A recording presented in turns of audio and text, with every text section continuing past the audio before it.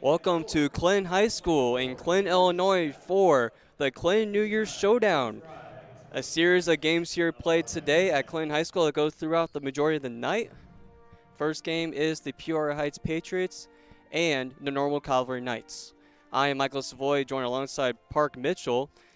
In Park, we're going to have a good game today. Two small schools that, are in their respective areas. Normal Calvary, obviously in Normal, Illinois, and Peoria Heights, obviously in Peoria Heights, Illinois. Should be a good game on tap. Most definitely. I'm excited to see these two teams face off.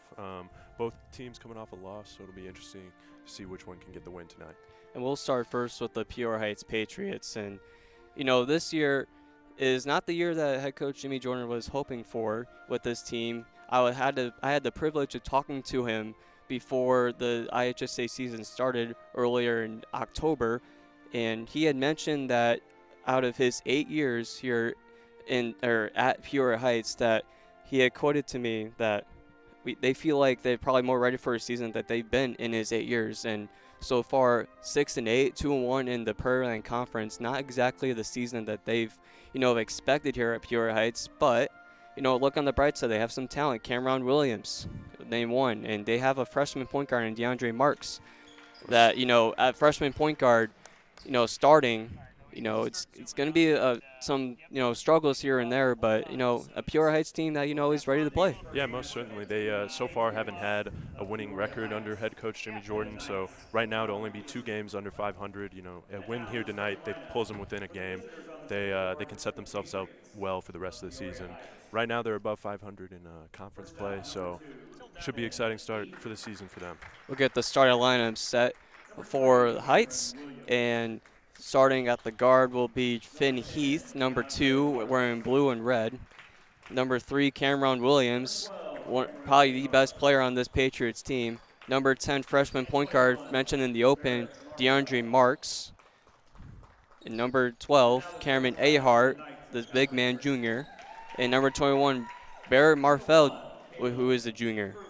Now for Normal Calvary Christian Academy, the Knights. Their starting lineup looks like this. Caleb Kruger, the junior. Ty Zeller, the junior. Number 1 and number 3, respectively. Number 13, Michael Gardner, senior. Number 21, Aiden McClintock, the junior. And number 33, Max Holderby, the senior. Normal Calvary, a little bit on the smaller side in terms of roster size. Only 7 players to mention on this team. Not necessarily something that gives a team an advantage, given that, you don't have a lot of depth, and depth can be a big deciding factor in games. Yeah, it's shown throughout the year. Depth's kind of potentially been a killer for them. They've played in a couple close games, but, only having 7 guys can definitely make those close games difficult down the stretch. They are 0-11, but they've had some close games. They've only lost by 2 and 3 at points. So the 0-11, not telling the full story, there's an early start right for the Heights, and that is Cameron Williams, the 6'4" senior. Yeah, dropped 24 points last game. Comes out, starts the day with the score. The varsity starting quarterback for their 8-man football team, all-conference quarterback that is, so he's a pretty special athlete. As Calvary starts to Ty Zeller at the top of the key, he crosses over. He'll look to set up the offense. Zeller backward cut, gives it back. Zeller for 3. Oh, pump fake. Drives in, and he floats it up. No good. Rebound from Williams, and he'll push the ball. Driving and kicks it out. That's Barrett Marfeld. Kicks it out to DeAndre Marks, the freshman point guard. Heath down low. That's Ahart, and he scores an up and under the basket, and Ahart gets his first 2 of the night. Man, Peoria Heights making their size known early on. Definitely just getting to the rim with ease right now. Yeah, they definitely have a lot of advantages in this game, given that Calvary has 7 players on their team, and Heights with a traditional 12 to 15 players, and they have a lot of size, like we've said. So, yeah, as there's a tie-up that goes in favor of Calvary. Yeah, already sending the pressure early on in this game, so definitely could be a long day for Calvary Christian. Knights. That the 3-pointer for Holderby is no good. Rebound goes back to the Knights, and here's Zeller at the right wing. Zeller looking for a man, and he travels. Looking for Holderby on the right corner, but takes a couple steps before he throws the ball, and it'll be Patriots possession. We mentioned the Patriots, they're scoring the last time they played, which was yesterday at Lexington, a really good Minutemen team. And Cameron Williams with 24 points in that matchup. Barrett Marfell, also on the starting line, number 21 in blue, scored 18. As there is Cameron Williams with a 3, and that goes in. So he's got 5 in the early going. And the Heights have pushed out to a 7-0 lead.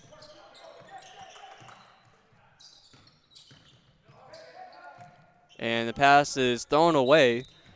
A little bit miscabobulated for this Calvary team as Caleb Kruger will throw that ball away. Yeah, another missed possession for Calvary Christian. They just don't seem to be able to get any pressure in the paint right now.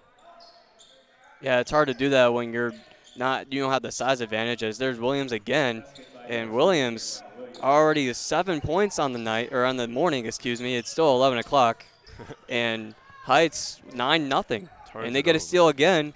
There's Williams, and he'll get fouled. Williams with already 7 of the 9 points for the Patriots. It's clear that he is their leader right now, about to go to the line for 2. Yeah, he's clearly their best player, and we've talked about this kid before the game, Park, and we've already talked about it. We made a conclusion that he's probably their best athlete on their team too. I mean, he's just a good overall athlete, and he can definitely play. He's the multi-sport athlete. We already mentioned all-conference quarterback in our A-Man football team. Obviously good at basketball because we had mentioned that he had scored 24 points against a really good Lexington Minutemen team. Yeah, also part of their varsity baseball team. And baseball, yep. And all over. Makes the 2 out of 2 of his shots, the line. And Calvary looking for the first basket of the game. Because there's Holderby down on the low block. Spins and moves, and pretty move from Holderby. And Calvary on the board to start the night or afternoon. That was a great move by Calvary Christian right there. It's the first time that they were able to get a size mismatch on their side. Get their center on the point guard. Real easy bucket right there. Driving in and putting up the shot is Marfell, and he'll get his own miss and put it back in. And Barrett Marfell, that is, on the board, the junior.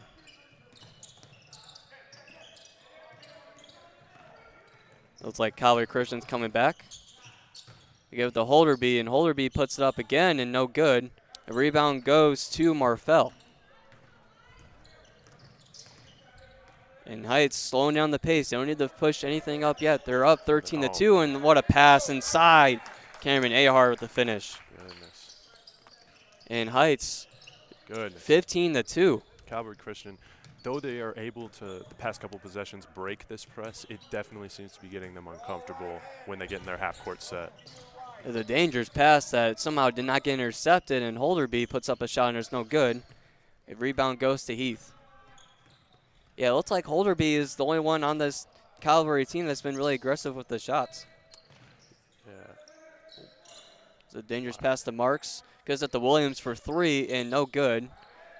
Rebound goes to Calvary, and maybe Calvary, I don't want to say anything too early. It's just a little bit past halfway in the first quarter, but feels like this is a big possession as Holderby at the 3, and there's an air ball there. Goes out of bounds. It's really tough because right now you can definitely see that they're struggling to get any easy looks. So they're having to settle for these kind of difficult shots, and they just don't seem to be falling for them right now. Yeah, and this press that Heights has put on Calvary, if they're not able to break it, this is where depth becomes an issue for Calvary. Yeah. Oh. Drives in and gets a stolen pick pocketed. That will be Ty Zeller. Zeller looking to drive in. Good defense from freshman DeAndre Marks.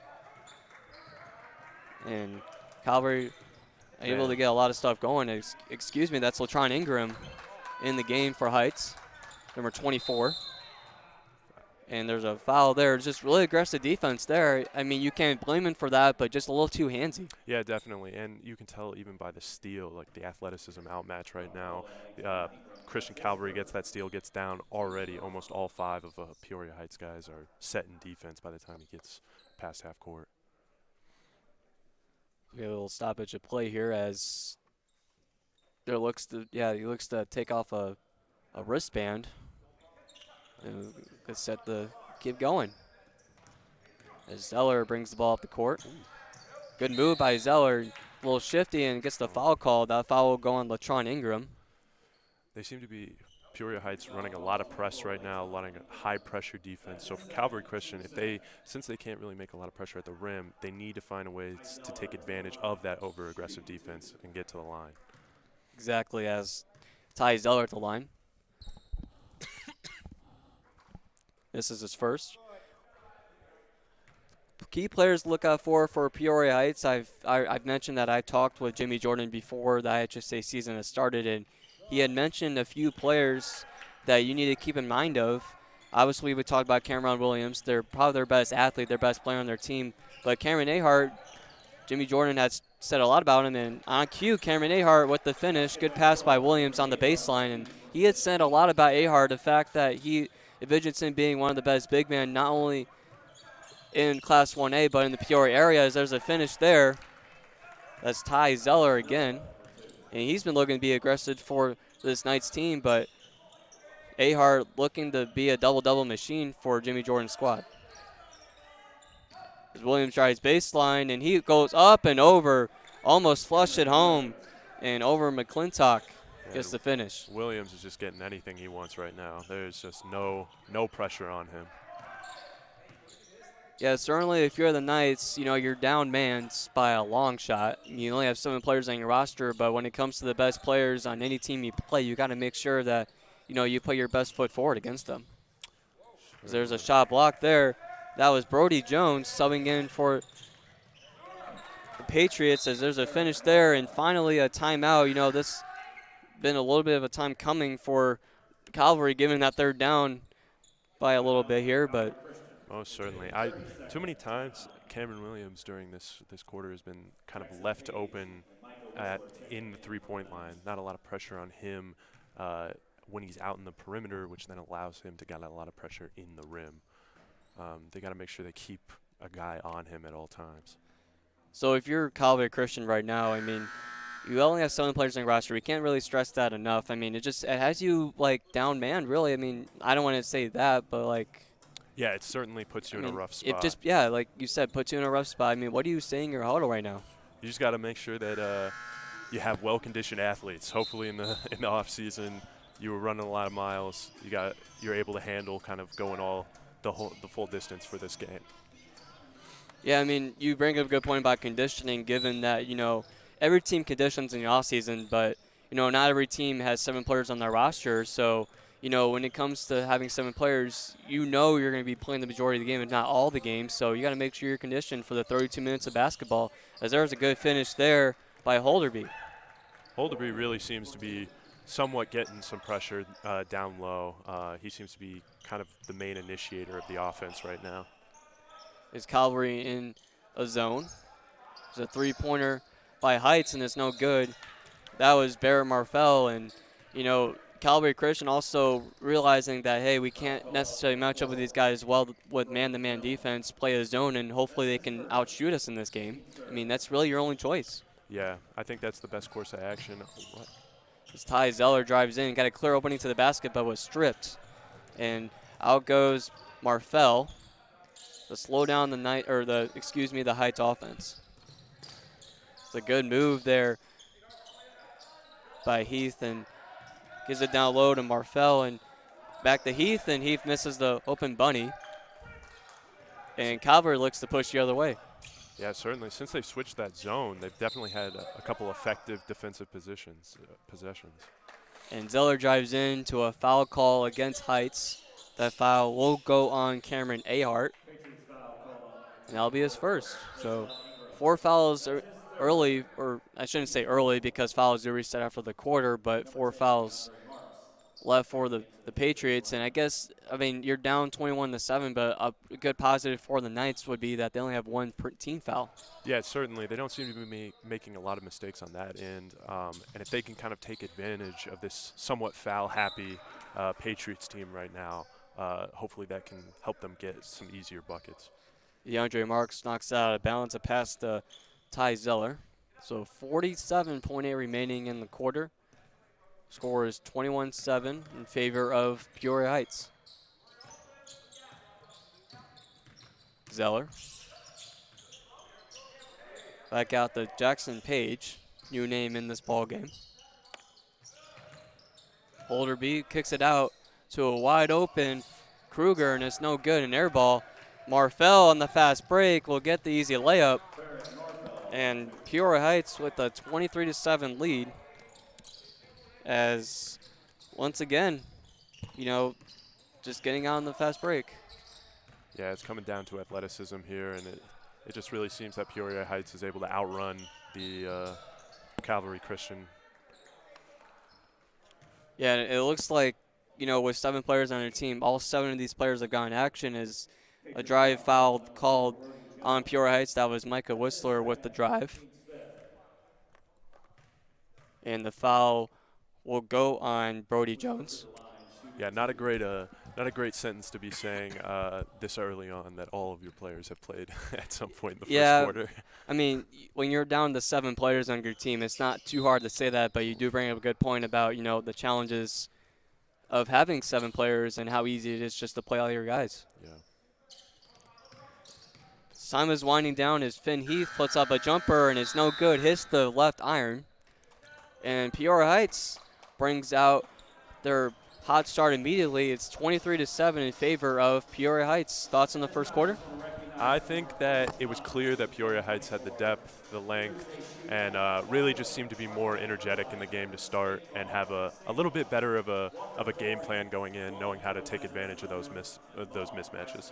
Certainly, and we'll take a quick word for our sponsors. We'll start with Marco Quickgrow. You and your 2024 liquid fertility needs, Marco MPK INC, contact them at 217-935-2178. Harbrand Fertilizer is another sponsor of the Clinton New Year's Showdown. And State Farm. Experience the difference of a friendly hometown State Farm agency.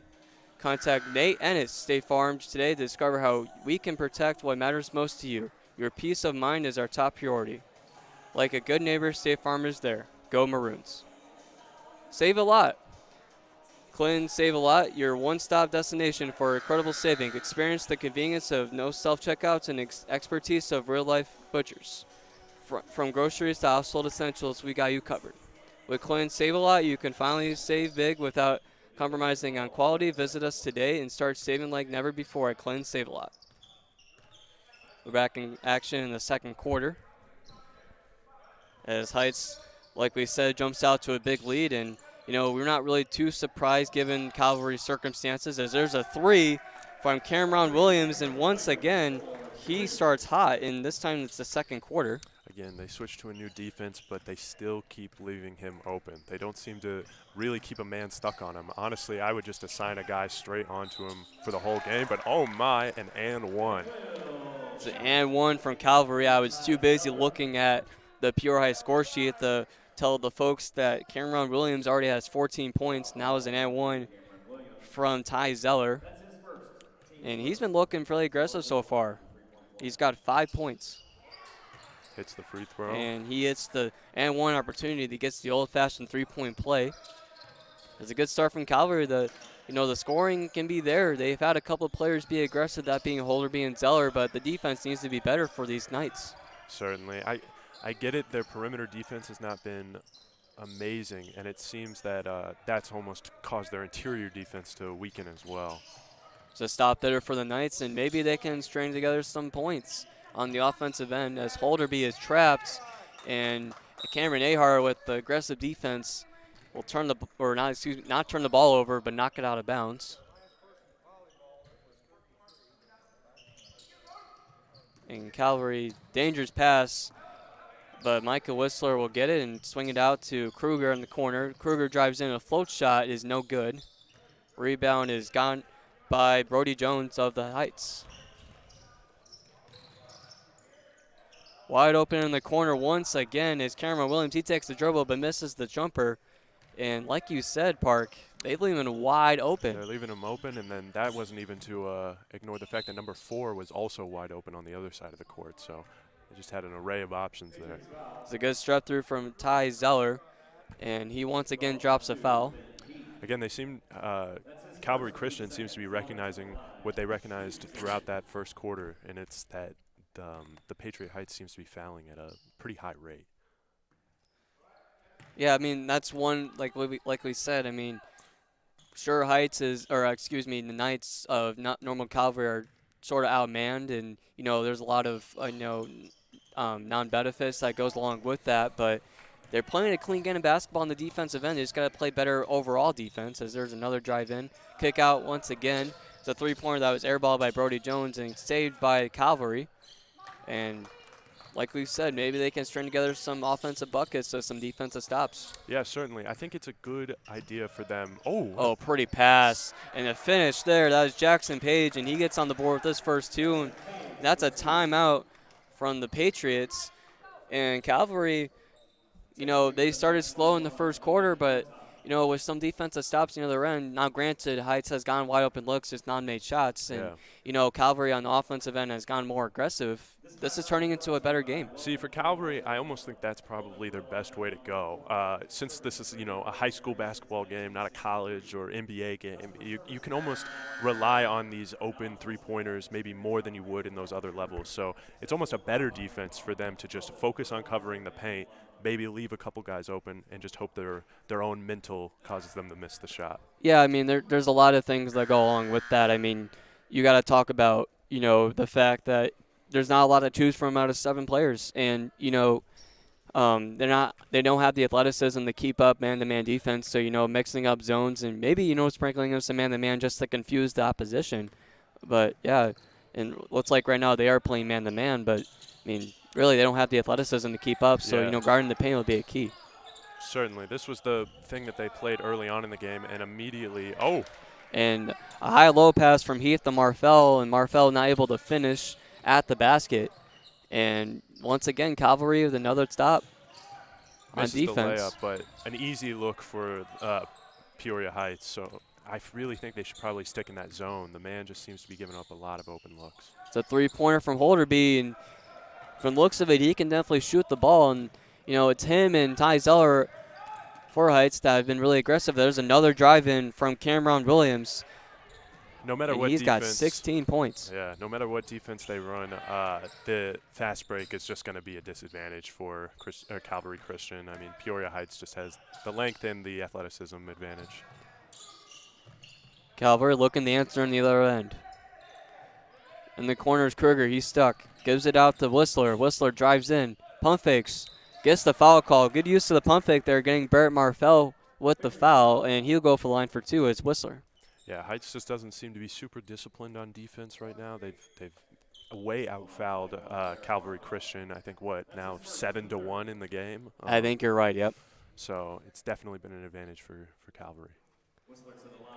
Yeah, I mean, you'll get that out of those aggressive players, I feel like, too, that just want to block your shot. And, going up against a Calvary Christian Knights team that, doesn't have a lot of size and doesn't have a lot of athleticism, I think Peoria Heights, in my opinion, thinks it might be easier just to block shots, so they're just going to try. Yeah, try and go for maybe more of a highlight play.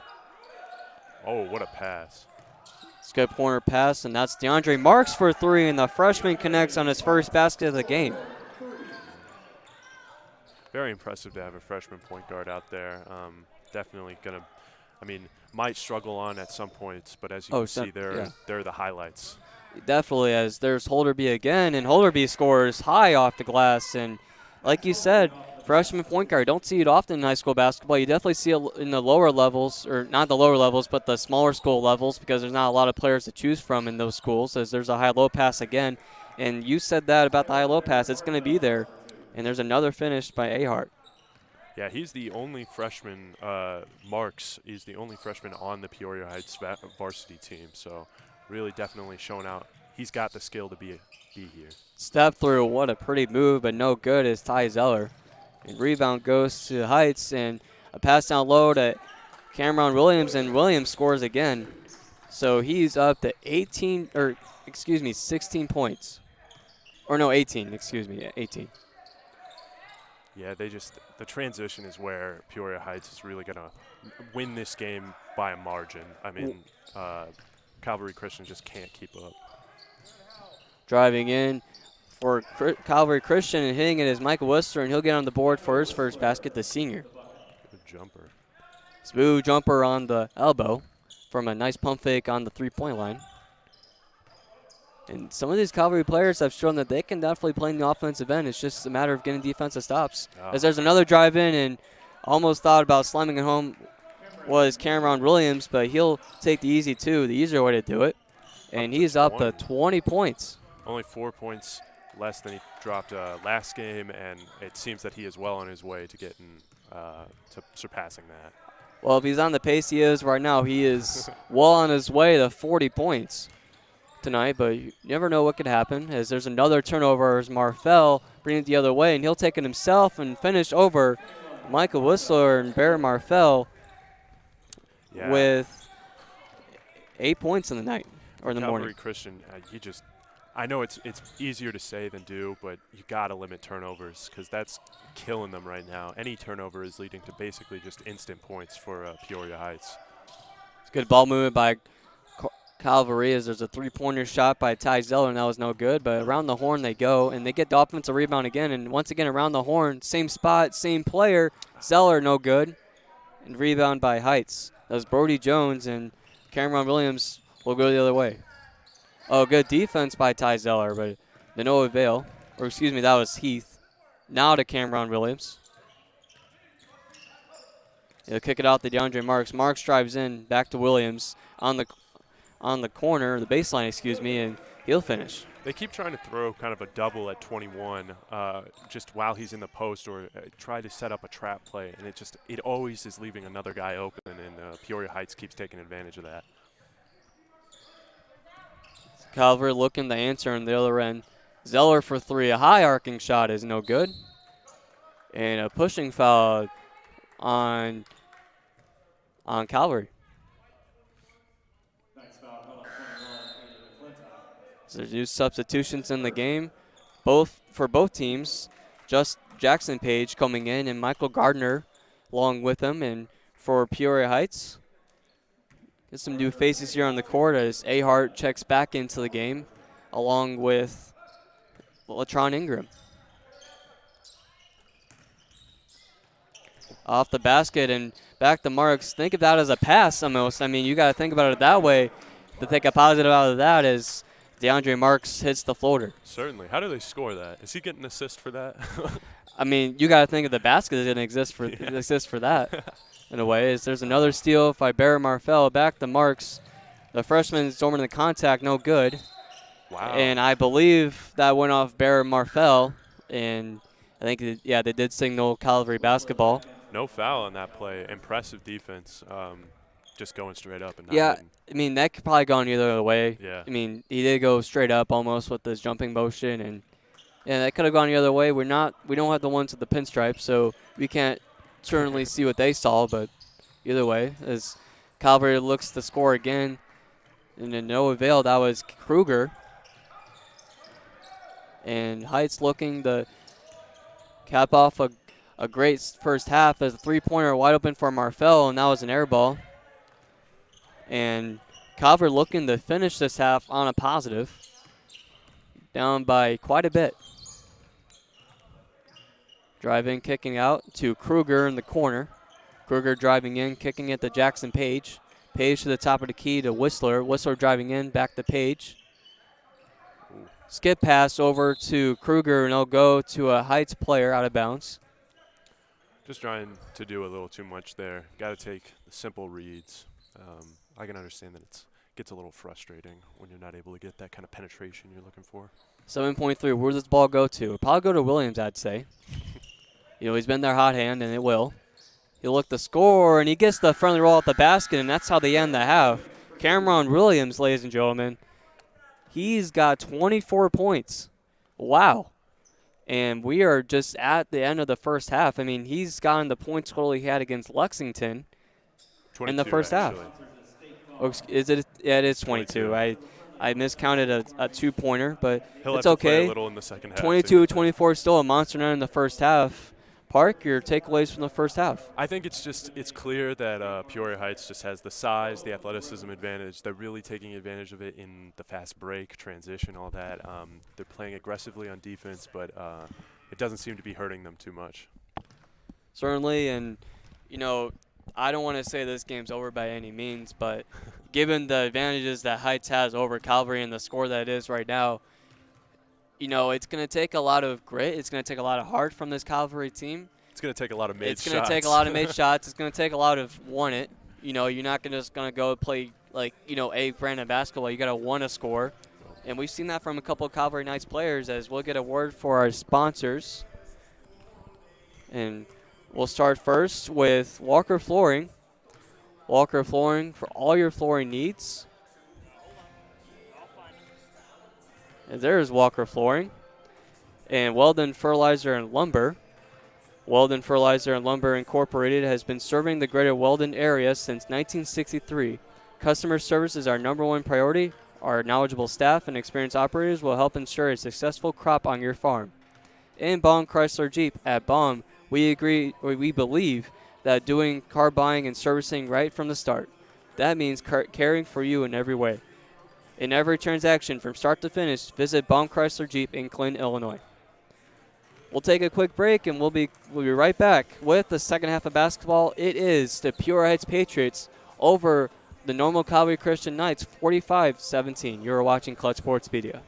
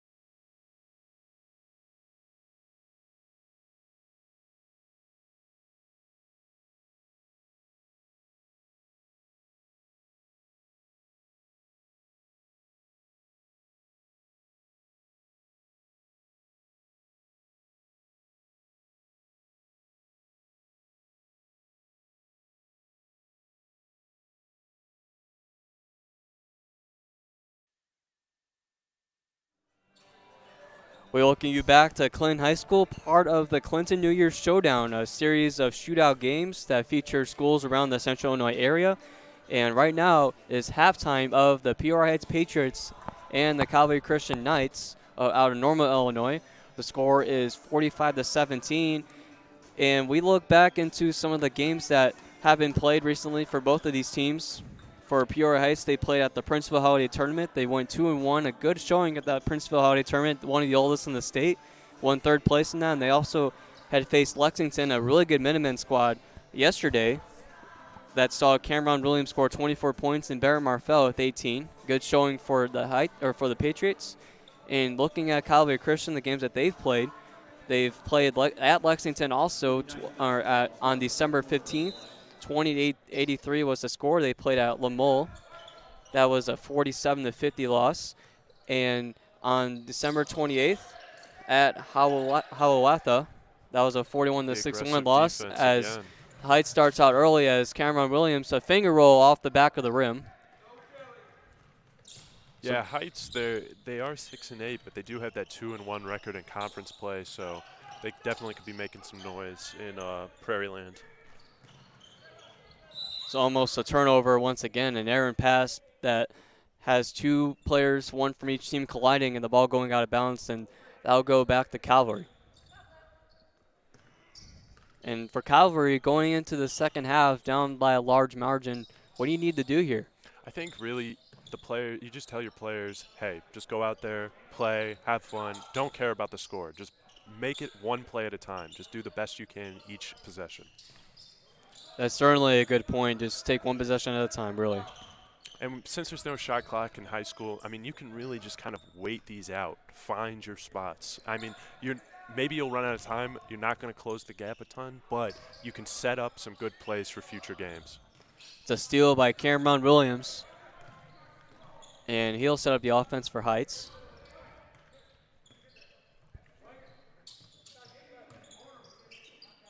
Again, open in the corner, 12. It's a wide open in the corner. That is number 12, yes, Cameron Ahart. And an automatic timeout. We are just over a minute in. And Calvary Christian wants to talk things over. It'll be a 30-second timeout. And once again, Peoria Heights out to a not a large, but a hot start. Yeah, again, it's a lack of perimeter defense by Calvary Christian. They're just not able to stay on their mans, and they just keep getting open corner threes. I mean, those are the highest percentage shots right there. You got to force them off of the line, make them try and do something in that in-between area between the paint and the perimeter. Yeah, I mean, that's a good point. And they're also they're playing a zone. So, yeah. Out of the zone, you're going to get some good three-point looks. If you move the ball correctly and you get those good looks, usually at a 2-3 zone, which I'm assuming that's what they're running, you're going to probably get those corner threes more than likely. And, the good credit where credit's due for Peoria Heights. They've had the right kids out there shooting the threes. Yeah, so. And it's a rough spot for them because they do give up that size. So running a man basically allows for just an immediate inside bucket. So really running the zone is their best option, and that is just going to lend itself to having some open shots, and they just got to hope that the Patriots miss them. Yeah, hoping is not the way you want to go with the Patriots squad. The fact that they've had some good three-point shooting today. It's a good defense from Williams on Zeller. Gives it to Holderby. Holderby drives in a little bit of a hook shot. No good off the back of the rim. And Patriots pushing on the other way. Marfell. Three-pointer on the right corner is no good.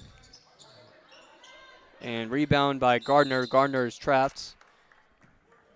Did he step out of bounds? And it looks like there's a stop. It looks like there was a foul. Oh, no. Yeah, he did. Yep. You're right. Yep. I initially thought that Calvary still had possession of the ball, but seeing a Heights player out of bounds, obviously. I mean, Heights basketball. And Cameron Williams. Man of the day gets the ball stripped from him. Good defensive play from Gardner. And Zeller will push the other way for Calvary. At the top of the key, drives in, kicks it out to Holderby. Holderby drives in and does not get the shot to go. Gets his own miss. Rebound will go in. Now the bank shot off the left block. Holderby being pretty aggressive, trying to drive to the basket. He's able to finish there. Hasn't really been able to finish at a super consistent rate this game, so it's good to see him kind of get that pressure. Marks in the left corner, dumps in that low. Good pass to Marfell. The right pass in the right spot, and Marfell an easy finish. Just too easy for Peoria Heights. They got the big size advantage, and really they're gonna eat at the rim all day.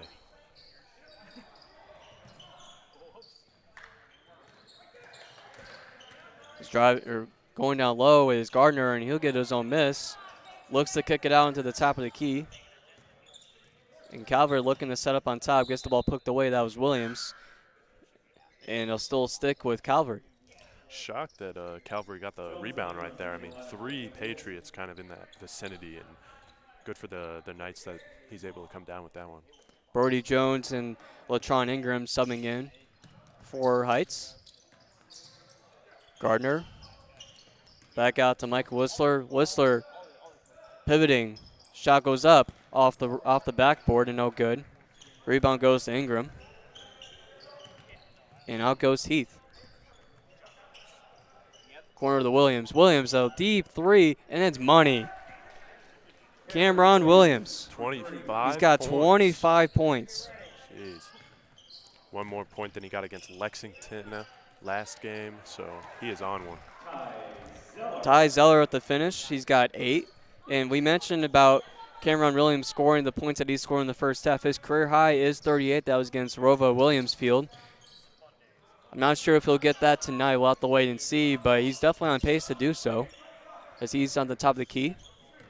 Crosses over, kicks it out to Ahart, and Ahart loses the ball. And that'll be off of Gardner of Calvary, and he'll stick with the Patriots. Yeah, Williams has really just had anything he's wanted today. He's been aggressive driving to the rim. He's been effective hitting his 3-pointers. I mean, it's really been a great sight to see. Oh, and wide open on the top of the key. A step-in 3 is no good, and rebound goes to Gardner. But if I'm Norman Calvary, how do I leave him wide open? I know. Misses the wide-open shot. Sometimes the best defense is your own defense. That's a good way to put it. As the ball goes back to Zeller on the top of the key, gives it to Kruger. Kruger driving in. Whistler slips and falls. Surprised there's no travel call as there's a tie-up that will favor Peoria Heights.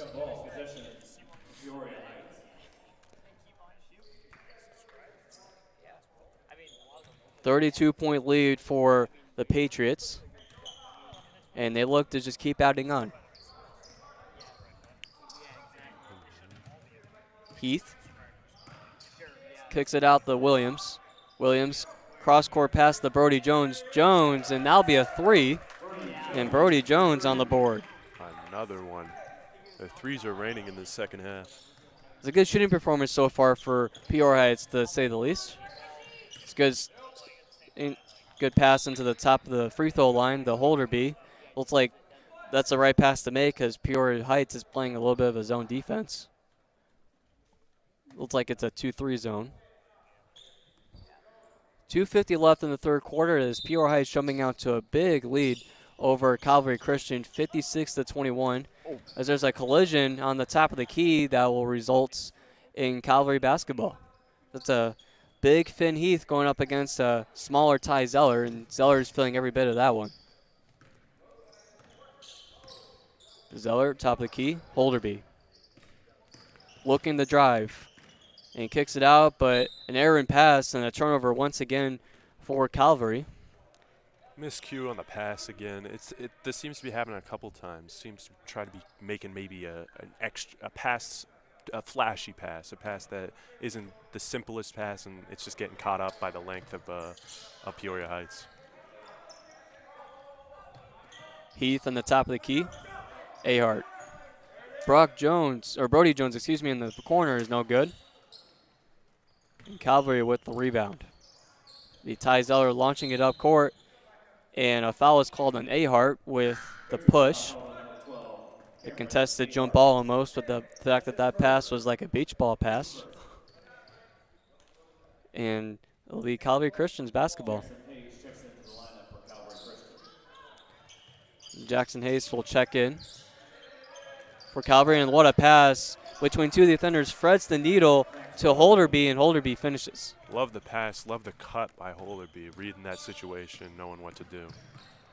Finn Heath taking the smaller Ty Zeller with him. Cameron Williams once again pulling three, and no good.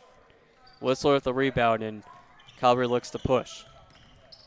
And Ty Zeller, what a pass again, and it is blocked by Cameron Williams, and Williams looks to push too. And Heath, what a catch, no good.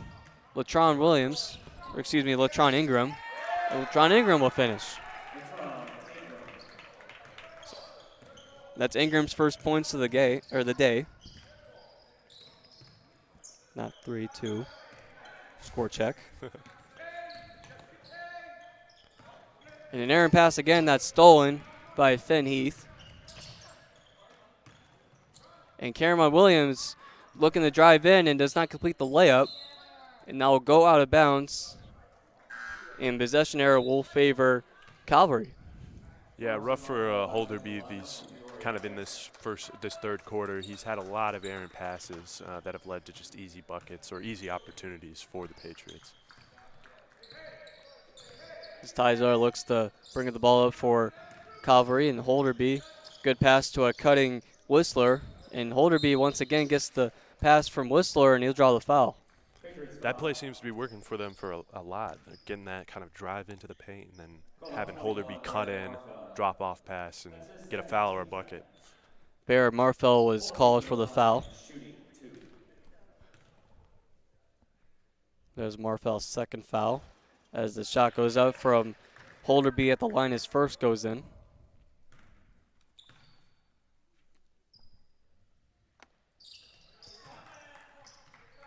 And the second goes in, so Holderby goes 2 for 2 at the line. And he's one of 2 nights so far that's really done the majority of the scoring for them. As Ingram gets the loose ball, kicks it out to Ahart. Ahart shoots a 3 off the front of the rim. Rebound by Brody Jones. I saying Brock. Once again, Brody Jones for 3 at the same spot is no good. And rebound goes to Calvary. And Ty Zeller looks to set up the offense. Almost throws it away, but Whistler gets the ball in the other wing. Out to Holderby.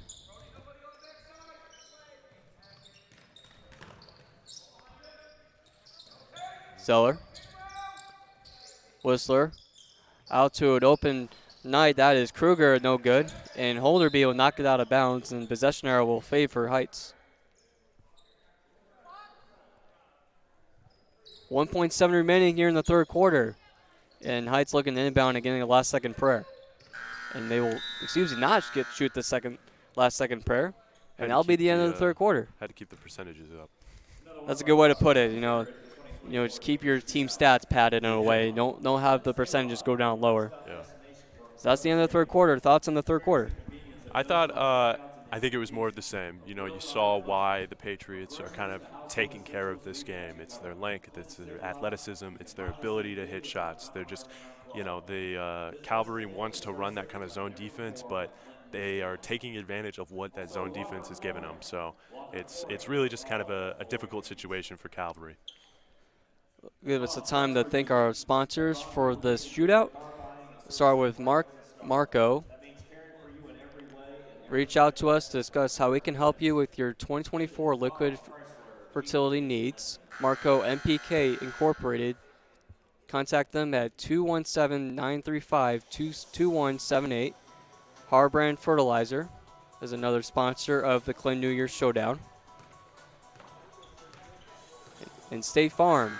Experience the difference of a friendly hometown State Farm agency. Contact Nate Ennis, State Farm today, and discover how we can protect what matters most to you. Your peace of mind is our top priority. Like a good neighbor, State Farm is there. Go Maroons. And save a lot. Clinton Save a Lot, your one-stop destination for incredible saving. Experience the convenience of no self-checkouts and the expertise of real-life butchers. From groceries to household essentials, we got you covered. With Clinton Save a Lot, you can finally save big without compromising on quality. Visit us today and start saving like never before at Clinton Save a Lot. We're back for the start of the fourth quarter. And it's Peoria Heights, out to a 33-point lead. It's 58-25. The pass down low is over the top of Holderby, and Holderby looks to get the ball back to just a foul there, and that was Brody Jones that had the ball during that foul. And Holderby picks up his second foul.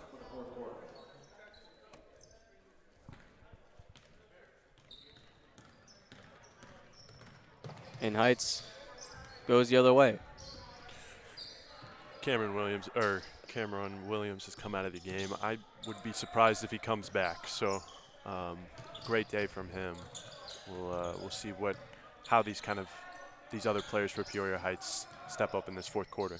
Yeah, for Jimmy Jordan, this is a time, you got the big lead in the fourth quarter, only 8 minutes left to go. It's just a time to see how your other players fare. Because there's a turnover, and that's Ahart with the ball, gives it to Marfell. Marfell, right wing three, is good. And that's Bear Marfell. He's got, let's count here. 17. Marfell and Williams basically matching their performances from the last game. Yeah, two of the bigger scorers for this Heights team is there's a foul on Ahart on Jackson Page. Looking ahead on the schedule for the Clinton New Year's Showdown, we're currently in the Calvary Christian and Peoria Heights ball game. Ahead after this one is Beardstown Tigers versus the Cornerstone Christian Academy Cyclones out of Bloomington. I'll be on the call with that with Joey Wright. And Seneca, the Fighting Irish, will be playing the Eureka Hornets after that one. And then after that would be the Peoria Christian Chargers facing off against the Heyworth Hornets. So there's a shot by Kruger, and Kruger's got his first points of the game for the Knights. It's a good sign for normal Calvary Christian. And there's a timeout by Jimmy Jordan and his Patriots. And still looking ahead, I had mentioned the Peoria Christian Chargers and the Heyworth Hornets. After that game will be the Maroa-Forsyth NTF Trojans facing off against Springfield Calvary. And then after that game will be the nightcap, the hosts of this tournament, the Clinton Maroons versus the Rochester Rockets. That will be probably I shouldn't say best game because we're looking in hindsight after the first game, but it's shaping up to be one of the better games of this shootout. Wow. So a lot of good basketball on tap, and stay tuned after this game. It's not over yet. We still have quite a bit of basketball to go through after this one. We're here until, I'd say, around 8 o'clock-ish when the final game will end. So we're going to be here all day, folks. Don't miss out. And right now, we've already talked about Cameron Williams being out of the game for the Patriots, and we talked about his big night, and rightfully so. He's got a lot of the points here, and he's coming back in. He is coming back in. All right. I was going to ask you about how the other players for Heights could have just taken this opportunity and tried to shine, but they will not. I'm not saying they won't, but having Cameron Williams back in the game, yeah, you're going to give the guy the ball when he wants the ball. Really, you're definitely your best player. As Heights will start on their end of the court.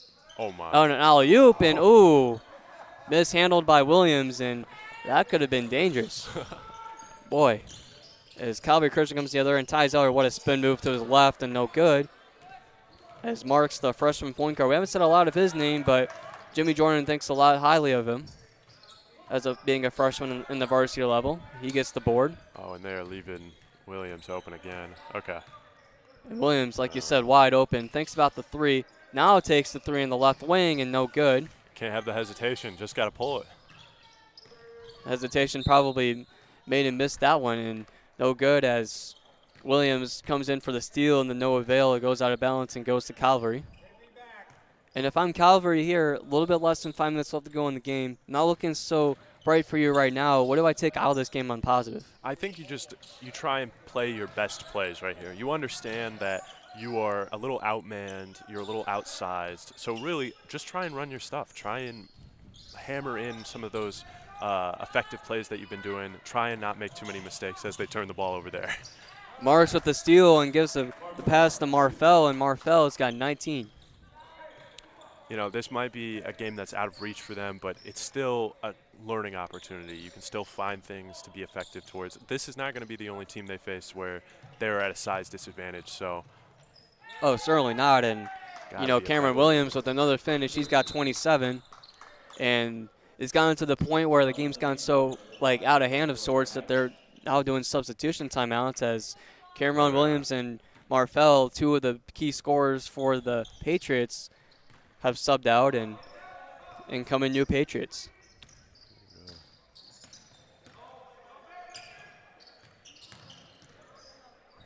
As there's Whistler kicking it out to a Kruger, and Kruger banks it in. The bank is open for the Knights. Man. 65-30, less than 4 minutes left to go in the game. Heights over Calvary. Skip pass over. That is Finn Heath for three. No good. The rebound goes to Zeller. Zeller, nothing but the basket in front of him, and gets the foul called on Latron Ingram. Little late foul call right there. Yeah, I would say late, but honestly, from my point of view, I feel like that was probably the right call. Yeah. It was late. I will say that. You're right. Certainly. It almost, sometimes it feels like refs often, they'll call the foul if the basket is missed. Yeah. Running clock here also. Gotten to the point where a 35-point lead in the fourth quarter means running clock.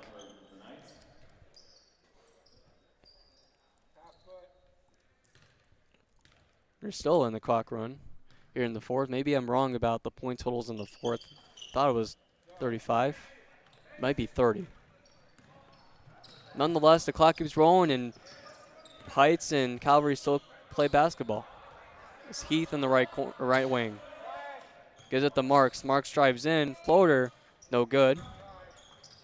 Rebound will go back to Latron Ingram. Ingram still trying to score underneath the basket, and no good. Fighting for the rebound. You got to appreciate the hustle from Ingram, as it'll go out of bounds, and it'll still go to Heights. Yeah, just too many second chances right there. Just giving Heights too many opportunities to get the rebound. Gotta secure one of those. Substitution in for Calvary as Ty Zeller goes out and Michael Gardner goes in. Junior for senior there.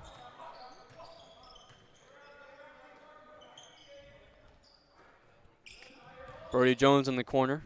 Kicks it out to Finn Heath. He drives into the basket all by his lonesome and does not finish. And Michael Gardner with the rebound.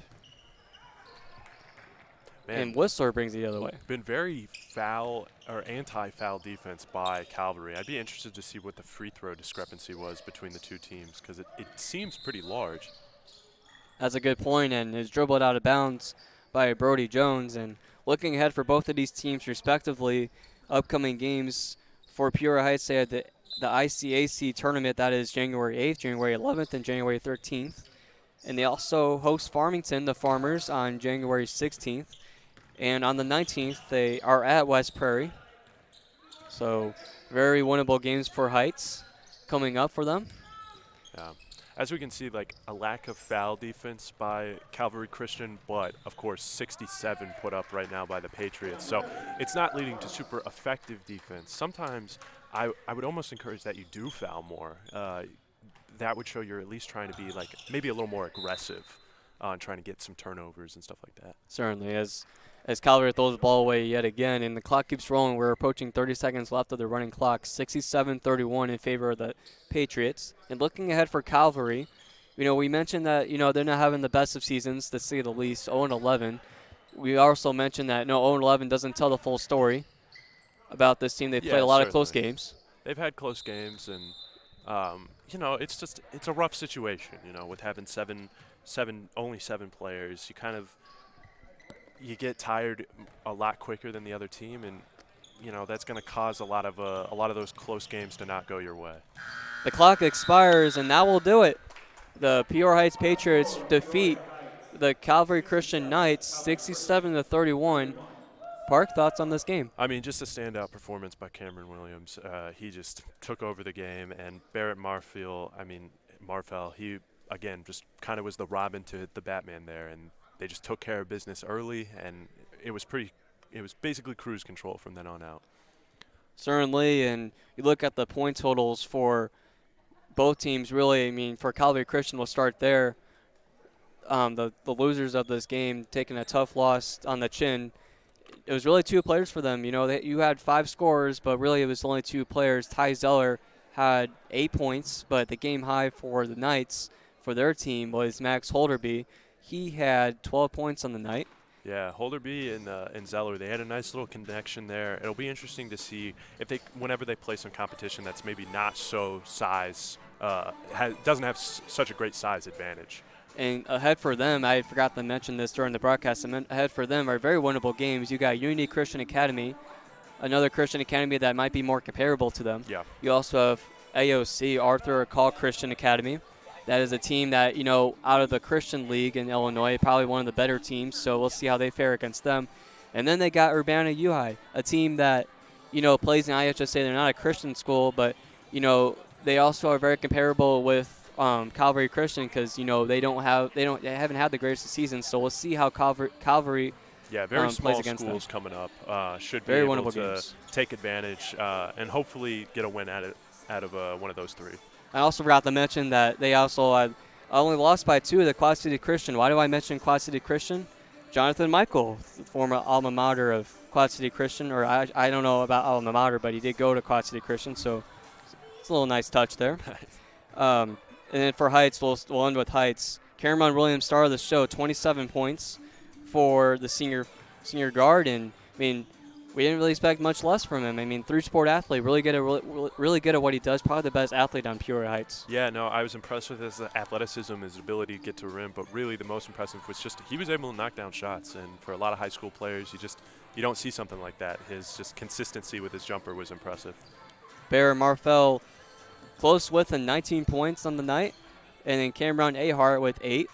So more balanced scoring from Peoria Heights, even though they had a couple big standouts just like Calvary. So certainly good performance all around. Looking ahead for both of these teams, like we said, very winnable games going forward, and we'll see how their season ends. So that'll about do it for this game on Clutch Sports Media. On behalf of all the crew, Jonathan Michael taking pictures and running social media for this game, Joey Wright doing the controls. I am Michael Savoy. Alongside of me is Park Mitchell. And don't go away. We have a really good game on tap going away. Beardstown and Cornerstone Christian Academy coming up next. This is Clutch Sports Media.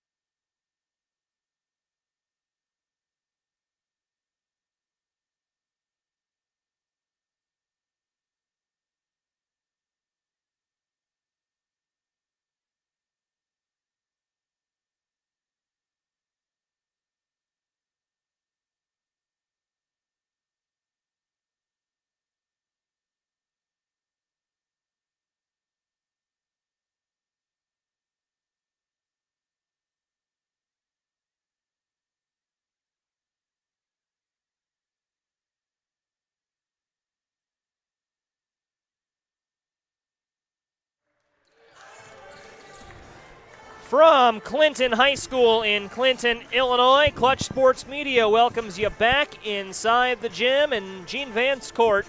It's Clinton's New Year's Showdown on ClutchSportsIL.com. Game 2, gonna be a good one. Cornerstone Christian and Beardstown are ready to go. I'm Joey Wright alongside Michael Savoy and our entire crew. And Michael, some interesting storylines for both these teams as we reach kind of the midway point of the season. Cornerstone Christian, a Class 1A finalist last season, a little bit down this year, looking to rebound from a 2-10 start. Beardstown, on the other hand, off to a red-hot 12-4 start to the 2023-24 season. Yeah, the two teams that are on the opposite tracks of each other. Obviously, you had mentioned that Cornerstone Christian, a Class 1A finalist, 4th place in Champaign last year. Lost a lot of seniors, 8 seniors in total. A majority of their scoring was from that senior core. So just a lot of new faces for this Cornerstone Cyclone team. And for Beardstown, like I've said, opposite tracks. One team's 2-10, and Beardstown is 12-4. So they've been looking hot so far, and they look to be pretty competitive in Class 2A. Off to a great start. Beardstown, a little unique this season. They're 12 wins. They've got a 3-game win streak, a 3-game win streak, a 4-game win streak this season, and looking to start a new winning streak are the Tigers after a tough loss last night against a good Tremont team. We talked briefly with both head coaches, Michael, before this one. John Shippert, Cornerstone's coach, told us the thing he's most concerned about for Beardstown, pressure. Yeah, I mean, you had mentioned that, they're just concerned about the pressure given that, I had mentioned that, they lost 8 seniors, the fact that they lost a lot of, their experience, and the fact that they have to now rely on some of these underclassmen to step up in the bigger roles. So, pressure in these situations can be pretty vital, for Cornerstone. Starting lineups being introduced on the floor, and let's meet first the Cornerstone Cyclones, who were just introduced. Again, John Shippert, the coach of the Cyclones. They are 2-10. Caleb Lade is a junior. He is a guard in the starting lineup, joined by a freshman, Ben Toma, a senior in Josh Kalmus, a junior in Elias Clinton, and a senior in Xander Hofer. Young team are the Cyclones, 2-10. And now Beardstown, coached by Eric Anderson, who we briefly chatted with earlier. Their starting lineup is as follows, and they've had a couple of number changes, have the Tigers, but their starting lineup includes Exause Malumba. He is a senior. He's joined by Isaac Brockschmidt, another senior. Ryan Alhorn, the third senior in the lineup for the Tigers. Christy Domitian, he is a senior as well. And pardon me, Michael, as they've, again, made a couple of new uniforms for Beardstown. They've made a couple of changes. They look nice, the uniforms do. They are sharp. Elijah Thomas is the other Beardstown Tiger in the starting lineup as the Cyclones win the tip-off. We're underway in Clinton. Glad you're with us for Game 2 of 6. A lot of great basketball on tap today. And, Michael, we're already seeing a little bit of that pressure from Eric Anderson's Beardstown Tigers. Yeah, I mean, you're not 12-4 by mistake. I mean, that takes a good team to do that, and, it takes a really cohesive team to do that. And, if you're able to execute pressure, you're able to execute it because you have a complete 5 that can do it. Quick inbound for the Cyclones. Kalmus is off on the mid-range. We've got our first foul of the contest. Something we've said ad nauseum this season, but an IHSA rule change this season, Michael. No longer do we have to worry about the 1-and-1 bonus at the end of a half. Now it's 5 fouls and a quarter. You're in the double bonus, and already a foul for the Cyclones here. They might have to be careful as the quarter reaches its conclusion. Yeah, you don't want to give a team like Beardstown, a 12-4 team, when you're 2-10, good free shots at the line. It's just something that you don't want to do as the Cyclones. Ball in the hand of Isaac Brockschmidt as he is fouled. So now already 2 defensive fouls. Or pardon me, I guess that's 1 defensive foul, 1 offensive foul for the Cyclones. And Exause Malumba will inbound. Not a good start for the Cyclones in the foul department, that's for sure. Tigers looking to strike first in this one. 3 on the way from Thomas is off, and a rebound down low and a putback. Count that one for Domitian. Josh Collins of Cornerstone Christian, the senior, just couldn't box out there in that situation. You got to put a body on him. Tigers 2, Cyclones nothing in the early stages in Clinton. By the way, a good IHSA officiating crew tonight. this afternoon, I should say. Darren Conant, Mike Blickensdorfer, and Tony Ware are a crew as the Tigers take a 2-possession lead. It's Brockschmidt. Yeah, good start for a 12-4 Beardstown team. Going into a neutral site like Clinton and, showing off their strengths, pressure and layups.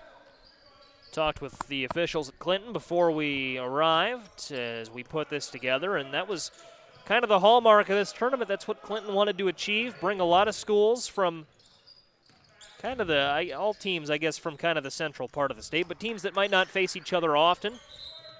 Kind of expose teams to what's going on around the region, and this is, again, the second of 6 really good ones we're going to see today. Yeah, I mean, that's the beauty of a shootout. You're not going to – I mean, I don't know if Cornerstone's going to play Beardstown again. Maybe they do, maybe they don't. But down the line, in the season, they're not scheduled for any regular season games. Just the beauty of a shootout, just facing teams you don't normally face. Cyclones avoid a turnover here and looking to penetrate. Can't do anything yet. No shootout here at the Clinton shootout. No shot clock here at the Clinton shootout, I should say. We've got a whistle, and Malumba goes down, gets up. But no shot clock here at the New Year's Showdown, so teams can take as much time as they'd like. Didn't see a shot clock at the State Farm Holiday Classic last week. That surprised me. Either, yeah. That would have been a great tournament for it. But a lot of those teams play so quickly, don't even need one. How about that down low? A nice play for Beardstown. Alhorn got up and blocked that one, and the Tigers get out in transition. And Brockschmidt gets blocked, and the Cyclones' defense holds. Let's see if the Cyclones' defense momentum can get him a basket the other way. Cyclones leaning on their upperclassmen there, stepping through. Elias Clinton Jr. couldn't knock that one down. Here's Ben Toma in some trouble. Toma gives to Clinton, and now out top, Toma drives. Spins, nothing's there, and Michael, I'd call that a good defensive possession for Beardstown. Yeah, Beardstown showing off the pressure, and when you pressure well, it gets the offense flustered, and you've seen it early on. 3 minutes into this game, Cornerstone's been flustered on the offensive end. Brockschmidt walks it up. Not a lot of scoring in this one through the early stages. Here's Malumba taking some off of that one and drops it down. A high arcing turnaround, Jay. Yeah, that was a pretty shot. A little turnaround jumper, high arcing too, like you said. And Malumba now with 2 points. And out in transition goes Thomas, and he lays it in. 8 points, all from different scorers for the Tigers. 4 players have 1 bucket and a timeout called by the Cyclones. An 8-0 start. I think Eric Anderson and company have to be pretty happy with that, Michael. Yeah, and for Eric Anderson, going into this game, they understand they're facing a 2-10 team, so it's easy to just say, hey, it's a 2-10 team. We should just lay down and just, not care so much about this game. But so far, this Beardstown Tigers team, they care a lot, and that's something that you like to see from any team, really.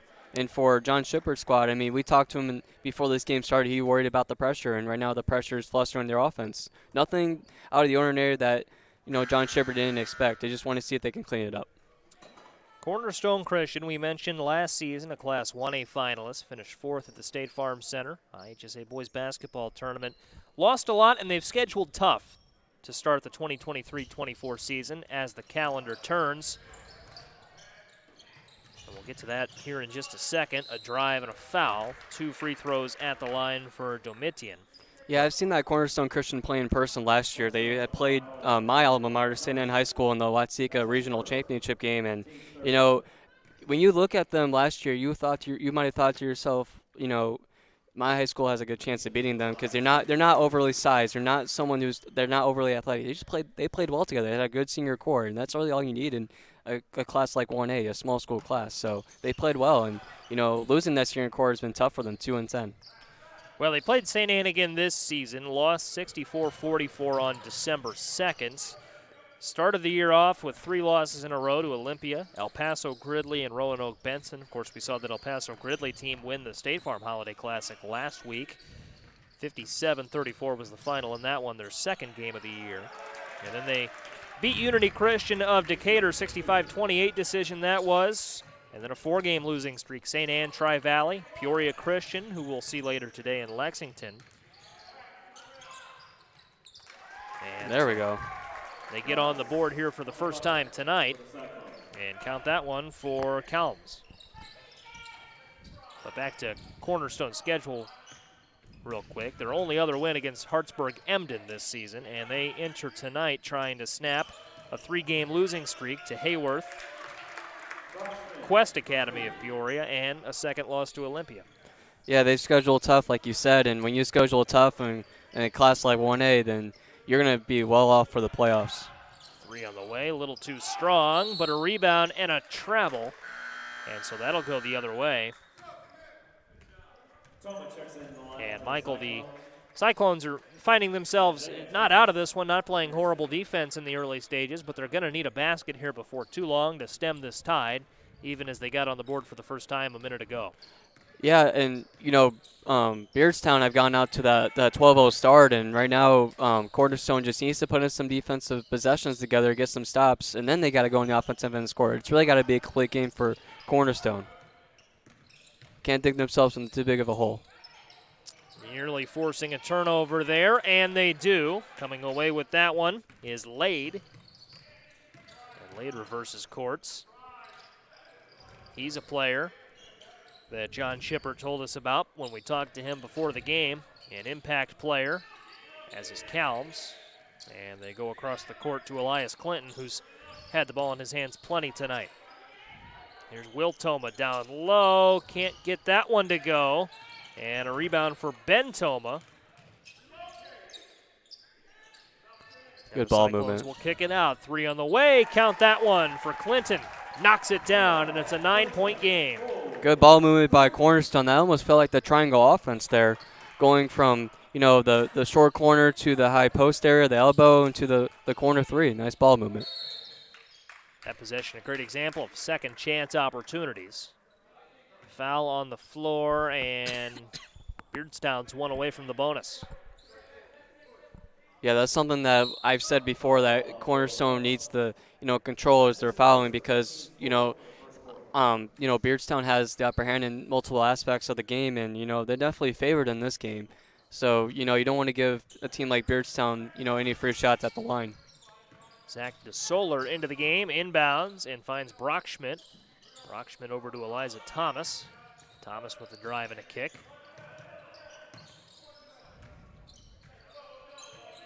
And they go out to DeSoler. DeSoler drives, floats one down low. Isaiah Thomas, the ball in hand now, and now Eliza Thomas for 3, off. It's good defensive possession for Cornerstone. And floated ahead, a runner won't fall, but 2 free throws for Caleb Lade's trouble. And just like that, if he's able to knock both of these down, it's a 7-point game. Yeah, they cut the deficit in half, and all of a sudden a 12-0 start from Beardstown doesn't seem like, it was the end-all be-all for the game. And Cornerstone has a lot of heart in them right now, and they've been showing that. Lade at the line, and the first one rims out, almost fell. You look at this Cornerstone Christian roster, Michael, and you see Caleb Lade's a junior. Josh Calms is a senior, so they're getting ready to lose him. But Elias Clinton, a junior as well. We've seen him play a big role so far this afternoon. Ben Toma, he's a freshman. They'll have him for a few years. He's played a big role early. You can tell that some of those younger players, a big part of the game plan here as they get ready to develop into upperclassmen, as Domitian knocks it down 4-2. Yeah, I got the privilege, I should say, because these kids are good. They've got the privilege of seeing these juniors as sophomores last year at the junior varsity level when they had played, my alma mater high school. And, these kids are good. They can definitely play. And, Caleb Lade had played varsity level basketball last year as a sophomore, so he's gotten that experience. And I'm not surprised to hear from John Shipper that he's a difference maker, because that kid can definitely play. You look at last year's Cyclones team, again, they made a run to the IHSA State Finals at 32-7, I believe was their final record, and almost, you could say, the best-kept secret in Bloomington Normal. You look at all the great basketball in that community, Normal West, Normal Community, everything they've done this year. Bloomington Central Catholic last year had Cole Serta, who's going to go and play at Notre Dame. Normal U-High's a perennial contender. I feel like some schools that we've seen today already, the Cyclones and Normal Cavalry too, not always at the forefront of people's consciousness when you look at basketball in Blono, but especially Cornerstone has really become a program to watch in the area. Yeah, when I first watched them in person, I mean, I didn't know much about them, just like the majority of people around that area. And, I was blown away. I mean, I was very surprised. And, seeing them make the run they did last year instead, I was not surprised after I watched them play. But, yeah, the best kept secret. A lot of small school basketball isn't necessarily the most noticed. So, not a lot of people would know a lot about Cornerstone Christian. But around that area, probably more Normal Community, Normal West, Bloomington, and all those bigger schools. Kick out to Thomas for three. That one's just a little bit short. No jump ball, and instead it'll go to the Cyclones. 23 seconds left. They'll push. Doesn't look like they'll hold, and it's rooted free. And, Michael, now that they've got a reset, do you think they'll hold? They would probably have to hold, and they're not looking like they will do. And a turnover. It goes against them, really. And, I would have liked to see them hold, maybe get a last-second shot, cut the deficit in the single digits, but right now they're giving Beardstown an opportunity for their final shot. I'm sure they probably will, given that they have the big lead. Good pressure from Beardstown, and now the Tigers can end the quarter with a shot. That's blocked, tipped around. Thomas is there to clean it up, and he beats the buzzer for two and gives the Tigers a 13-point lead, 18-5, with 24 minutes left to play in this one. Michael, we'll get your quick thoughts on the first quarter after we take a quick break to thank our sponsors, starting with Marco Quick Grow.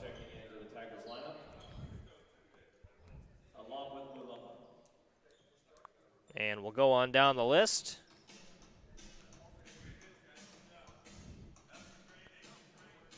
And Harbrand Fertilizer, proud to support the New Year's Shootout here at Clinton. Nate Ennis State Farm, proud to support all of our players on the floor as well. Save-A-Lot Food Stores. Walker Flooring. Weldon Fertilizer and Lumber. Baum Chrysler Jeep. And another thank you to all of our sponsors here at the New Year's Showdown at Clinton High School. And thanks to Clinton High School for having us. Everyone here at the Showdown's been so helpful to work with. Coaches and administration here at Clinton High School, home of the Maroons. Michael, a beautiful gym. This is my first time at Clinton. My first time too. A beautiful gym. I gotta say, coming into this town, I don't live close to Clinton. I live almost 2 hours away from this town, so getting here was kind of a pain. Obviously, going through the middle of nowhere to get here, and getting here to see this high school, just a really nice gym. It's kind of relieving, honestly. Full-time, I work at the News-Gazette in Champaign, in addition to all that I do with Clutch, and never have covered a game at Clinton. Of course, the Maroons boys basketball team we'll see later tonight off to a great start, and the girls basketball team not bad as well, both qualifying for the final at the Monticello Holiday Hoopla last week. But a great gym and a great tournament. And Michael, I was teeing you up for your thoughts on the first quarter, as the second quarter is underway. 13-point game, still plenty of time left. What needs to change for the Cyclones here through these next 8 minutes going into halftime? They just got to figure out a better way to attack this pressure. The story of this game, the reason why the Tigers have such a big lead right now is because of the pressure, along with the fact that the Cyclones are a younger team. They don't deal with pressure nearly as well as the team that have experience. So, just a good pairing for Beardstown going into this game, and Cornerstone just needs to attack this pressure better. Rebound loose and a jump ball. And the Cornerstone Cyclones will hold on to it. Josh Callums comes away with it. Key possession here for Cornerstone. Down 13 early. If you're just joining us at one point, it was a 14-2 deficit, and that has grown by a point into what it is now. Yeah, Lade's going to slow down this offense, and that's a good idea to do against some pressure like Beardstown. Don't have them be so aggressive to you right away. Laid to the corner, down low to Toma, and Toma can't finish at the rack. Beardstown up, and Domitian has it stripped away, and driving is Lade. Lade one-on-one, knocked out of bounds. It'll stay with the Cyclones. And we'll have that whistle was to allow a substitution. And Chris Chiclizo enters for Beardstown. First time we've called his name tonight. I keep saying tonight, Michael. It's I did the not same even thing. 1 o'clock yet. I did the same thing when I was doing play-by-play for Peoria Heights and Normal Calvary. It's just the fact that you always do broadcasting after high school, after the normal high school day, and it's usually like 4:30 to 5:30, maybe even 7 o'clock for varsity games. So makes sense, and it's just a little bit of a habit. Tough habit to break. This is the second of 6 games we'll have for you on ClutchSportsIL.com today as Lade knocks down his first free throw. Same stream for all of them, so between games, we'll flash our logo on the screen. That'll stay on for however long we have between games. Had a running clock in the first game, so it was on for just a little bit longer. But 11, 12:30, 2, 3:30, 5, and 6:30 tonight's scheduled tip-off times. And it will be tonight by the time we do that last game. So it'll catch up with me eventually. By the time we do the Clinton Maroons game, it will be the night, and I'm sure this gym will be packed. It's a hometown team, and the Maroons are playing good basketball. And a good Rochester team, too. And a good Rockets team. You're right about that. You think about Rochester, you think football, but a proud history of athletic success across all of the Rockets sports. Toma's off on that 3, tipped around, and Toma's driving, and can't get that one to go, no call. And Beardstown will keep it in. And now a one-on-one opportunity for Thomas. Thomas will slow it down. Good ball movement. Ooh. And Toma's in the right place at the right time.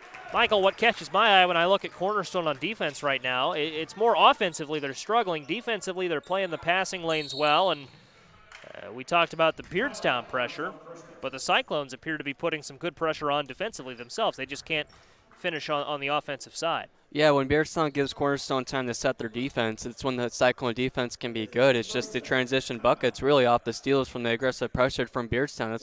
That's where Beardstown's really getting the majority of their points. I want to thank our entire crew for being with us in Clinton. Noah Powell is behind the computer for this game. Park Mitchell doing a great job behind our camera. Jonathan Michael is taking photos on the baseline. John Camos is in the house. You'll hear from him later. His alma mater, Peoria Christian, ready to go. One of the 12 teams on hand today. Takes a village, and proud to have a lot of great people helping us out today. Michael, is there a number you want to have this deficit at if you're the Cyclones by halftime? You want to maybe look to get it under 10?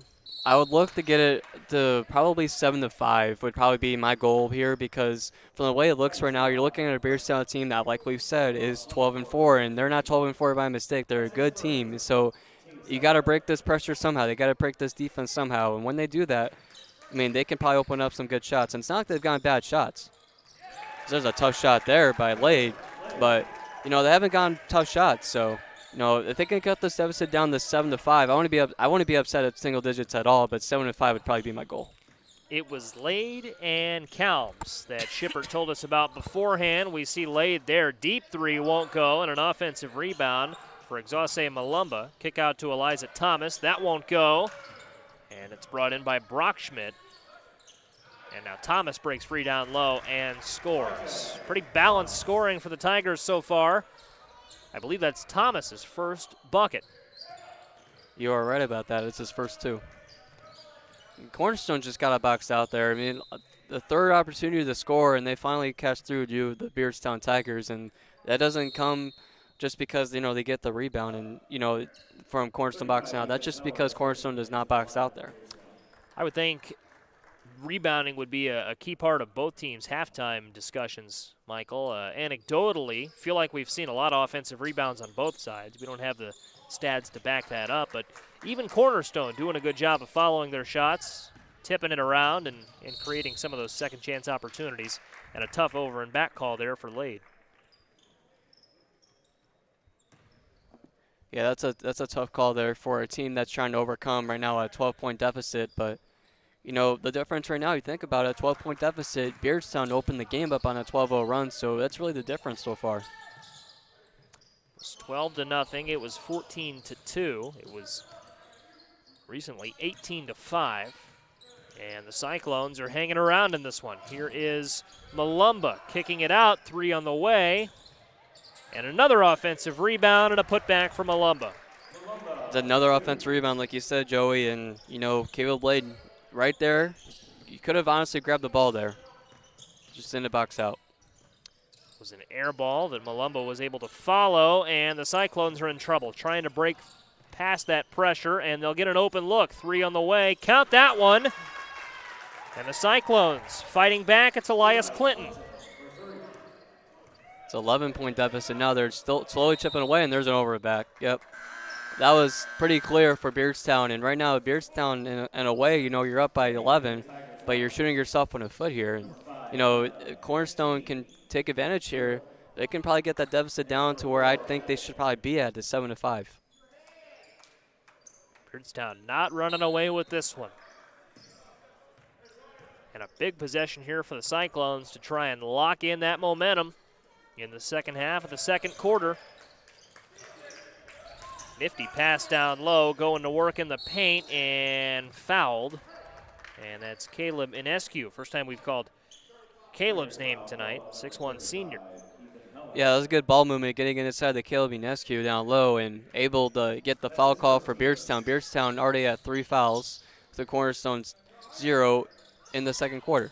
3 on the way. Count that one for Clinton, who is lighting it up from downtown. His second 3 in a row and an 8-point game. Almost a travel there from Beardstown. Beardstown making all kinds of mental mistakes. Inescu throws the hands up and is called for a foul. That's a tough call from Inescu there. But right now, if I'm Cornerstone Christian, 8-point deficit, a good spot to be in this part of the second quarter. A little bit under 4 minutes left to go. Domitian to the line. And got the first. That was a pretty good job of Domitian to draw contact there. Even as Inescu seemed to go straight up, Domitian was able to apply the pressure and draw the foul. And a rebound for Lade. See if they go back to Clinton here. 2 threes in a row. Clinton in the corner. Passes that one up down to Inescu. High pass. And Inescu could never really recover from that. Yeah, I feel like Clinton shot that 3 there. He was right up in the corner. He just thought right away, you know, giving the ball down low might have not been a bad option. But Clinton needs to shoot that ball. That'll go out of bounds off the foot of Tanner Riddell. First time we've called his name tonight. Thomas Brockschmidt, Mulumba, and Alhorn back into the lineup for the Tigers. Tigers make a bevy of substitutions there at the dead ball. Lade gets it. Lade to Clinton for 3, and he missed it. Just a little too strong. Looked good. Had the right line. A little too much power. Yeah, I do like his 3-point stroke there. A good shot there. A good accuracy. See if they go back to Elias Clinton, who has helped them keep this game respectable. 25-14 now. Yeah, Combs was just in a jumping match there, and he's not going to win that one. He had Beardstown in a good position on him, and you just got to box out. Thomas pass to Clinton intercepted. And now the Tigers get out and run with it. 3 from Brockschmidt. High, arcing 3 falls. Yeah, and we were just talking about the fact that we want Cornerstone to get down to a single-digit deficit. That's where we wanted them to be. But right now, they were there. They were 8 points down. But now Beardstown showing off their power, and now they've got double the lead. Lade ran into a wall and traveled, and the Tigers continuing now a strong first half. Michael, they can slow it down if they want to, but probably a little too early in the game to do that. I mean, they've had the offense clicking and might as well try not to go too far away from their system. Yeah, I mean, when you play aggressive defense, usually that translates well in the offensive end. Usually you do play aggressive offense with that defense. Thomas a rebound and forced into a travel. Inescu and Toma came over to play defense, and now Lade will inbound. Yeah, for Cornerstone, with the minute 41 left remaining, all these possessions really do count at this point with a 14-point deficit. Clinton steps up, passes up a 3, and that falls. Count that one for Toma. Will Toma knocks that one down.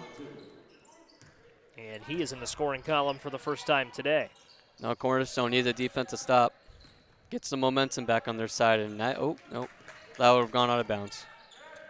Almost, but Isaiah Thomas hauls it in. Eliza Thomas for 3, and he knocked it down. Deep 3 there for Thomas. And he has 9 points to lead all Tiger scorers. Down low. And it falls for Inescu, who's played well down in the paint since entering here midway through the second quarter. Yeah, Inescu, the classic bank shot there. He meant to get that bank shot too, aiming right for the backboard. Laid the rebound. Will the Cyclones hold? Let's see, Laid. I don't envision them holding the ball here. I envision them just to score. I don't think Beardstown would let them hold, even if that was the plan. That is true. Aggressive defense. I mean, just 16 minutes so far, just great defense. Toma to Toma, and back to Toma, and down to Inescu, and he lost it. And now a quarter of a minute for the Tigers here. Driving is Thomas, kicks out to Brockschmidt. Brockschmidt with 10, Thomas an open 3. Too strong, and Lade comes in to get the rebound. If they go, they can get a layup. Here's Lade, tries to drive, tries to draw contact, and it rims out at the buzzer. Almost 2 points going into the half instead, a 31-18 halftime lead for Beardstown. And the Tigers have to be very happy with how that first quarter went. Yeah, I mean, going into this game, we knew about the Beardstown aggressive defense, and right now they've been playing great defense for 60 minutes straight. It's almost unbelievable to think that they are that conditioned to play that good defense. I mean, they're not 12-4 by mistake. They play well as a team. They have a great starting 5, and yeah, right now Cornerstone having trouble competing with it. They've cut it down to 9 at some points, even like 10. So, you know, Cornerstone has shown signs of, you know, coming in or competing well with this defense, but right now the Tigers starting to pull away. Couple of winning streaks for the Beardstown Tigers this season. 3 games, 4 games at one point, looking to start a new win streak here today. Let's thank our sponsors going into halftime. Starting with Marco Quick Grow. Reach out to us to discuss how we can help you with your 2024 liquid fertility needs. Marco NPK Incorporated. Call 217-935-2178. Harbrand Fertilizer, also proud to support all of the players, coaches, and fans here at the Clinton New Year's Showdown. Let's thank Nate Ennis, State Farm agent. Experience the difference of a friendly hometown State Farm agency. Contact Nate Ennis, State Farm, today and discover how we can protect what matters most to you. Your peace of mind is our top priority. Like a good neighbor, State Farm is there. Go Maroons. By Save-A-Lot. Clinton's Save-A-Lot, your one-stop destination for incredible savings. Experience the convenience of no self-checkouts and the expertise of real live butchers. From groceries to household essentials, we've got you covered.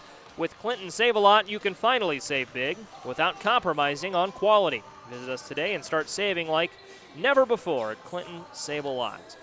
Walker Flooring for all your flooring needs. Proud to be on board here at the Clinton New Year's Showdown. By Weldon Fertilizer and Lumber, which has been serving the greater Weldon area since 1963. Customer service is our #1 priority. Our knowledgeable staff and experienced operators will help ensure a successful crop on your farm. And by Baum Chrysler Jeep. At Baum, we believe in doing car buying and servicing right from the start. That means caring for you in every way, in every transaction. From start to finish, visit Baum Chrysler Jeep in Clinton. We'll take a quick break for halftime and come back. It is Beardstown 31, Cornerstone 18 at the break.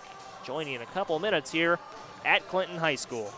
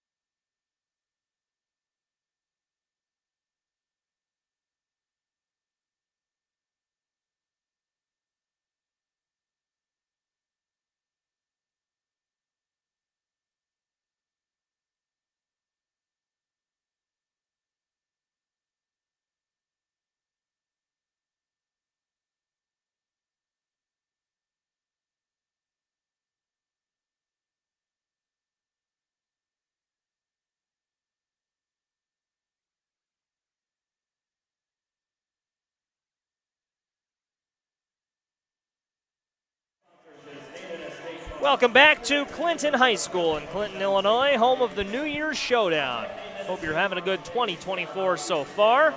Joey Wright and Michael Savoy hanging out with you here as we take you through the second half of what's been an interesting one so far between Cornerstone and Beardstown. Michael, how do you see the second half playing out? I just think that, you know, the talk of the locker room for the Cyclones was attack this pressure better. They need when it comes to pressure defenses, a lot of the Beardstown defenders like to jump passing lanes, and they like to jump passing lanes, get steals, get layups. So what Cornerstone needs to do is put some more ball fakes up in the air, get these Beardstown defenders jumping, and see if they can get some back cuts. And as for Beardstown, just keep doing what you're doing. You're up by so much. You're up by so much for a reason. And they look to be in a 1-3-1 sort of zone. How about that? Changing it up. Bentoma, and now a drive for Clinton, who was so clutch from downtown in the first half, and a foul. First foul of the half. Michael, in the first half, it was the Cyclones that picked up an early foul, and now it's the Tigers that get into the foul column early here, 11 seconds into the frame. Yeah, the key here for Cornerstone when it comes to fouls is just to be sound on defense. You're already on a disadvantage in terms of size and in terms of athleticism. Just don't give Beardstown easy shots at the line. Josh Kalmus for 2, and now the Tigers try to respond. No-look pass. Fancy pass to Exauce Malumba, and he can't catch up with it. It's out of bounds. I like the idea, but, you know, at this point in the game, you could probably do. You're up by double digits, but if Cornerstone starts crawling back, you got to be better on the offensive end if you're Beardstown. Yeah, you don't want to get too complacent by any means. Only an 11-point game and plenty of time left to play, and already the second foul of the half against the Tigers. And second foul of the half doesn't matter, but second foul of the quarter does. And while this Cornerstone Christian team is, oh yeah, that's an overback. While they're 2-10, they can certainly play with the best of them. We've already mentioned they schedule tough. They've scheduled tough 1A competition. They've scheduled tough 2A competition. So, you know, they can definitely play. 2-10 does not tell the full story for the Cyclones team. So, you know, if you let them get back in the game, they'll certainly take it. Cyclones a young team, but many of these players were in the program last season when the Cyclones made a run to the IHSA State Finals, finished 4th in the Class 1A as Alhorn enters the scoring column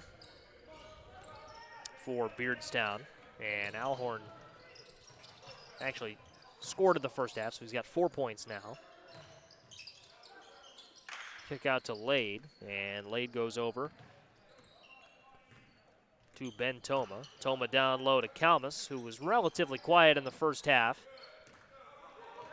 And nothing cooking there. Kalmus has 4 points. Brockschmidt in transition fires a laser to Eliza Thomas. Brockschmidt gets it back, and a corner 3 is short. Good rebound by Cornerstone.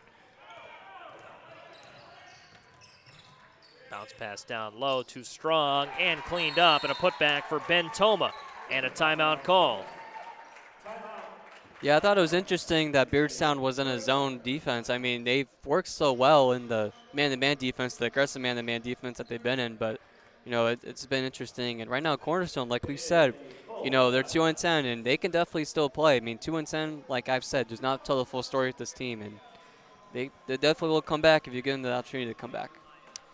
Looking at Cornerstone's schedule, we hit on it earlier. Started the season with a 3-game losing streak to Olympia, El Paso Gridley, and Roanoke Benson. Beat Unity Christian. And then a 4-game skid, lost to your alma mater, St. Anne, Tri-Valley, Peoria Christian, and Lexington. And bounced back with a win against Hartsburg-Emden. And now looking to snap what is a 4-game losing streak.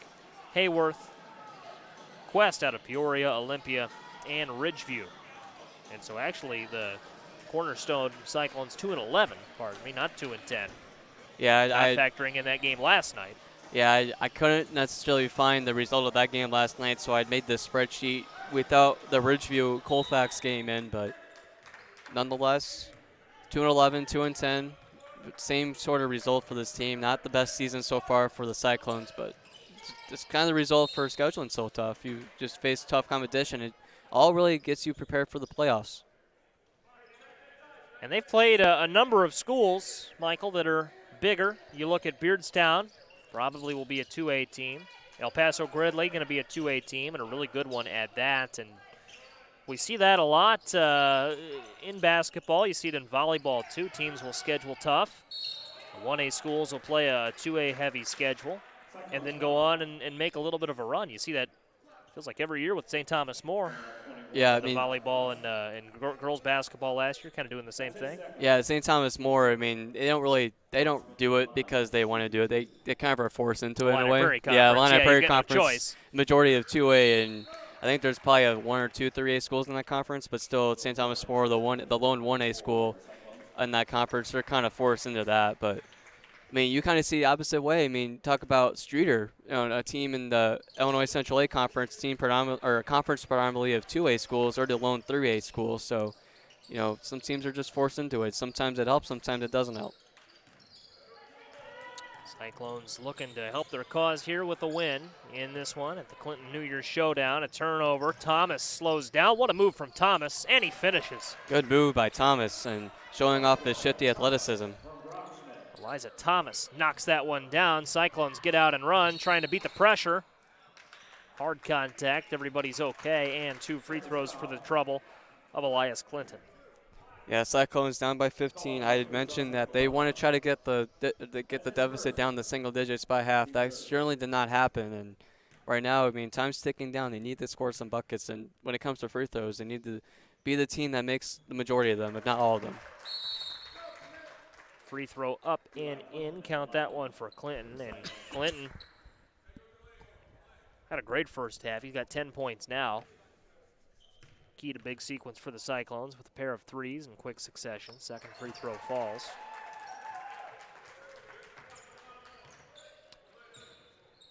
Playing on the Gene Vance court at Clinton High School. And if you go back to the top of our show, we showed you the banner hanging on the wall here at Clinton High School. It's the same one I believe they've got in the rafters at State Farm Center. Gene Vance, an IHSA All-Stater in 1940. Honorable mention All-American, 1942 and 1943 at Illinois. Couple of years in the NBA during the NBA's early years, 1948 through 52. And a Fighting Illini All-Century team member, Gene Vance, they're very proud of here at Clinton High School for good reason. Yeah, Gene Vance, I don't know much about Gene Vance. I'll be completely honest with you. way back then.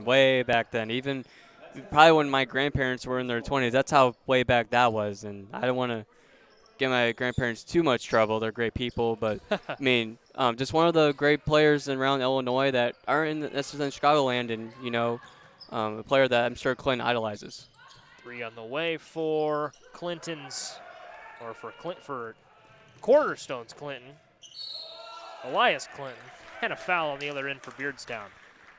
Yeah, Cornerstone committing that foul there, but the deficit was 37-22, and now it's only 11-point deficit. Cornerstone on a 4-0 run, just the quiet little 4-0 run here. Just it's still down by 11, but a couple of miscues by Beardstown, and Cornerstone's capitalized on them. Off on the free throw, Malumba.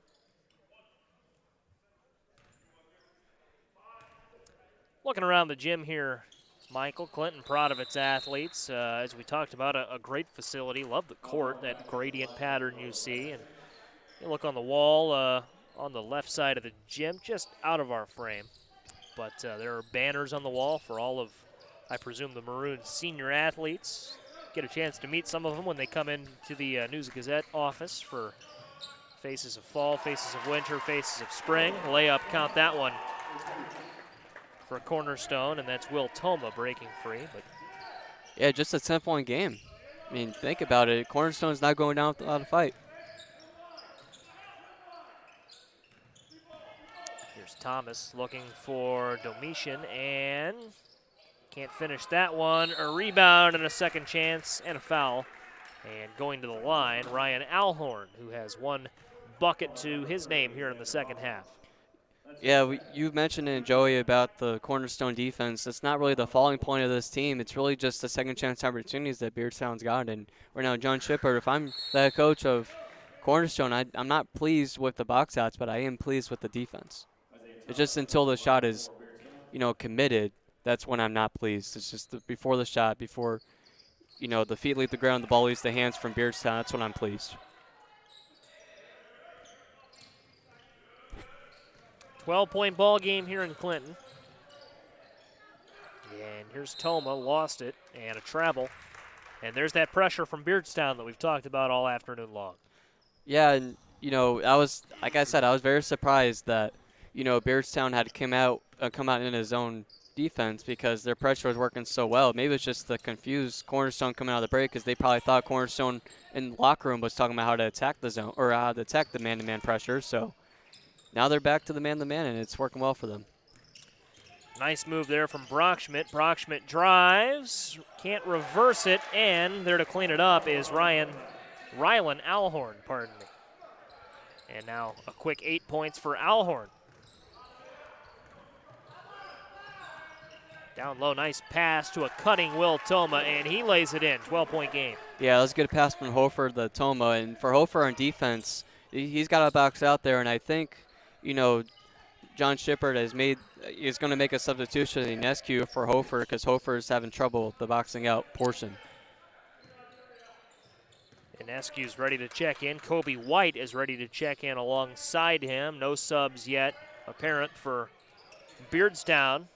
And that ball is loose, and an open three for Brockschmidt, and he can't knock it down. Will Toma the rebound. And a foul. And Beardstown will make a substitution there. That'll be Exause Malumba ready to come in to join Kobe White and Caleb Inescu. And that'll stay with Beardstown down here. Just a 12-point game.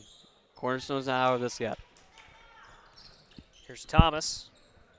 Passes up a three. Gives to Brockschmidt, who passes up a three as well. Thomas gets it back. Scans and finds Alhorn. Tigers in no hurry here now. They'll pull up a three as I say that. Brockschmidt's off the mark. Toma had the rebound, but it was knocked out by Kobe White. Beardstown gets it back, and after all that, a foul and 2 free throws. And Michael, that's 2 outfielders going for the same fly ball. Yeah, just not a lot of communication there. Kobe White and, going for the rebound was Will Toma. And Toma had possession of the ball, but Kobe White going for the same ball. 2 outfielders, like you said, not having the same communication. And on the miss of all of that, Kobe White with the foul. So just not a good sequence of events for Kobe White. White misses Malumba, pardon me, misses the first. And Kobe White just into the game for the Cyclones. Has not scored tonight. We'll see if he can change that on the offensive end here. Here's Lade. Lade looking. And he'll take a free throw. Can't knock that one down. Not a terrible shot there, Michael. There wasn't a lot of space at first, but Lade did a nice job of creating. Couldn't get the shot to fall. Brockschmidt a little too strong from the block. Yeah, that Beardstown defense still in that zone, and they did a good job of, stopping Caleb Lade down the free throw lane, and then they tried to space out the other defenders, make sure Lade couldn't get the pass off to another Cornerstone defenders. There's another shot made by Cornerstone, and they're not going down without a fight. A 10-point deficit they face right now. Clinton floats that one home. Cornerstone hanging around in this one. See if Beardstown can turn on the Jets and bring it home. Here's Ethan Heller. And now it's Malumba. Drives and one. Gets the foul and the bucket. Yeah, for the majority of this game, it felt like it's been at the 10 to 12 deficit mark for Cornerstone, just unable to get a full, full length of the court, play here. I mean, they're doing good on the offensive end here, but now their defense is starting to crumble with the foul calls and the non-box outs. So if Cornerstone really wants to get back in this game, it's going to take defensive stops and scoring on the other end. Malumba gets that one to fall, and a 15-point lead now for the Tigers.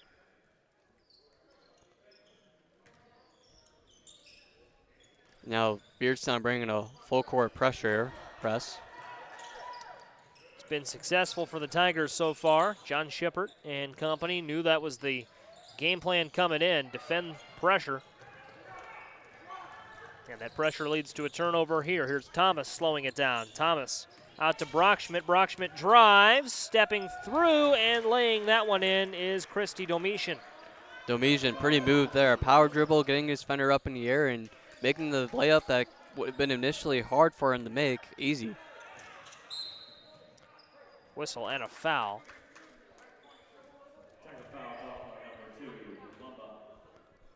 Malumba just a little bit too aggressive there. Yeah, a little bit reachy there. I mean, you're going to get that out of an aggressive defense. Sometimes you take risks, and sometimes it works out for you. It just depends on who's officiating. You know, sometimes officials will just let the kids play, and sometimes, well, a little too much, but sometimes officials will call the foul.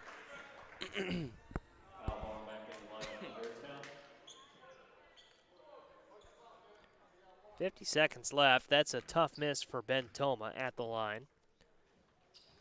But he redeems himself, knocks down the second. And if the Cyclones, Michael, are going to pull this comeback off, can't afford to leave anything at the free throw line. Yeah, like I said, they need to be the team that if they're not going to make all their free throws, make the majority of their free throws. Because, you know, they're outsized, their athleticism is not in their favor also. So, you know, you got to do the small things right. You got to box out in certain situations. They got Beardstown, now that I say that, has got a lot of second and third chance opportunities that they've eventually have converted on. And they got to be the team that foul in that just makes the free throws. Brockschmidt lost it out of bounds, but it was last touched by the Cyclones. Tigers get it back, and they've got 35 seconds to play with here. Scratch that as Malumba travels, and now Cornerstone can hold for the last shot. Two schools of thought, Michael. It's the old cliche question. We've talked about it in the previous two quarters as well, but do you hold for the last shot here, or do you try and force the issue knowing that you might not get a chance at a 2-for-1? I think you have to score. I think this is one of the situations where you're down by 13, you got to score, and that's not a good inbounds play right there. Now we flip the script at Beardstown. Beardstown, a quick turnover. Floater falls for Brockschmidt, and it is a 15-point game, largest the deficit's been in some time, and the Tigers get it back, and a three for Thomas. Oh, wow. Falls. What a sequence. That is a 5-point swing in a matter of 20 seconds. See if the Tigers can get one more. Cyclones have it now. Here's Lade. 3-2. Lade driving floater. Doesn't go. And the putback didn't go. Don't think it would have counted. No, I think that was a little fall. late. Yeah, I mean, this is just like we were just talking about the fact that the deficit for Cornerstone has, for the majority of the game, been around the 10 to 12 deficit or 12-point mark. So it hasn't been too bad for them. But a 5-point swing at the end of the half, you know, at one point it was a 15-point deficit, which isn't too bad, but now it's at 18. So, you know, it's just not looking too hot for them right now. They got to make sure they breathe, calm down, relax, and they attack the way that John Shipper wants them to attack. Let's thank our sponsors, starting with Marco. Reach out to discuss how Marco can help you with your 2024 liquid fertility needs. By Harbrand Fertilizer, proud to support the players, coaches, and fans at the New Year's Showdown here at Clinton High School. By Nate Ennis, State Farm. Reach out today and discover how Nate can help you protect what matters most to you. Like a good neighbor, State Farm is there. By the Clinton Save-A-Lot, your one-stop destination for incredible savings. Experience the convenience of no self-checkouts and the expertise of real, live butchers at the Clinton Save-A-Lot. Walker Flooring for all your flooring needs. By Weldon Fertilizer and Lumber, serving the greater Weldon area since 1963. And by Baum Chrysler Jeep. At Baum Chrysler Jeep, they believe in doing car buying and servicing right from the start. That means caring for you in every way, in every transaction from start to finish. Visit Baum Chrysler Jeep in Clinton. Joey Wright and Michael Savoy hanging out with you. And speaking of Baum Chrysler Jeep there, Michael, if Beardstown can hold on, they will have led this one from start to finish. Cornerstone has never led in this game, and they force a turnover there, so maybe not all hope is lost. Yeah, and, you know, this is no matter what now. You have 8 minutes to put together good offensive, defensive possessions. That's the only way you can get back in this game. 3 falls, count that one for Clinton. And Eli Clinton has been on fire from downtown, now 16 points. Another second chance opportunity for Beardstown. Thomas a quick three. That one was short. Thomas was a big part of that run that ended the third quarter for the Tigers. It's loose, a turnover. Seen a lot of turnovers in this one. Tigers force one there. And here's Thomas. A Cyclone foul. Yeah, it'll be a second on late, and you know, I can't stress this enough. Both sides of the court for the Cyclones need to be taken seriously if they want to have a chance to be back in this game. No shot clock in play here at the New Year's Showdown, and that's obviously not going to slow the Tigers down yet, but at some point, Michael, it's going to. It doesn't seem like it's a big factor now, but Toma can break this press and give it to Lade. If the Tigers can hold on to this lead, there's going to come a point where they're going to use that lack of shot clock to their advantage as Lade lays it in. Yeah, and, teams that, if Cornerstone were to have scored, a lot to put it back in the single digits, Beardstown probably would just, hold the ball, make sure, take care of the basketball while you're at it and just run the clock down. Make sure you don't force anything. You don't really need to. But right now, Cornerstone, once again, putting together some baskets and playing better on the defensive side of the court and boxing out better. 2 fouls now for the Cyclones here early in this frame. 3 more, and the Tigers are in the bonus the rest of the way.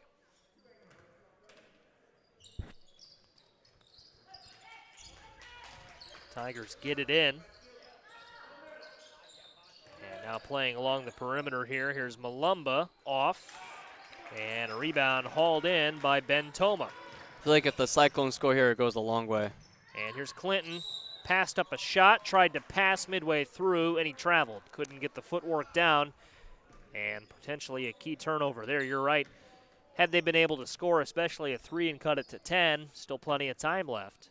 And now they'll need a defensive stand. Yeah, now they got to put another defensive stand together. Now it really matters more than it would have. Like, if they scored it, obviously would have had to put a defensive stand together, but there's out of bounds on the Cyclones. But if they were to have scored there, it would have gone more momentum to the Cyclones, and it would have cut it down to where it's been the majority of the game, sort of that 11, 12, 10 deficit mark. 2024 Clinton New Year's Showdown on ClutchSportsIL.com as Beardstown inbounds. Coming up next, Seneca and Eureka. That'll be in the same stream. So if you're here a little early for that one, we'll show a still of our logo between games. Don't fret. The coverage is right around the corner of the Irish and the Hornets. Under 6 minutes to go, and it's Cornerstone ball, and I do like the idea of Beardstown showing a press here.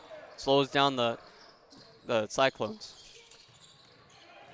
Beardstown has not been afraid to get a shot off quickly after a turnover. That's loose, and they keep it in now. Here's Brockschmidt.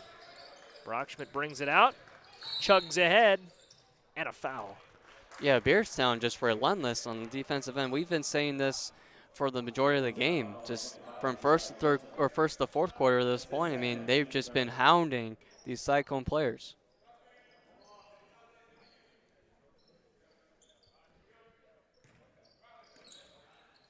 Brockschmidt ready to inbound. Credit to the Cyclones, though, Michael, no matter how this game ends, and it looks like Beardstown is going to have enough to hold on to the finish line, but credit to the Cyclones for fighting in this one, competing. It would have been easy to throw up the white flag early when they were down 14-0. It didn't look like it was going to be their game, certainly, and they've dug in and kept this one close. It's a 13-point game against a good team. Cornerstone, you look at that 2-11 record, easy to get the wrong idea, but they've competed in a lot of games against some quality competition, and you get the feeling that as the Cyclones get a little older and get a little more experience, next 2 or 3 years, they could find themselves right back in that Class 1A conversation.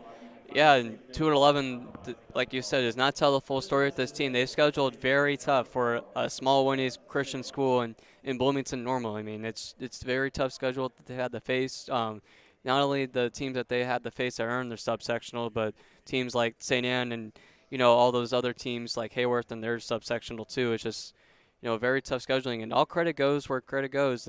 And Coach John Shippert, with a young team like this, it takes a good head coach to rally his troops. And, when you're 2-11 going into this game and you're down 14-0 right away, it's easy for your squad to say, hey, it's over. We're 2-11. We just can't win. And, we're already down so big. But John Shipper rallying his troops together, making a game out of this. I wouldn't say this game's over yet. Still some time left for the Cyclones, but they've got to go. And that'll have to start with a defensive stand here as Brockschmidt prepares to inbound for the Tigers, and we're back underway. Christy Domitian gets it. Brockschmidt travels. And that's a good start. There's a start.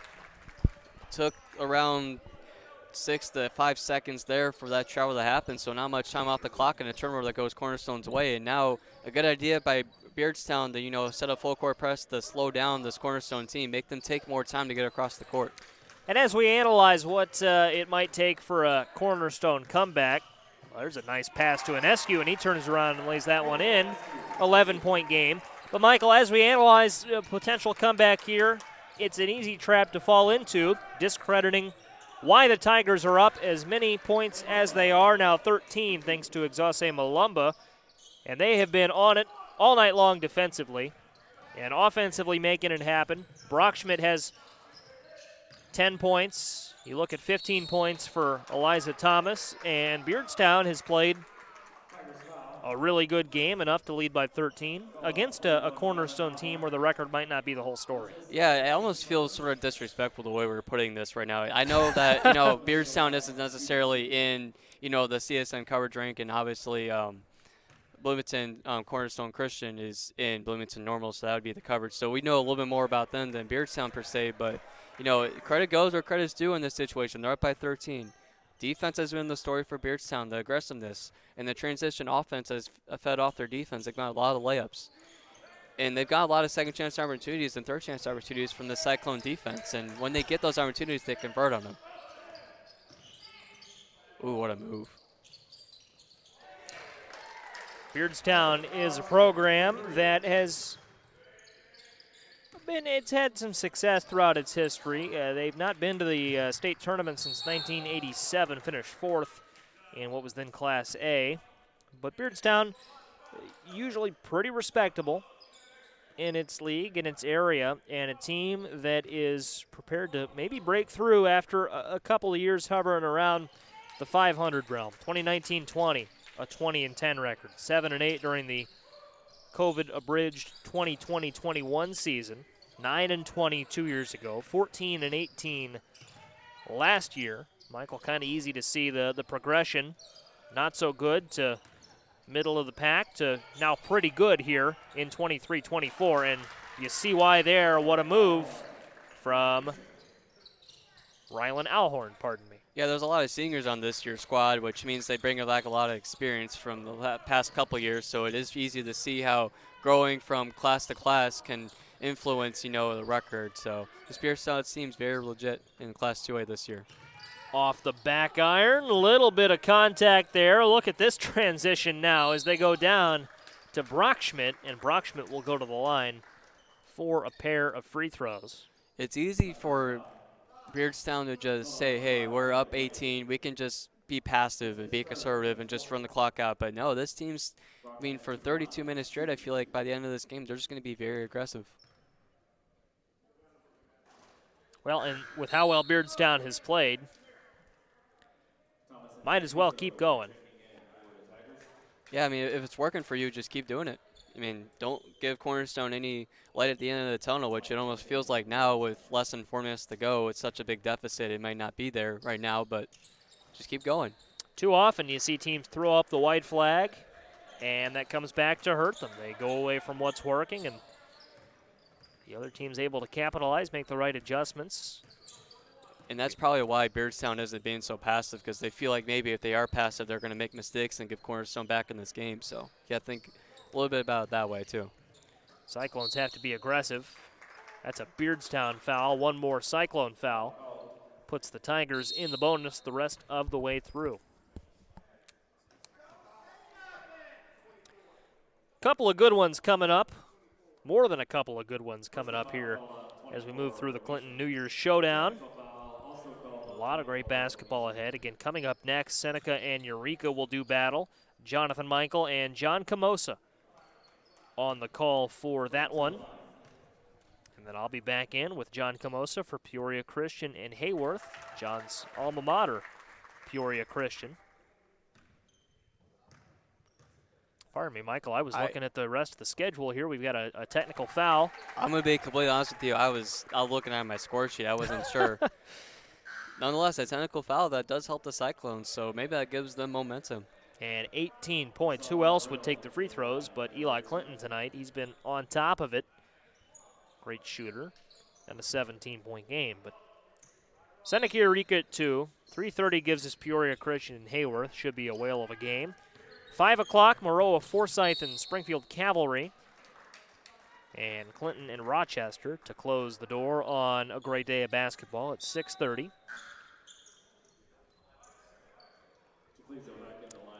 I believe you and I are both off for that Maroa-Forsyth and Springfield Calvary game, so we'll get a chance to take that one in and see what should be a pretty good one. Maroa-Forsyth, tough one last night to a good undefeated Unity Rockets squad, and admittedly I haven't done much homework on Springfield Calvary, but would anticipate that game will be in line with kind of what we've seen here today.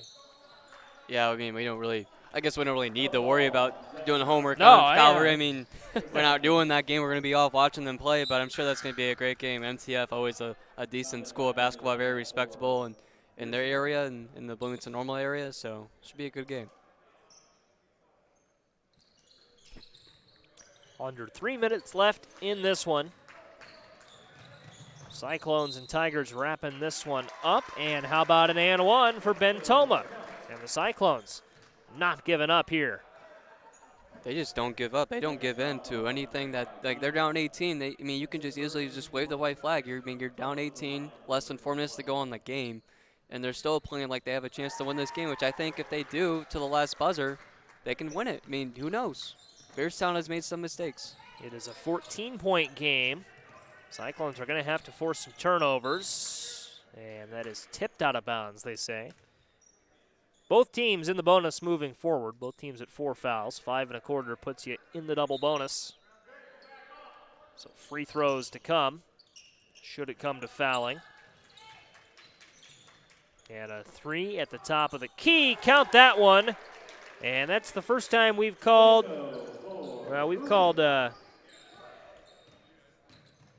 Chiclizo's name a little bit so far. Oh! Oh, what a shot. Rolls in off the top of the backboard, almost went out of bounds. Toma knocks that one down. And we are starting to see it's like a game of horse out there almost at this point with some of these shots we've seen. Here's a 3 from the top, won't go. They got to push the ball, Cornerstone Christian does. If they want to score and get ahead, get some momentum, they got to push. They got to score quick. Running out of time here with 1:40 left.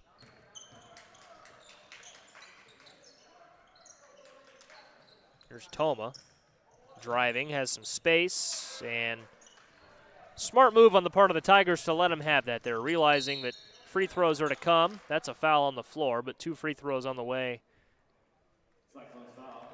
for DeSoler. Yeah, good smart move for the Tigers to have Will Toma shoot that layup. I mean, I think the Tigers moving out of the way for Toma to have an open look to the basket probably messed with Toma a little bit. Probably because he had laid up with his right hand and he was probably confused why no one was by him. So, smart move by the Tigers avoiding the foul and having Toma shoot a weird acrobatic-ish kind of layup.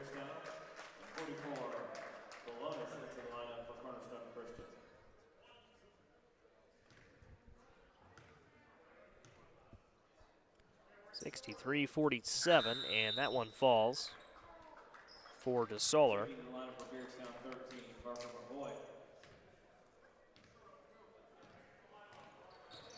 In this 16-point game. 1:20 to play here in the fourth.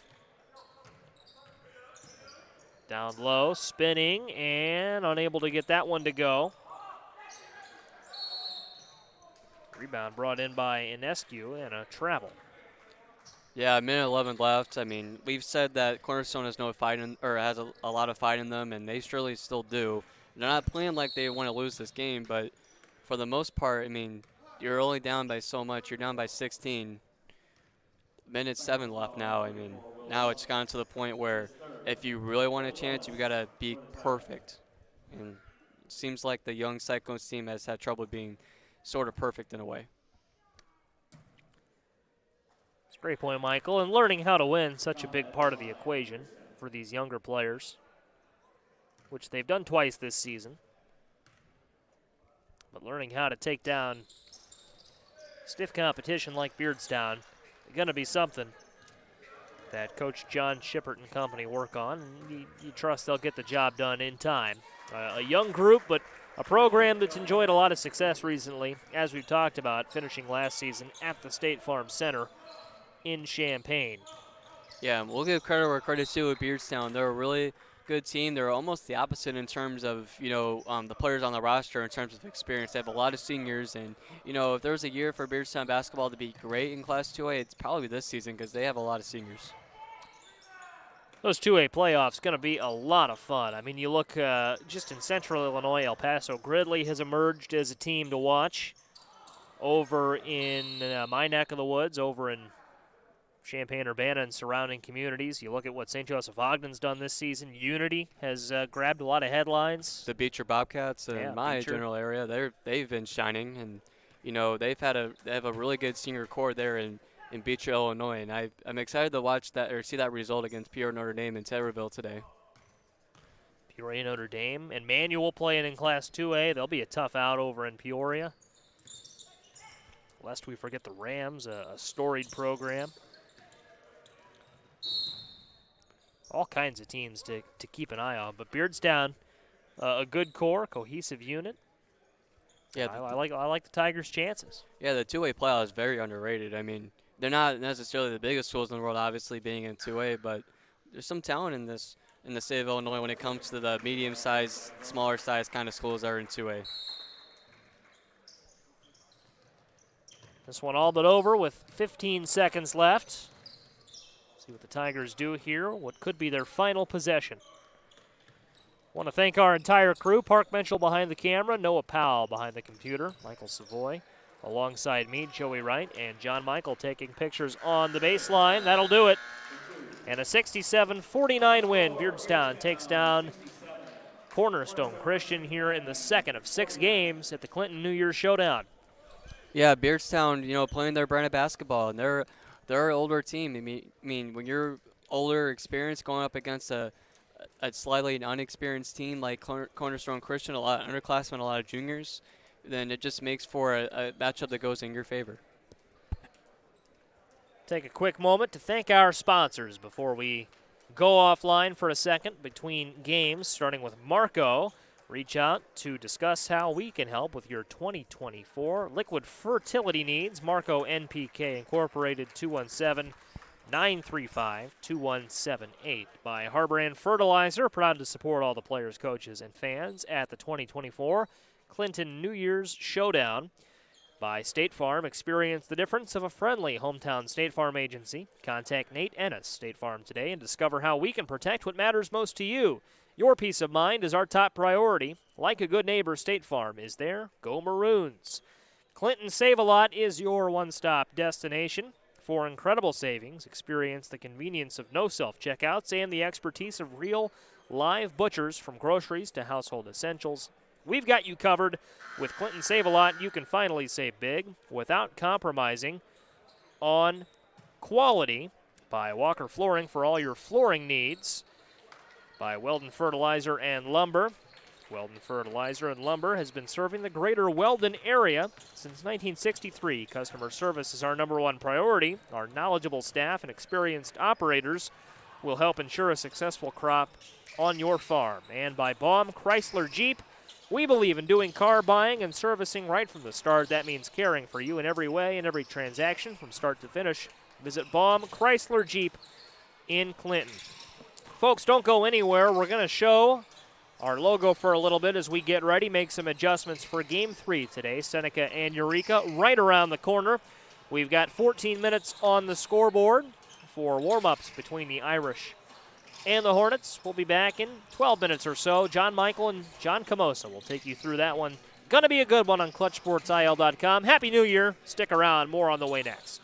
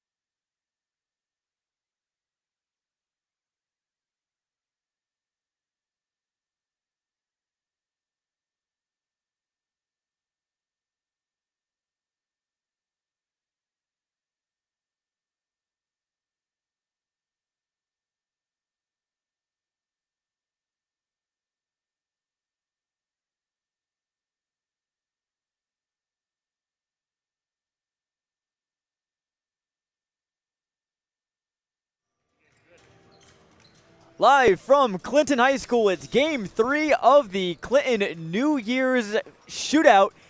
It's a game between the Eureka Hornets out of the Heart of Illinois Conference matching up with another team in green. It's the Seneca Fighting Irish out of the Tri-County Conference. Good afternoon, everybody. Glad you're spending your Saturday with us here on Clutch Sports Media. I'm Jonathan Michael, alongside me, John Camosa.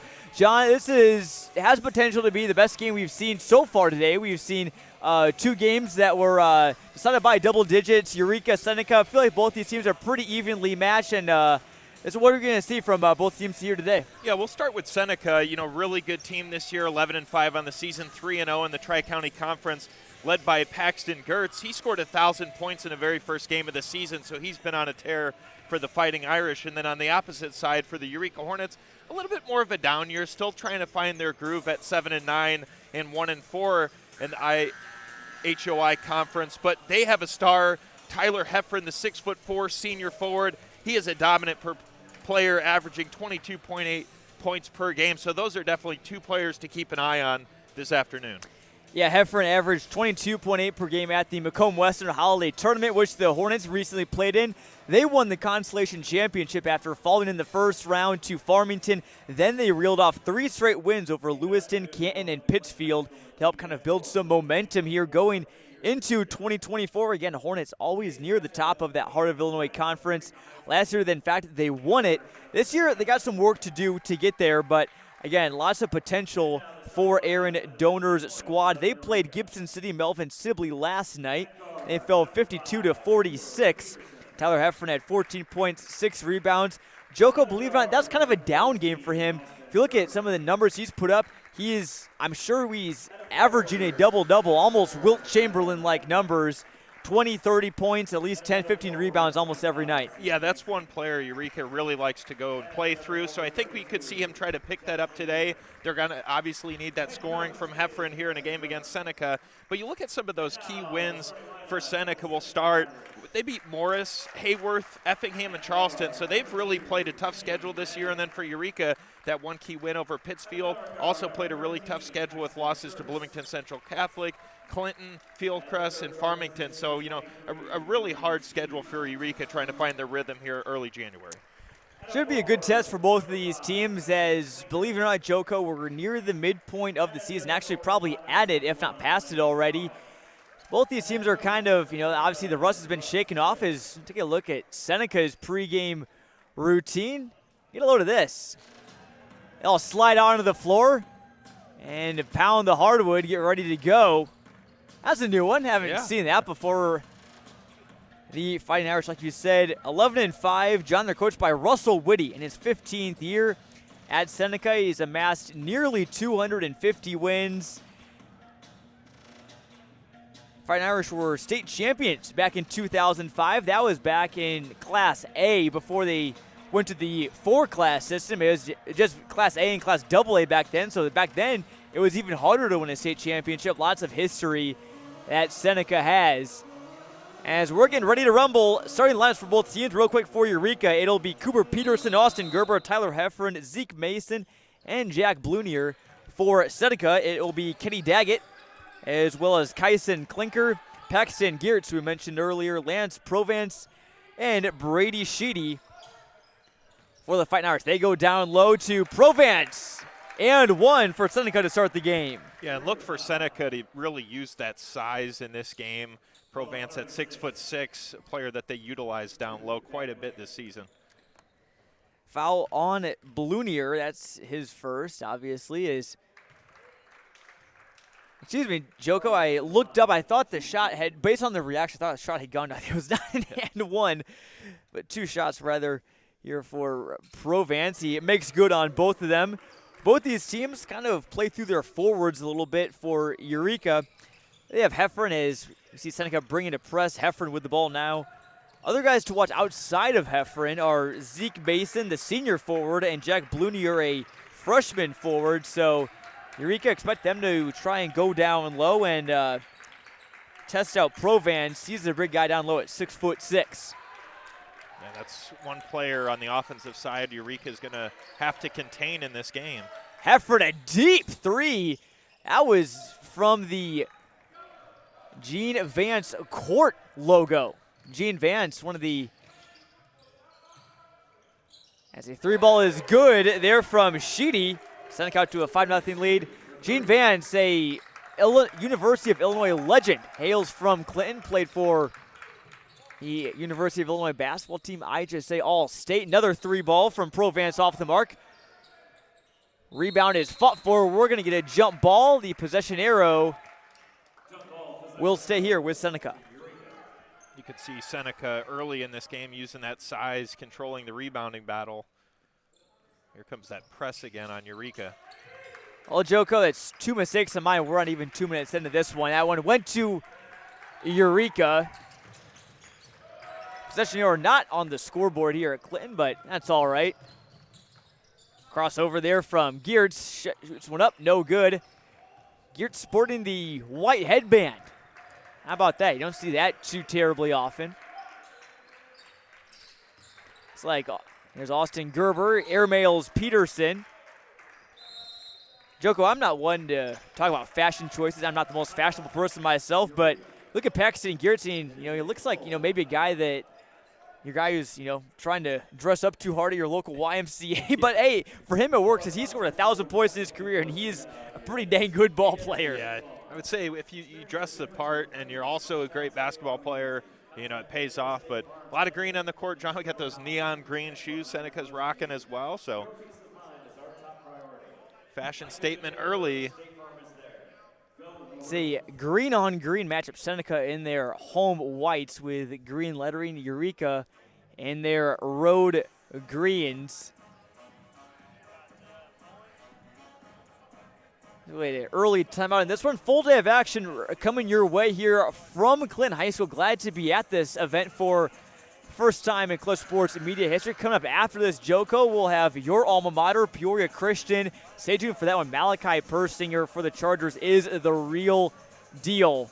Can he easily score 30 points? They'll take on Heyworth, who's a very good team out of the Heart of Illinois Conference as well. So if you're a Eureka fan, want to do some scouting or just kind of see what Heyworth has been up to, stay tuned for that one. Another Hornets team out of the HOI Conference. And we'll have Maroa-Forsyth and Springfield Calvary. Calvary, a team receiving votes in Class 1A in the AP poll. And then we'll cap it off with 15-1 Clinton Maroons playing Rochester.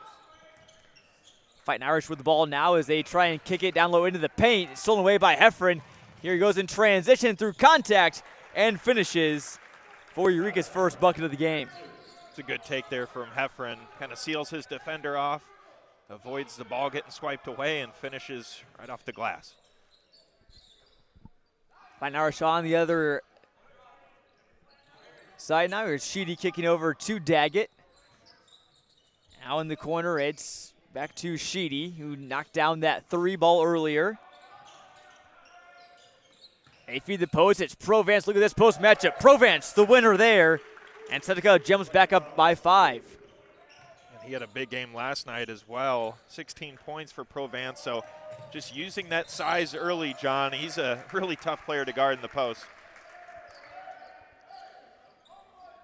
Conference win for Seneca last night. That came against the Mallards of Henry Sinaquine, 62-37. Now his feed down low to Klinker, but he's going to get whistled for a travel. Had the right idea there. Great cut there from the senior forward, Kyson Klinker. But a turnover nonetheless, as we'll see the press again here from the Fighting Irish. Allen deflected off the hands of Gertz. And it'll stay with the Hornets. Heffron inbounds to Peterson, whose big role as a distributor for Eureka. Now it's Peterson up top, guarded by Gertz. Seneca's bench bringing some energy here early this afternoon as now they find Heffron in the corner.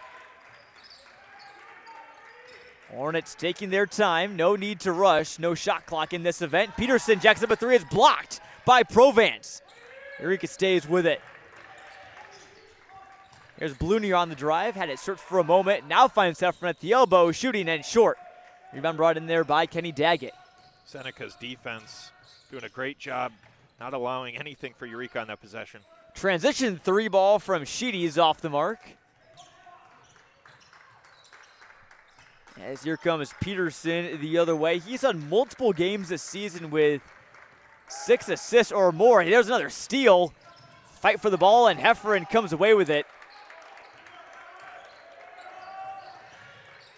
Eureka having to deal with some active hands here from the Irish. Nice cut down low. It's Mason. And Hefferon had it bumped away. It'll stay with the Hornets.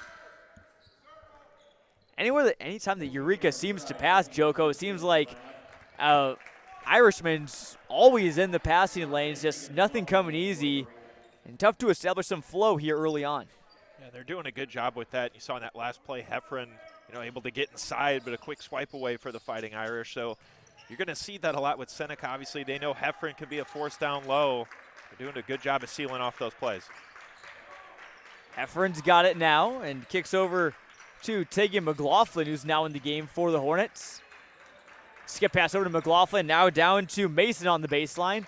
Good ball movement here from Eureka. And John, Eureka doing a good job of moving the ball, but Seneca just getting there in a hurry to pick up those offensive players. Help defense has been great. Another block from Provence on Peterson. Eureka stays with it, though, as it's possession, John, well over a minute. We may be nearing 2 minutes that Eureka's had the ball. Hefferon, a little floater in the lane is good. He's got both scores for Eureka. That's what Eureka needs, Hefferon to just get inside. Provence, 2 blocks on 3-pointers. Don't see that very often in a game, even just once. He's got 2 early on. Daggett can't finish down low. Bringing in the board there was Zeke Mason, had 10 rebounds against Flanagan Cornell not too long ago. They don't go to Hefferon in this game, which it seems like they are so far. Got to keep an eye on Zeke Mason as well as Blunier, whose shot was altered. And Seneca will go the other way. Step in 3 from Gertz. He knocks it down, his first bucket of the game. Seneca leading 10-4. Yeah, and on that last possession, a missed opportunity for Eureka. Jack Blunier, backdoor. They had him open, just didn't see him, and by the time they got it there, 3 defenders crashed. But Seneca off to an early start here. Looking good on the defensive end. Both teams, I was about to say, Joko, have looked pretty good on the defensive end. May see a low-scoring battle here in this one. And, I mean, Eureka, talk about, defense and winning low-scoring games. They did so at the Macomb Western Holiday Tournament. A tournament, it's, usually pretty well known for its low-scoring games. Usually, most games you're looking at, 40 to 35, 50 to 40. They beat Canton in that tournament 35 to 24 in an absolute slugfest. I'm not sure if we'll see something like that today, but shows that they can, win those defensive games, and we shall see. Still plenty of ball game left to be played here in Clinton. Seneca as well, John, have played some lower scoring games, and you see with that defense when, they make it hard on teams, obviously with no shot clock here, like we've seen in other tournaments. They really make teams draw out their possessions, make it hard to get baskets. Here comes the press again from Seneca. Eureka's got to get it across, and they turn it over. Here's Gertz on the drive, diving in, and he'll head to the line for a pair. Doing a good job with those takeaways. Another strip there at midcourt, and back to the line for the Fighting Irish. Foul goes on Cooper Peterson. Both teams not in much foul trouble. Seneca hasn't committed one so far, and that's just the second on the Hornets. Gertz is first, gets the shooter's roll.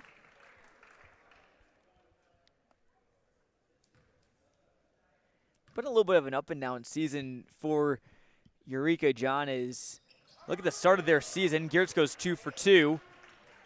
Win, loss, win, loss, win, loss, win, loss in their first 8 games. So Blunier gets 1 to go, but back to the Hornets, just haven't really been able to get going, although you wonder if those 3 straight wins in Macomb can help them maybe turn the corner. And again, they got work to do, though, just 1-4 in the Heart of Illinois Conference right now.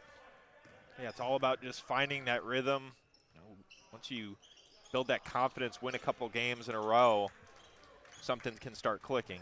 Right now that hasn't been the case, though, for Eureka early in the season. Mason kicks it over. McLaughlin in the corner, nothing but net.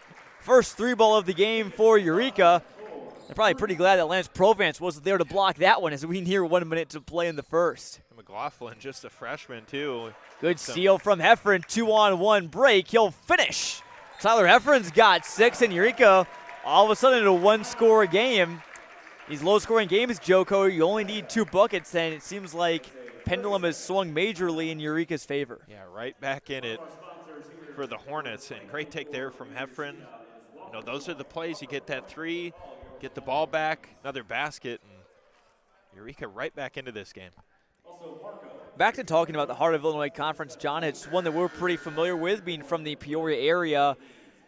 Very, very strong this year from top to bottom. I mean, there are so many good teams, and I don't think Eureka's 1-4 record is indicative of how good of a team they are, because you got teams like El Paso Gridley. They have Jonah Funk, Micah Meese. Chance Maxon was the hero last week in Normal where they won the State Farm Holiday Classic. You got Fieldcrest. They only have 1 loss, and then you add in Tri-Valley has been good this year. Tremont's pretty solid. Lexington is state ranked in Class 1A. So, I mean, it never is easy in the HOIC, and it's the same case this year. Yeah, I mean, you look at the Heart of Illinois Conference, John, even in football, basketball, it's consistent almost every season where you're going to have good teams, and that's certainly been the case this year as well. And Provence gets that one to go. Ball fought for Eureka again. Going to have to try and beat the clock to get it across. They do. McLaughlin kicks it over. Mason's 3, nearly blocked, but too long. And after it's fumbled around by Grant Siegel, it'll stay with Eureka with a little over 20 seconds left to go. We've seen that the last 2 trips down the floor for Eureka, able to break that pressure, and that's what they're going to need to do. It'll be Connell Roth in the game for Eureka to inbound. It's taken away by Gertz. Behind the back move. What a nifty sequence. And the finish from Paxton Gertz. He's got 7 in the first quarter for Eureka, or for Seneca rather. And Eureka turns it over before they can even get the ball in bounds. Yeah, tried to go out of bounds and switch who was throwing the ball in there. Can't do that. And Seneca with the ball back. A little bit of momentum under him as well. They'll have a chance to hold for the last shot. They could lead by as many as 8. Gertz with it now. He's guarded by Austin Gerber, who's donning a face mask in tonight's game. Gertz's 3 misses. Tapped around, and that's where we'll end the first quarter of play. Seneca leads 16-11. Back and forth action here in game number 3 of the Clinton New Year's Showdown. I want to take a break. I thank all of our great sponsors that help make today's broadcast possible, starting with Marco Quick Grow. Reach out to us to discuss how we can help you with your 2024 liquid fertility needs. Marco NPK Inc. 217-935-2178. And also by Harbrand Fertilizer. And also by Nate Ennis State Farm. Experience the difference of a friendly hometown State Farm agency. Contact Nate today and discover how we can protect what matters most to you. Like a good neighbor, State Farm is there. Nate wants us to say, go Maroons.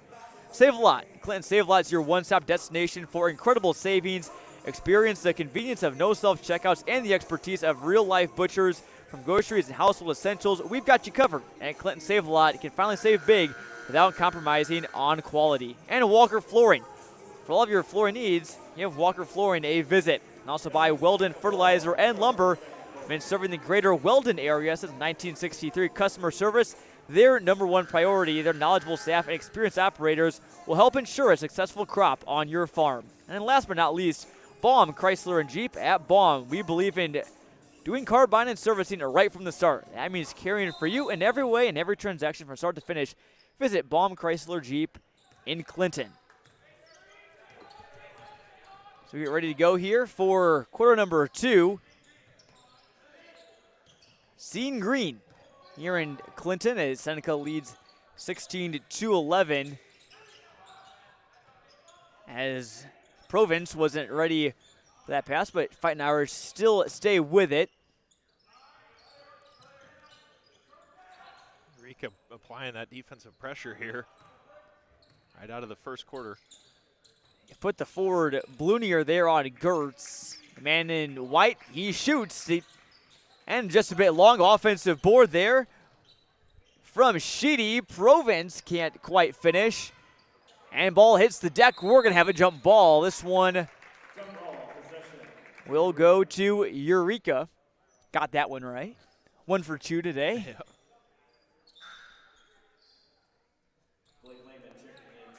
Oh, John, when both teams are, predominantly green, Eureka, when they're at home, jerseys look almost identical to Seneca's. Exactly. You have a little bit of a tint of black to them as here comes the swarming press from the Fighting Irish, and we're going to get a foul there. I think that should go on Kyson Klinker.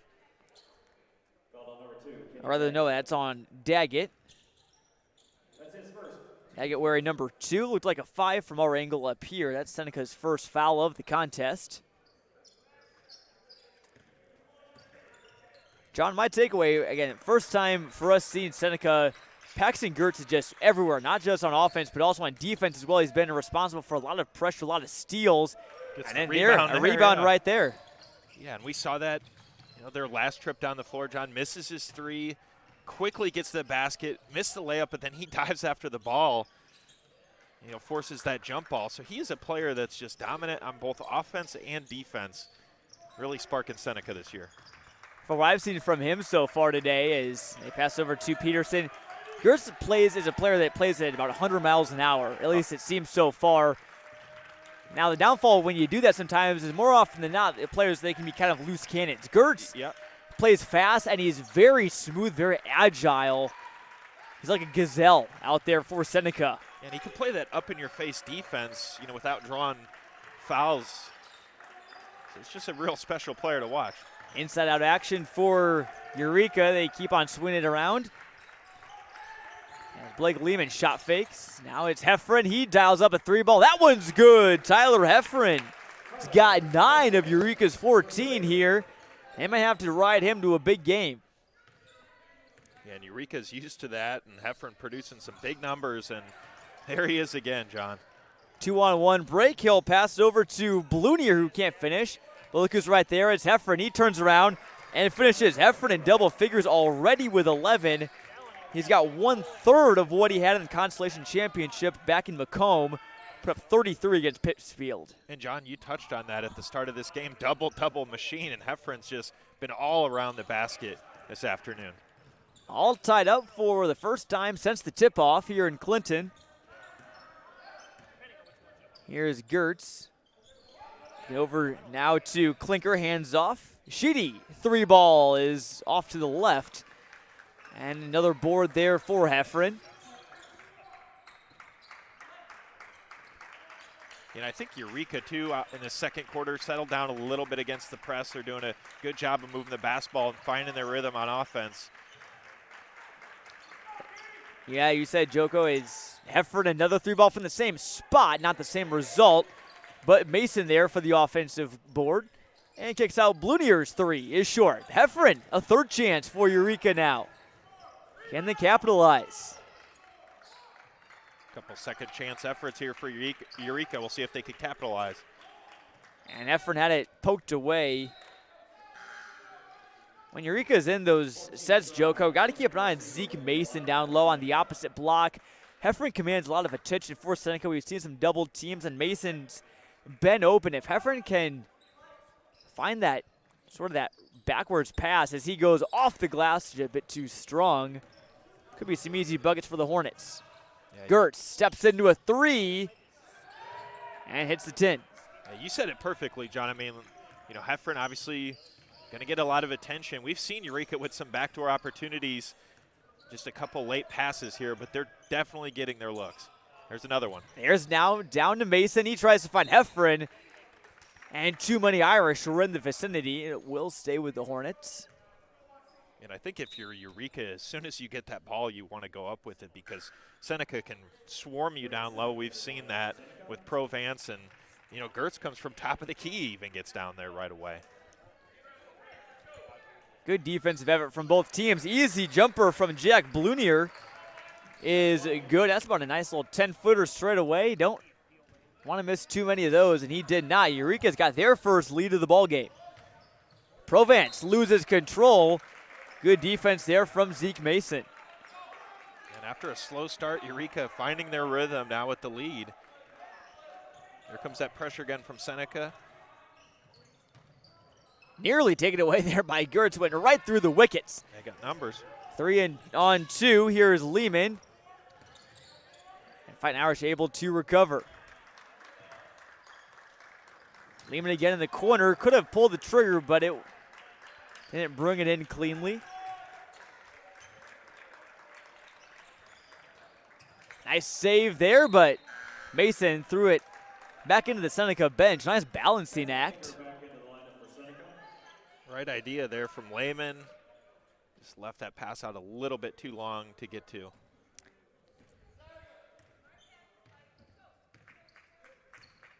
So here's Gertz to bring it up. Just 3 players have scored for either team. For Eureka, it's been McLaughlin, Heffron, and Blunier.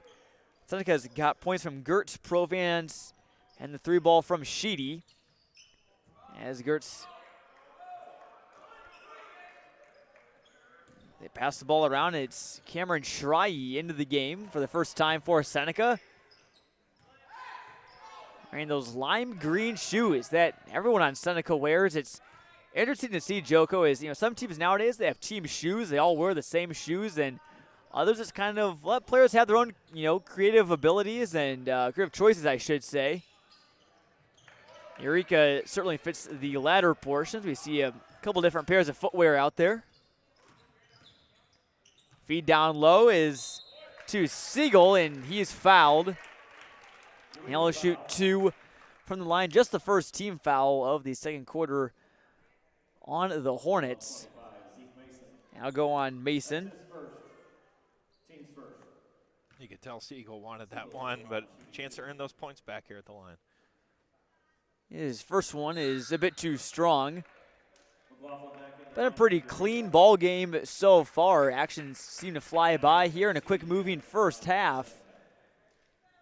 Later in the game, Joko, with just, the way this game's been played, both teams being patient on offense, not many fouls being taken, as Siegel goes 0 for 2, but the rebound goes to Schrei in the corner. And both these teams may have to, this game stays close. We want to try and foul down the stretch. They're going to have to make some fouls to give if this trend keeps up. Mm-hmm. Yeah, both teams very evenly matched, John. So, I anticipate this game could stay within reach for either side. Right now in the first half, it's been a battle. It's been our closest game of the day so far. In case you're just tuning in, our final scores from earlier today. Beardstown just took down Cornerstone Christian out of Bloomington 67-49. And Peoria Heights started the day off with a big win over Normal Calvary Christian 67-30. Cameron Williams 29 points for the Patriots, and that one is, if you're from the Peoria area, you like small school basketball, Cameron Williams is a name that you should know if you haven't already. Patriots are improving on both their boys and girls teams this year. Yeah, Peoria Heights, a team that's really finding their stride a bit more this season, and nice win today. Here's Peterson, a 3-ball from the wing. It's good. Eureka now leads 21-16. John, I believe a 10-0 run from Eureka. They've held Seneca scoreless here in the second quarter. Yeah, it's been big, and that comes on the defensive end. They've been doing a good job of containing Provence down low, not giving Gertz some shots that he can find on the floor, and that's leading to points for Eureka now with this 21-16 lead as we almost near halftime. Have also shut down Gertz in this second quarter as well. He's been their engine so far. He had 21 last night for Seneca, who is looking for their third straight 20-win season. They are constantly near the top of the Tri-County Conference, of which one of Eureka's neighbors, Roanoke Benson, is a member of. So if you're tuning in from Seneca, glad you're with us on Clutch Sports Media. I believe our first time that we've ever featured Seneca on our broadcast. So Oh, always good to see Eureka again. You know, Eureka's a school that pretty good at just about every sport. Seneca, like we mentioned earlier, very good in football. Eureka is pretty good at gridiron squad as well. So not a surprise to see that both of these teams are not doing too bad here this year. Yeah, and John, you said it, you know, these type of shootouts, you know, holiday classics even that we cover gives us a chance to see some teams we might not see, you know, outside of our coverage area. But right now I'm impressed with what I've been seeing out of Eureka and Seneca trying to make a push. 3 ball from the corners, off the mark from Daggett, but another offensive rebound. Both teams have gotten a couple offensive rebounds tonight. It's led to a lot of extended offensive possessions. I have to value every one of them here today. Offensive foul there on Provence. They'll go back to Eureka with under a minute to play. And that's Zeke Mason, the 6'4" senior. He's doing a great job on containing Provence. Obviously, we talked about his size at 6'6", and he's staying in front. Once again, we see Provence draw that, or I should say the opposite. Mason draws that contact, and right back to the Hornets. They get into Blunier. Seneca does a great job of getting back on defense. Team that's certainly conditioned well. They know how to run. As does Eureka. They're a school that's very good in track and field and cross country as well. Drive in, 3 ball on the way from Clinker and sinks it. Seneca's first points at the second comes with under a minute to play. Almost gets the ball right back there. 50-50 ball, and Clinker will pick up a foul as he knocks down Mason.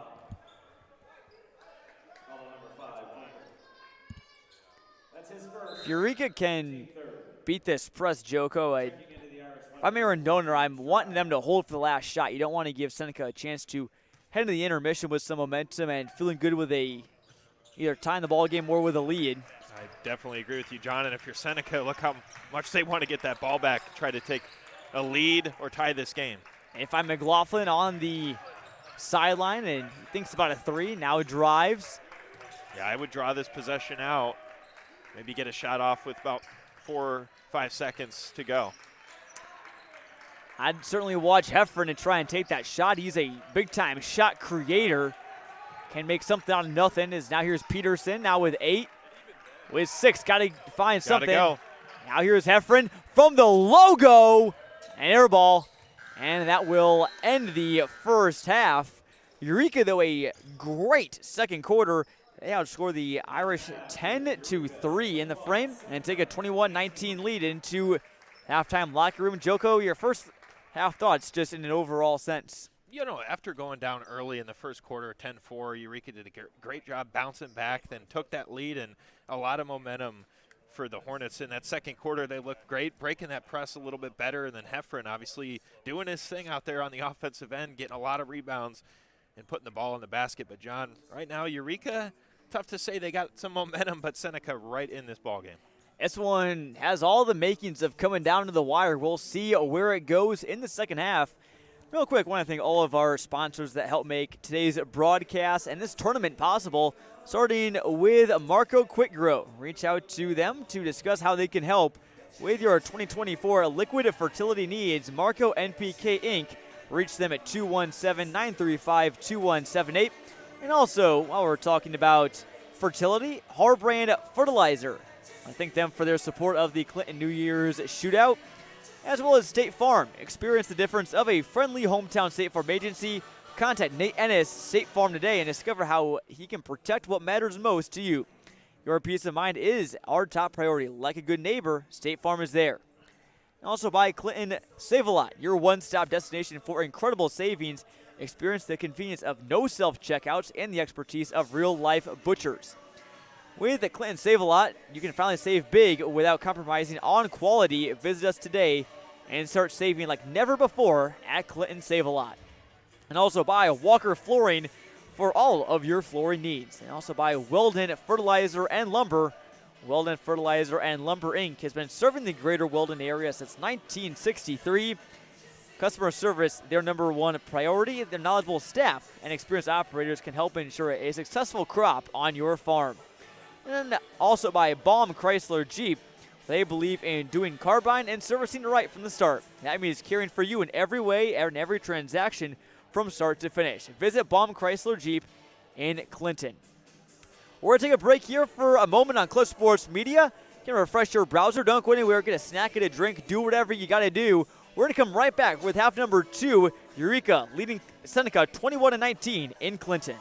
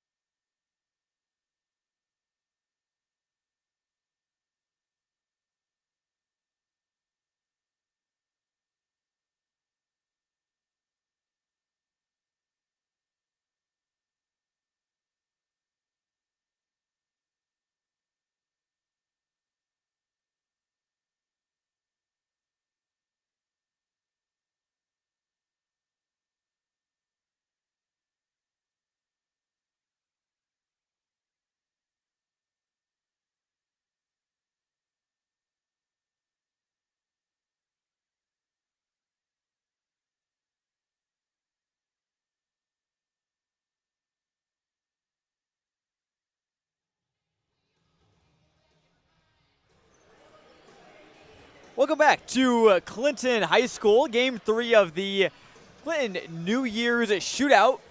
A close one here brewing between Eureka and Seneca, live on ClutchSportsIL.com. Jonathan Michael, John Camosa here with you. Joko, it was all Seneca early on. Looks like they could run away with it, but Eureka, big second quarter, has got them back on top, and I think it kind of comes down to them. They were able to figure out that press that the Fighting Irish were really relying on back in that first quarter. Yeah, I think once you settle into the game a little bit, you ease off. You're used to seeing that press for the first couple drives down.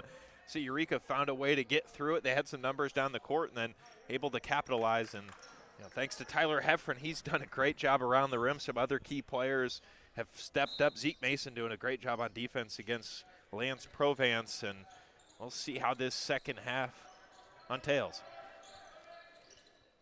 This is the second shootout that Eureka's played in this year. They hosted their own shootout, as a matter of fact, back at Eureka College back in December. They fell to Williamsville, 53-44, and Williamsville team is pretty solid. So, again, not a bad loss there from Eureka, as we're going to have Provance at the line. The first one is short. That Williamsville loss was part of a little 4-game rut the Eureka Hornets had. They lost 4 in a row, but outside of that, Joko, again, it's not been too bad of a season for them by any means. Provance sinks the second, and you take that 4-game stretch out and you play some tough teams like Farmington, Tri-Valley, Williamsville, Fieldcrest. Those are 4 very solid programs, and as Heffron's 3-ball is too long. Yeah, John, to your point, we talked about the record at 7-9, but when you look at the teams they've lost to, they have not played an easy schedule this season. Obviously, they know how much a win against Seneca could mean today. Really could. Again, Hornets trying to build momentum as Kyson Klinker gets his first bucket of half number 2. He's got 5. Here comes the press for Seneca again. They double team Heffron. Now Gertz comes over and double teams Peterson. Aaron Donor wants a timeout. He knew that those 10 seconds were just about up. And he'll take the first timeout of the game. And Seneca is jumped ahead by just 1 here. Eureka this year is, Joko, you mentioned 7-9. It's, you want to talk about how good they've been. I mean, again, not a bad season by any means, but they've been so good recently. This is already their most losses they've had in a season under Aaron Donor, who's in his 3rd year. They've had 24 wins each season, each of his first 2 years at Eureka. So, and they've just been a fixture at the top of the HOIC. And obviously, you're not going to, not every year is going to be the year you win the conference, especially in such a competitive one. But I think, I think 2024, if they can keep on playing like they are here today, I think there's could be some good things in store. Yeah, 55 wins in Donor's 3 years here at Eureka, and we flip back to their previous 2 seasons, and Trevor Heffron, brother of Tyler, another standout player, all-stater there for Eureka. And also for Eureka, notably, they haven't had the services, at least today, and I believe for part of the season, at least, of Tyler Tate, their senior guard. He's a big-time contributor for them, and last year broadcasting them at the Macomb Western Holiday Tournament. We talked about Tyler Square, Tate and Heffron. Now it's been just Heffron just recently as they swing it around the perimeter. See if Eureka drives up a 3-ball. It's a drive by Blutier, swatted by Gertz. The other way, no numbers, but Daggett still drives it in. And we're going to get a blocking foul. It's taking a hard tumble with Zeke Mason. Thankfully, it looks like he's all right. A bit shaken up, though. Yeah, hard hit on the floor there for Mason. Hope he's okay. And back to that block, though, for Gertz. He came flying in. Gertz has got some major ups, for sure. At only 6 foot, too. He could fly. He plays much higher than his height. As Daggett's first free throw is no good after rimming out. He's still looking for his first point of the game. Heffron leads all scorers with 11. Gertz had that nice little stretch with 7 back in the first quarter, but since has been pretty quiet. Here's Daggett. His second one is short, and Blunier brings in the miss. Tapped out and back to the Hornets as McLaughlin gets ready to check in for Gerber on Eureka. That's and Gerber donning that face mask, Joko. Not too often you see that, but I think for a while maybe people thought that face masks kind of make you look kind of funny. Yeah. I think a lot of kids nowadays think it probably looks pretty cool. Yeah, probably pretty proud to be donning that. Oh, and Eureka. Seneca thought they had it, but Eureka able to draw the contact here, and new life here for the Hornets. But how about that pressure, John, after Seneca took that 1-point lead here just briefly? I mean, they have really turned up the defensive pressure like they were in that first quarter. McLaughlin in the trouble driving baseline. They kick it around. Heffron dials up a 3-ball. It's good. He's got 14 now, and the Hornets re-grab the lead. Regain the lead, I should say. He's found his rhythm in this game. And feed Provence at the top of the paint. Now kicking back out. Sheedy's 3-ball is good. Back and forth we go. Seneca grabs the lead by 1. Sheedy makes his second 3-ball of the afternoon. And John, we still got 3 more games, but man, has this one been entertaining. One of our best ones yet. It really has, and I think it'll set the stage for what should be a great rest of the day. Again, coming up after this, Peoria Christian and Heyworth, 2 very good small school teams. Peoria Christian out of the Inter-County Athletic Conference, Heyworth out of the heart of Illinois, and then you got Maroa-Forsyth. They had played a very tough Tolono Unity team who's undefeated last night and took the loss, but Trojans still looking good. They'll face Springfield Calvary, who is drawing a lot of intrigue as a breakout team this year. And then we'll cap it off with the home team, the Clinton Maroons, having one of their best seasons in program history. And they're 15-1. They'll take on Rochester in the nightcap. That one is at 6:30. Some good ball movement here from Eureka. Patient possessions. Eureka's used a couple fakes to their advantage, both shot fakes and pass fakes. It leads to a 3-ball from Heffron.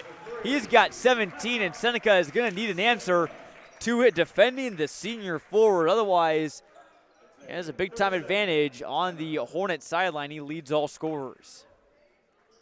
Yeah, both times they're back-to-back threes for Heffron. They've just had those patient possessions, able to swing it out to him, and he's had some open looks, but those are the baskets they're going to need. And this game has been an exciting third quarter, just back and forth. 4:38 to go here in the third. Heffron is 17 for Eureka. 6 in this quarter.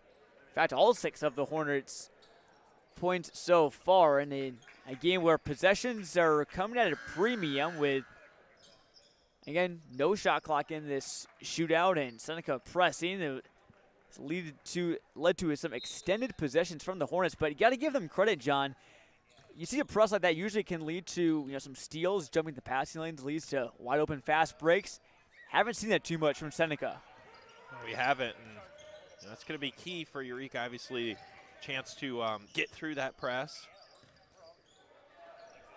And it's Gertz now, the top of the key. With Blunier on him. He'll dial up a 3-ball for the lead and got it. Back and forth we go again as Gertz now reaches double figures. And that's a player head coach Russell Witt wants to see heat up for Seneca's Paxton Gertz. A super sophomore here for the Fighting Irish. Fighting Irish had a phenomenal season last year.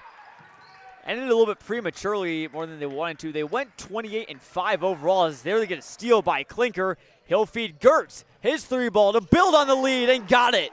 Seneca, just like that, leads by 4, and Gertz is 13.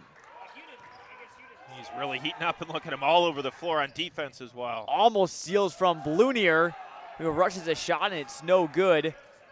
Back and forth you go. It's a track meet to Clinton, and 1. Kyson Klinker, count the bucket. Oh, they're going to call it travel. That's not going to make Seneca too happy, but big break there for Eureka. That could have really been a Huge push there for Seneca to build that lead even more. That's a huge swing, John, because it could have been 3 points for Seneca. If you're Eureka, you score a bucket, that's either a 5 or a 6-point swing in a closely contested game. But back to Seneca before we started running like our feet were on fire.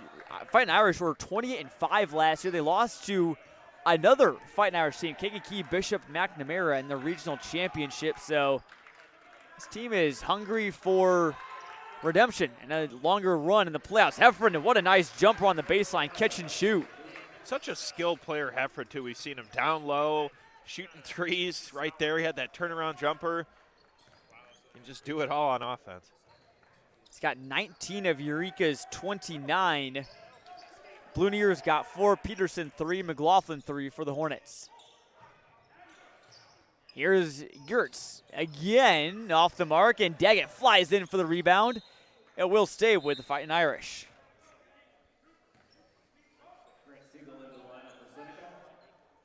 And we really haven't seen either side just start to build that lead and kind of take away with it. Both teams just neck and neck, back and forth in this game. It's been some very small momentum swings, like little 4-0, 5-0 runs, or in Seneca's case, a 6-0 run there. Those back-to-back 3 balls from Gertz, responding to the same on the other side from Heffron.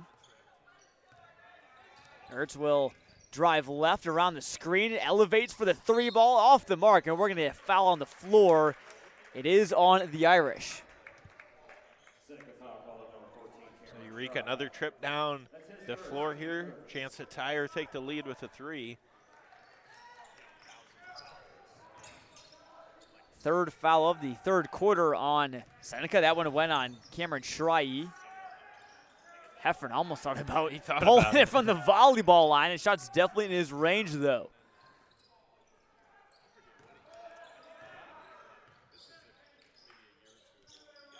In case you're just tuning in, Seneca had control for most of the first. Second quarter belonged all to Eureka. They nearly held Seneca scoreless.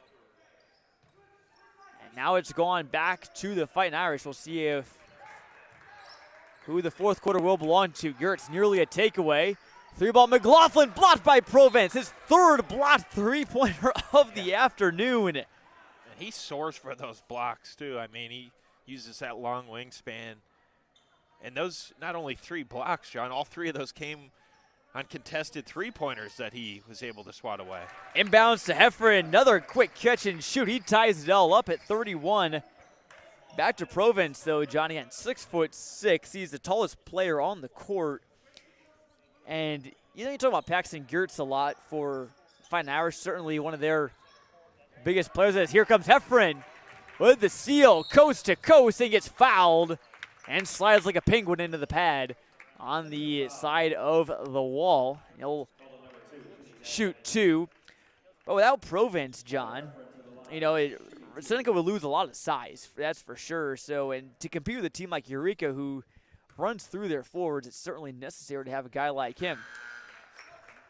I agree with that, John. And, you know, obviously a player they run a lot of their offense through, and a huge contributor on defense as well. But how about Heffron now? A chance to get to 21 points, and he does. Up to 23 after 23. those. My apologies. After those 2 free throws here. Almost can match his jersey number there with 1 more, right? That's been a feat he's been able to accomplish on more than a couple occasions this year. Here, feeding down low, Siegel kicks it back out. On the drive is off the mark. That was Braden Simic. First time we've called his name today. Seneca carries just 11 on their varsity roster.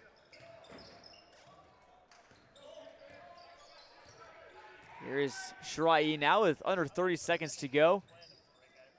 Kick out, back to Schrei. His 3-ball is good.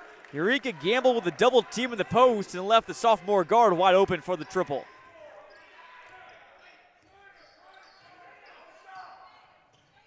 They're going to call that one a long 2. Yeah. Looked like he was behind the line. 33 all. See if Eureka.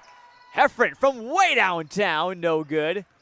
Now we'll get a half-court heave from Provence. Oh, he got it! Lands Provence. How about that shot, John? I don't know if that one could be topped for today's tournament. That's been the best shot we've seen so far, and we'll talk more about that shot in a second, but Lance Provence from half court gives Seneca a 3-point advantage heading into the final frame. Stay tuned for the finish here on Clutch Sports Media, but want to thank all of our great sponsors for today's broadcast, starting with Marco.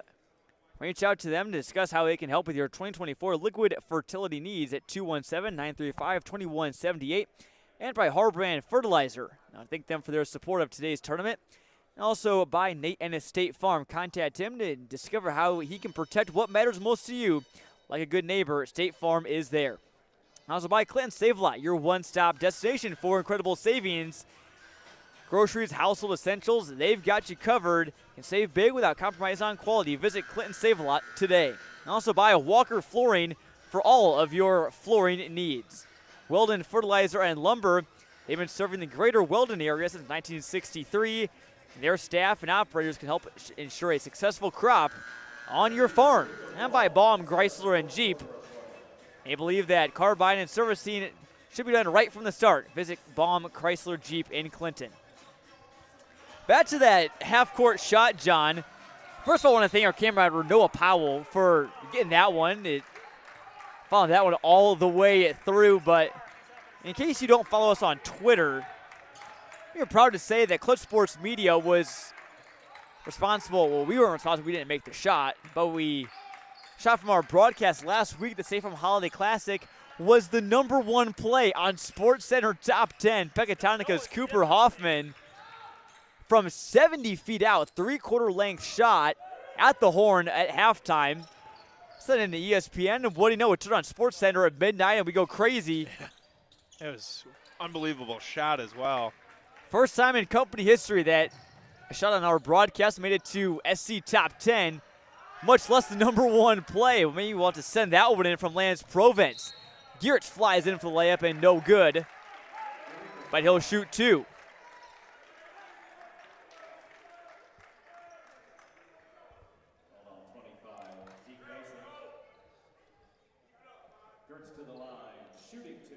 This could make it a 2-possession game, which, John, I don't recall last time it was a 3-possession game where the lead was more than 7 as Geertz's first is on the mark. I don't think we have seen that today, John. If we have, it's been so only briefly.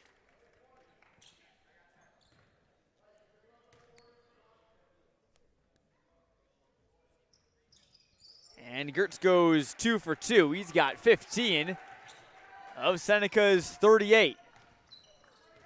I have to see how Eureka responds after seeing that long bomb from Provence go down. No time to feel defeated, though. He got a game to win with under 7 minutes to play here in the fourth. Cooper short into the game for Eureka. He's at the top of your key. And with it now, he'll give it back to Heffron. He has been the workhorse for Eureka. Kicks it out to McLaughlin. Seneca's defense just smothering right now. Smothering. You mentioned it, like a blanket. Heffron turns around and shoots. Short, and Geertz brings in the miss. Yeah, and if you're Seneca, when you can play that good of defense, then obviously run the clock out and still have that lead, plays to their advantage. So when Seneca gets their half-court defense set up, it's a really big difference. Not saying their transition defense has been bad, but their half-court has been really, really solid. They had an opportunity to set it up here after 2 free throws from Provence. You could say that Provence shot from half-court certainly has sparked them here in this fourth quarter. Again, it looked good coming off the hand, and he not only did he just make it, he completely swished it. I don't think that ball even grazed the rim at all. He's now got double figures after that free throw with 10.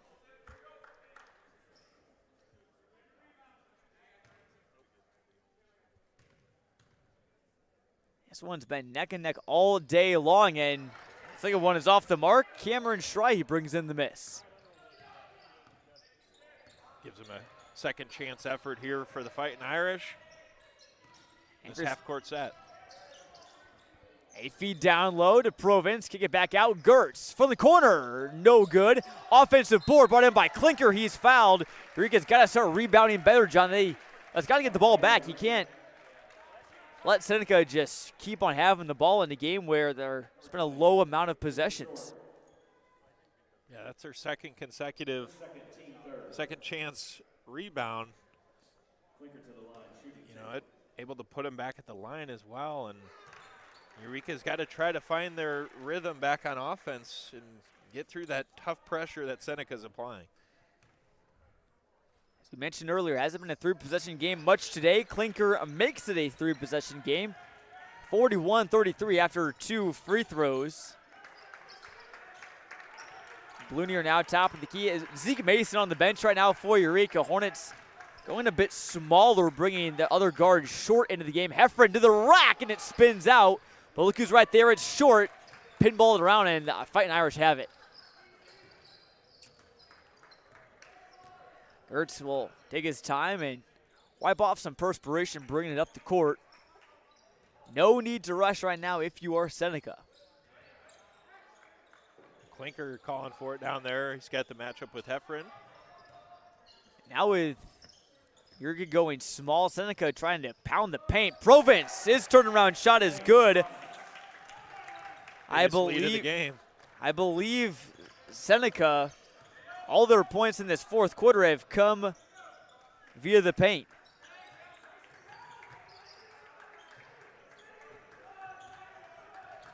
Now on the other end is McLaughlin. Eureka needs a bucket. They need one soon. Trying to avoid losing consecutive games as McLaughlin finds Blunier. He rocketed it into the freshman forward and just wasn't ready for that one. Too much heat on that ball. Seneca chance down the floor here. They could extend this game to double digits, which we didn't really envision earlier in this one. This one has been neck and neck pretty much the entirety of the way through between two pretty solid teams. And we have 2 more coming up, Peoria Christian and Heyworth. Hornets have made it into the building.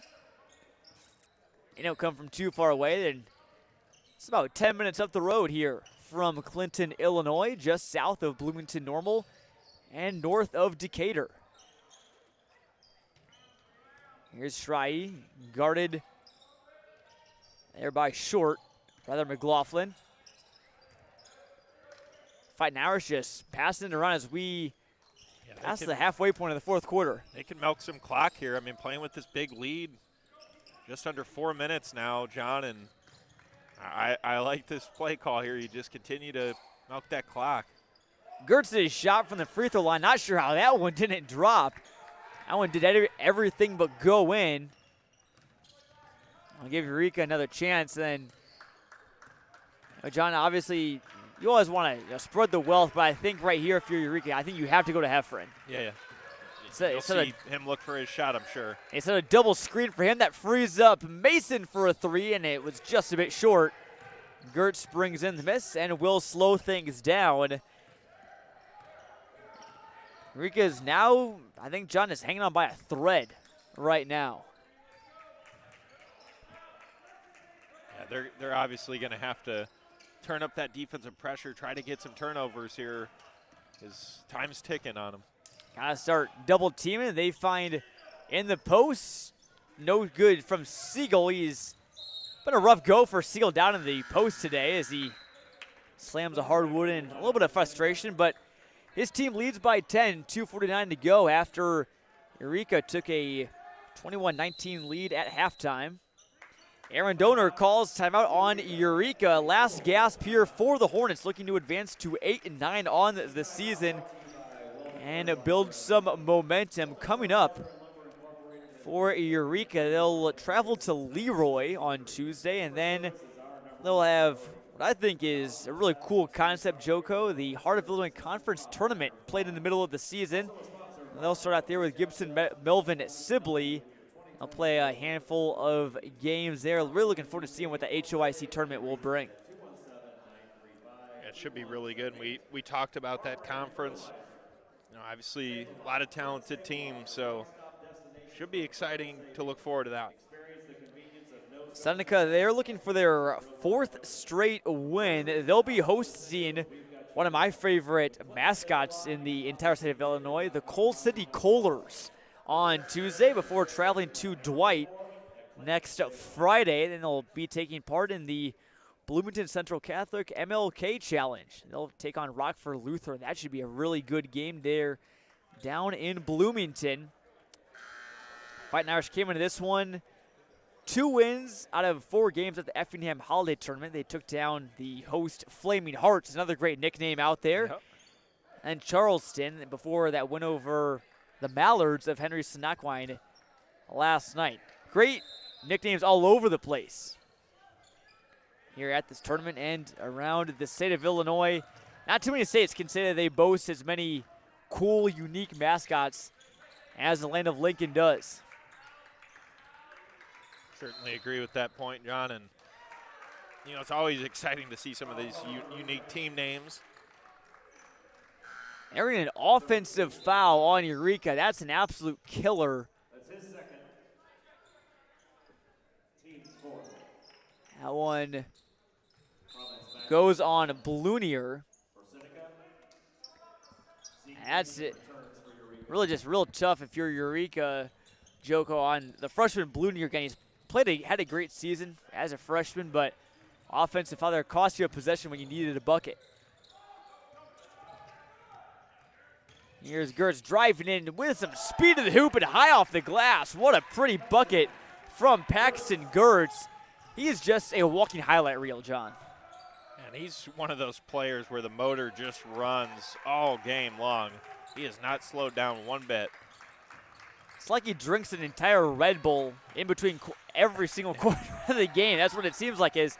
All right, Joe, you're right. He had plenty of Red Bull. And he brought a can in here to Clinton. Count the bucket for Heffron.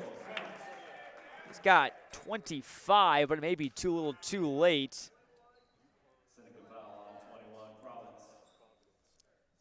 That foul will go on Lance Province. And Heffron's free throw is good. That'll make it a 9-point game with 2 minutes left.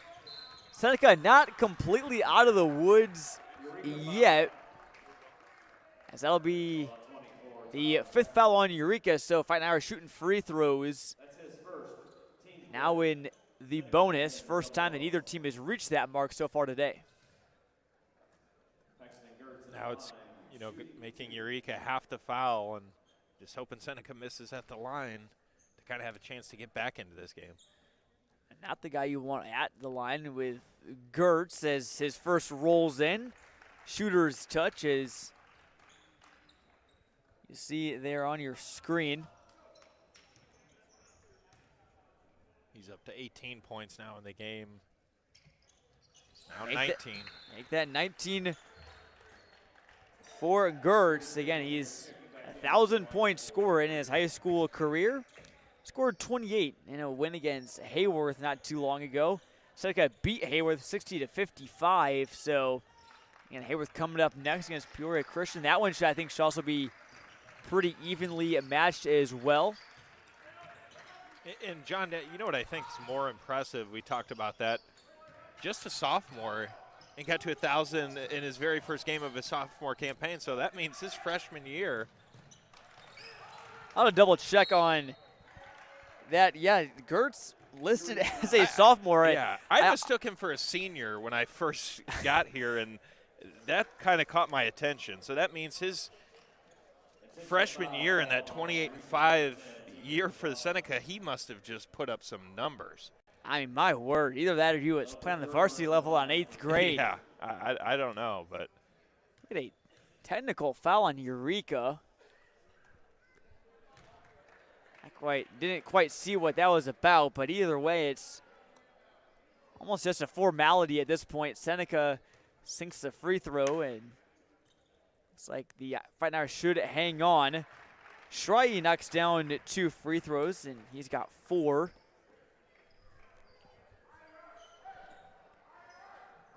A 12-point game with Seneca basketball. And, John, this fourth quarter has been all Seneca. And, again, we mentioned what that Province three-pointer could do to Seneca.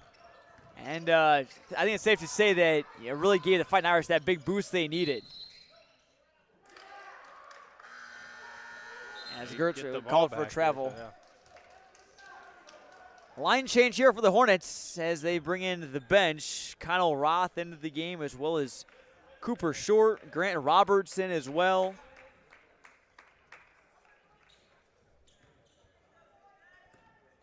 Looks like Brock Monk is also in for the Hornets, as well as we mentioned Roth. He's got the ball now. Blake Lehman into the game as well for Eureka. Certainly keep an eye on this Hornets team, though. Again, I think once they can get more contributions from, more scoring from other people other than Heffron, I think this team could be really, really dangerous. Starting to get guys like, the freshman Blunier and also the senior Zeke Mason, if they can get going, Cooper Peterson and other guys like that as well, they can give Heffron some more help. I think, Eureka is going to be pretty well set. Team to keep an eye on, though, for sure. Yeah, future's definitely bright for the Hornets. Return a couple of those big pieces for next year, like obviously Blunier, Brock Monk, Cooper Peterson returning starter as well. Gerber and McLaughlin go with it. 3-ball from Roth, barely grazes the iron. Putback is good from Blake Lehman, the senior forward. Now cut it to a 10-point game.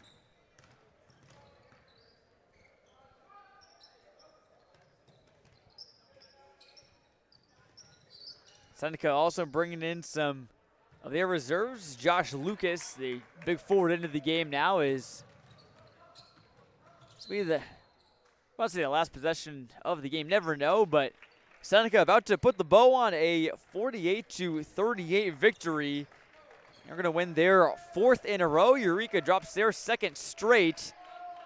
What a great game from the Fighting Irish. They gave up the second quarter to the Hornets, but other than that, it was held control for most of this ball game, John. Yeah, their 12th win of the year now, and I think after that half-court shot there from Lance Provence at the end of the third quarter, that just sparked them, and the defensive pressure really turned up in the fourth and kind of just ran away with this one at the end.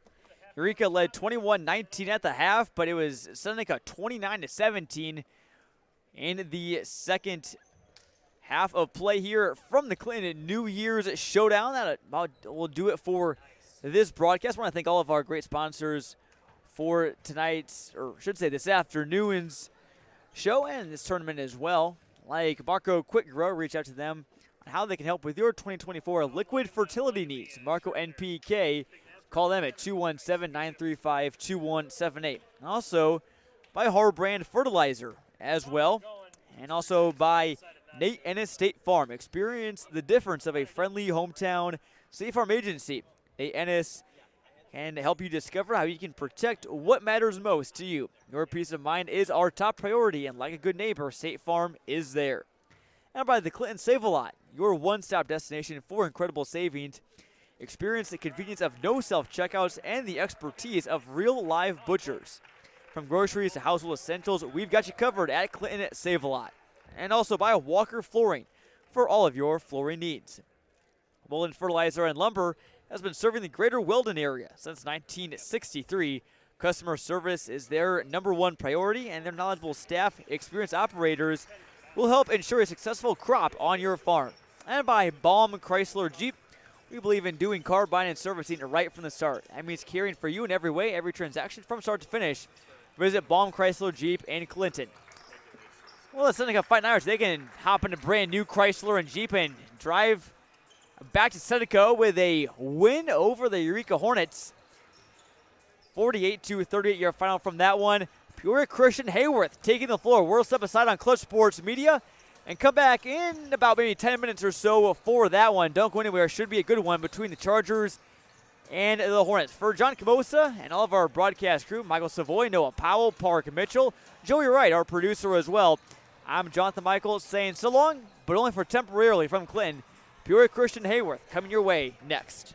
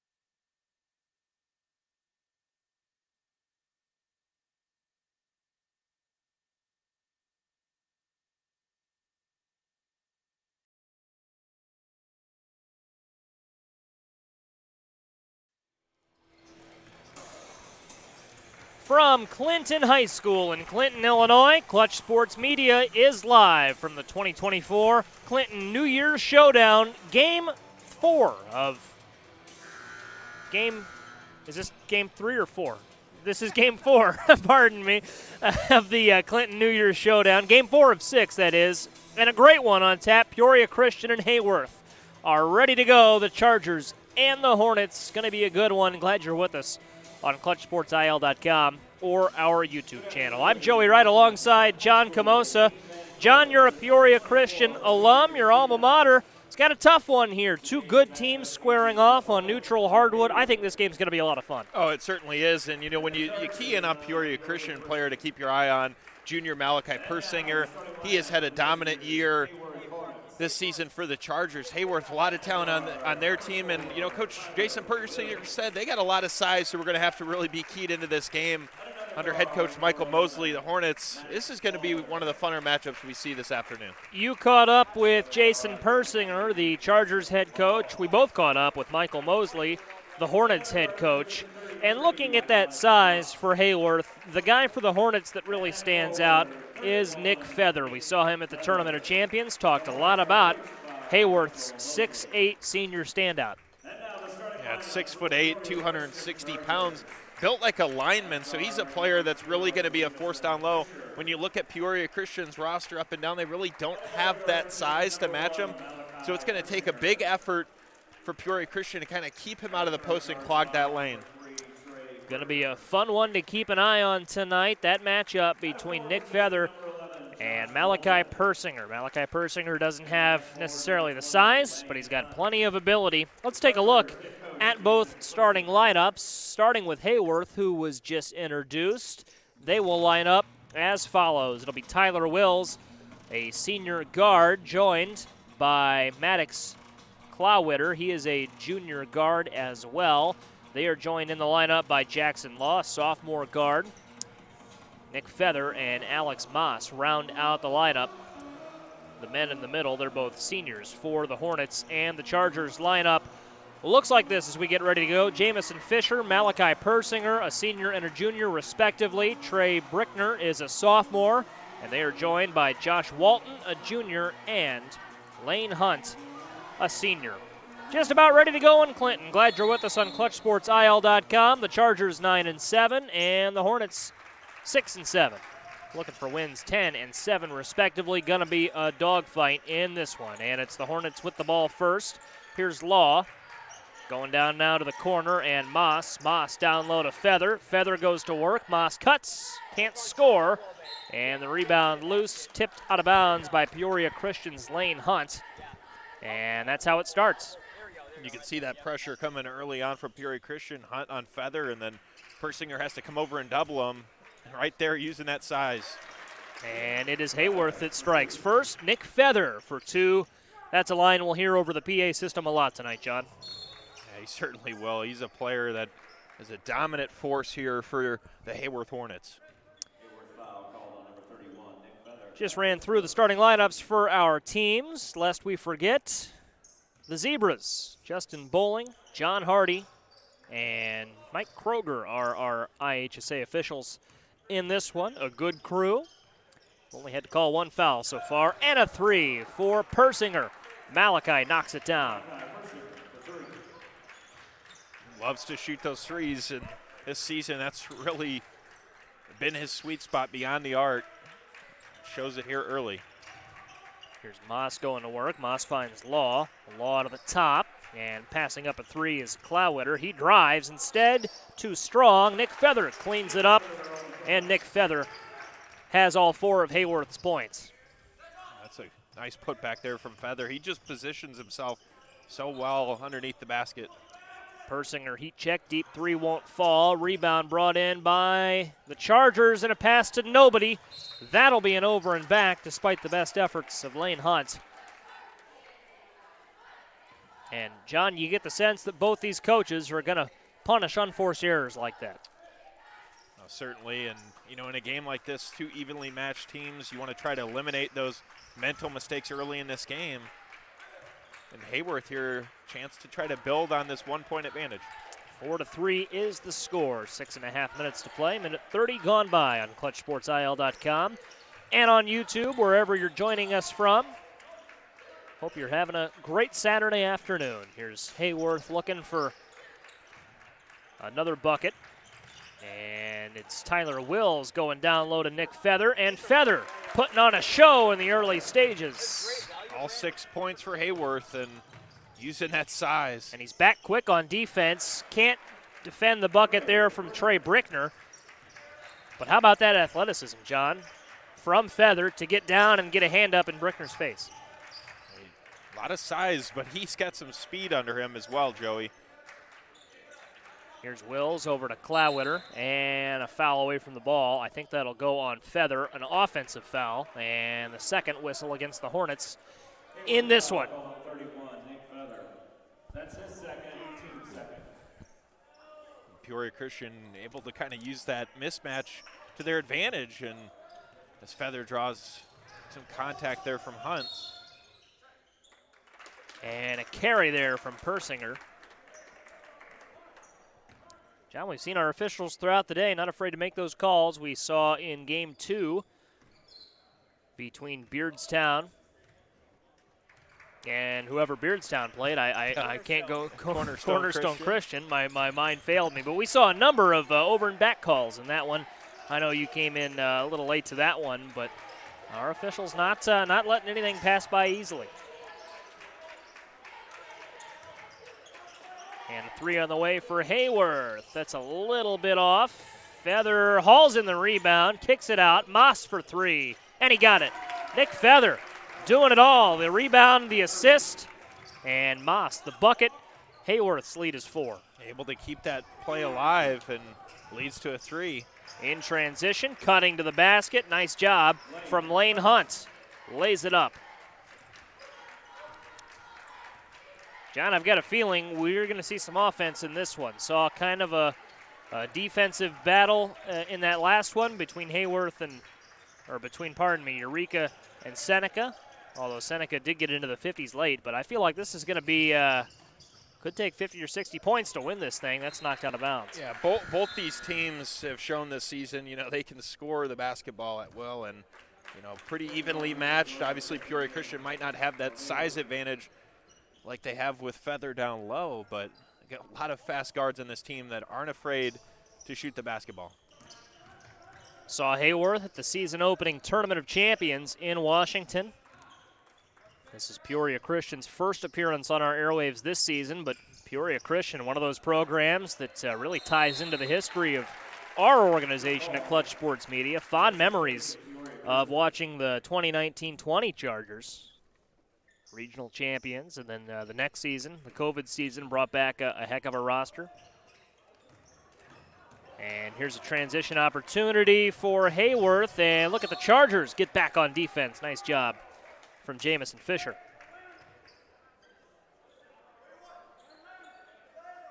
Able to prevent what could have been a layup there in transition as Hunt hit the deck, but able to keep him in the half-court set here on this possession. Here's Moss for the Hornets on a pass from Wills, and Moss steps back. Not Moss, pardon me, but rather Jackson Law for 3 off the mark.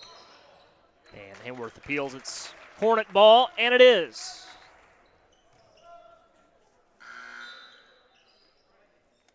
John, I know you're pretty close with the Persinger family, and they have, Jason specifically, has led this program to a lot of success in years past. Yeah, he certainly has, and coming in here, regional championships, past few seasons, got to the sectional championship, just that one game short of kind of getting there all the way to supers, but Peoria Christian last couple seasons has put together some talented rosters, and he's done a fine job at head coach.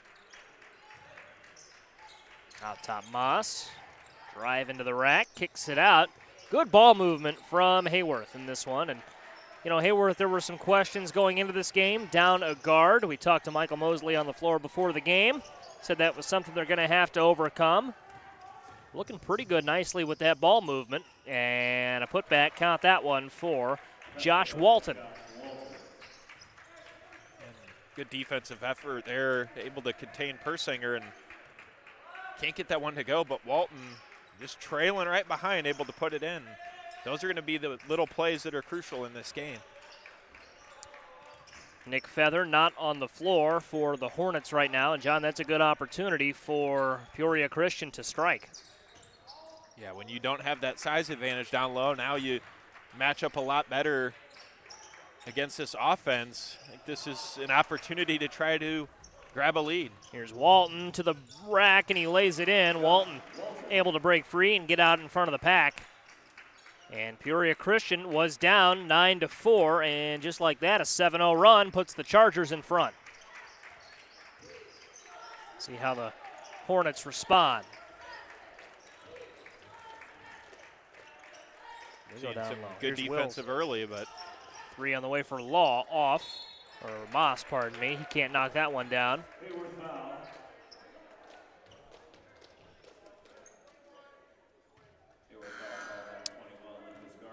A lot of size, John, on this Hornets team. Alex Moss stands at 6'4". Nick Feather, of course, is 6'8". Jackson Law, 6'4". Nick Rapson, 6'4". Lucas Garber, 6'5". And Tyler Wills stands at 6'4". Heyworth is not an overly large school. Kind of unique for a school of this size, pardon me, to have so many students enrolled in it that are that tall and that good at basketball, as Walton lays it in for the Chargers. Yeah, like you said, Joey, their enrollment's only 246, and you can take a school that small, field a really talented basketball team. It obviously is a great thing to have, and under a really good head coach, Michael Mosley. Absolutely.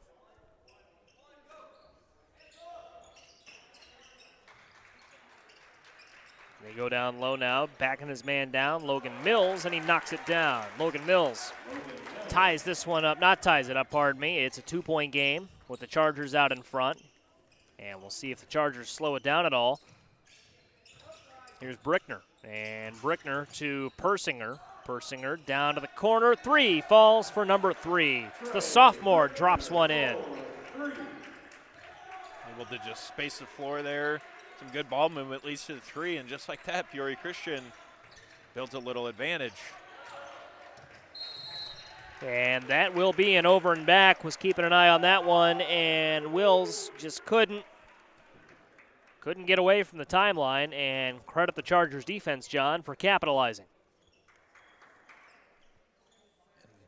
Just a minute 8 left in this first quarter. We'll see if the Chargers try to milk some clock. No shot clock here at the New Year's Showdown. You see it in tournaments around the state, tournaments and shootouts like this one. Schools have the option to use one. And, John, in talking to a lot of coaches, some are for it, some not so much. Of course, it costs money to install a shot clock, so none here at this beautiful Clinton facility quite yet. But it really doesn't have an impact much on offense. You talk to coaches around the state, most offenses are going to go quick enough anyways, like Peoria Christian here. Persinger can't hit the 3. Where it really comes into play is defense. If you can guard with a shot clock for 20 or 25 seconds, 35-second shot clock, you're going to force some bad shots. And, Joey, we've been doing the TOC in Washington for a handful of seasons now, as Persinger with that nice pass, but we've seen the TOC in Washington without the shot clock, and we saw it with the shot clock these last few seasons, and I really personally couldn't see the difference. A lot of teams want to play quick, and I like the idea. Especially at that tournament, absolutely. Yeah. Here's a kick down now, a turnover. Chargers kick it out. 3 is going to fall, and that will beat the buzzer. And Brickner, another 3. The sophomore lighting it up from downtown, and Peoria Christian's lead is 8, 19-11, with 1 quarter in the books. We'll take a quick moment to thank our sponsors, starting with Marco Quick Grow. Reach out to discuss how Marco can help with your liquid fertility needs in 2024. Marco NPK Incorporated, 217-935-2178. Harbrand Fertilizer, also proud to support all the players and coaches and fans in the gym today. There you get a look at their logo. Nate Ennis, State Farm. Experience the difference of a friendly hometown State Farm agency. Nate Ennis State Farm helps you discover how he can protect what matters most to you. And he also adds in, Go Maroons. Nate proud of his Clinton heritage. Save-A-Lot Food Stores. Your Clinton Save-A-Lot's your one-stop destination for incredible savings. Walker Flooring for all your flooring needs. Weldon Fertilizer and Lumber. Weldon's been serving the greater Weldon area since 1963, not far from our perch here in Clinton. And Baum Chrysler Jeep believes in doing car buying and servicing right from the start. That means caring for you in every way, in every transaction, from start to finish. It's been a good one here from start until now, and I imagine it'll be a good one to the finish at Clinton High School, Gene Vance Court. John's been kind of a, they say basketball is a game of runs. And as Heyworth tacks on, points 12 and 13. It's been a game of runs tonight, certainly. Peoria Christian, that's going to snap what was a 15-2 run.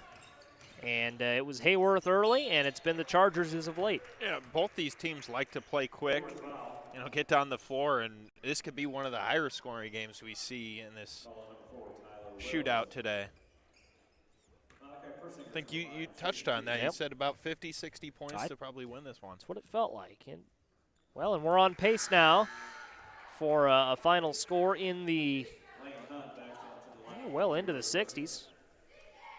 Of course, a game of runs. We'll see if that pace is sustainable. But two really good offenses. Malachi Persinger at the line, knocking both down for the Chargers there. Nick Feather back on the floor for Heyworth here in the second quarter. Two of the great players in Central Illinois. And two players showcasing their talent, today, obviously. Feather back in this game, but how about those post moves, Joey? Look at Nick Feather. Back to the basket, goes to work, and lays it in. Has not been on the floor as long as some, but already has 8 points this afternoon. Here's a kick to the corner. 3 on the way, won't fall. Feather rises into the air, brings down the rebound, and an errant pass. Chase Rupert, the sophomore, wasn't quite ready for that one, heading up the sideline.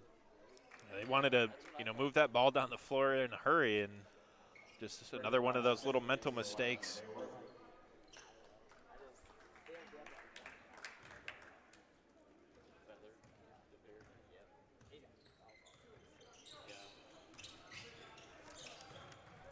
Here's Persinger, steps back for 3, and knocks it down. Malachi Persinger from deep. Him and Trey Brickner, each with 8 points here to lead the Chargers. Heading toward the scoreboard. Nobody dives over the scoreboard, and a whistle.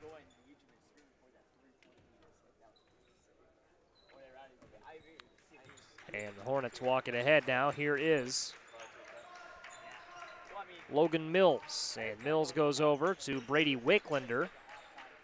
Some new names on the floor for the Hornets. Down low, tipped around. Feather, second chance won't go. Third opportunity, no. Finally an offensive rebound, or a defensive rebound, I should say, for Peoria Christian. That was Lane Hunt there with the rebound, and Heyworth had a couple nice looks at it, just couldn't get it to go. Jacob Walton. Over to Lane Hunt. Hunt down to the rack, won't go, and the Hornets will come away with the rebound. Now up they go, and with a little contact, unable to finish are the Hornets. Here's Brickner, no, and the rebound pulled in by Wills. Heyworth just looking for those points down. They've had some really good opportunities. They just want to see one of those falls. Feathers position himself pretty well down there in the low post.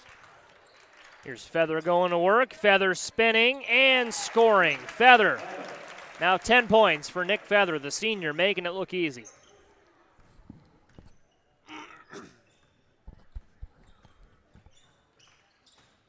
He's shown an array of his post moves down there. He's got that soft touch off the glass. Feather's been impressive here in this game. 3 on the way, won't go for Persinger. Feather brings it in. Feather, a football pass, complete. Well, maybe I should say broken up at the last second. That was good defense from Peoria Christian. Jacob Walton soaring in. And while I think it was complete initially, you could say Walton forced the fumble. Speaking of which, is he a football player, Joey? Nick Feather, I don't know. I would actually have to do a little I would think so, right? I would think Nick Feather would be a great addition to any football team. Of course, Heyworth's football coach is their athletic director, Nate Albaugh, and he's well-traveled around the area, had a lot of success over in my neck of the woods at Champaign Central, that 2015 Maroons team. Semi-finalist, one of the best teams in Maroons program history.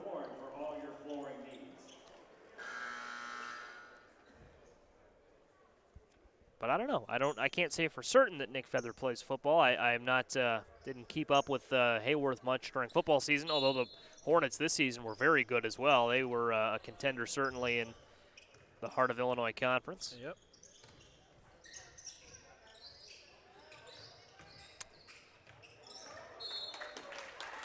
And Heyworth's got a number of teams right there in the running. You know, we mentioned only an enrollment of 246, but good vision at the top from Nate Albaugh, and that trickles on down. Heyworth competitive on a lot of different fields and courts.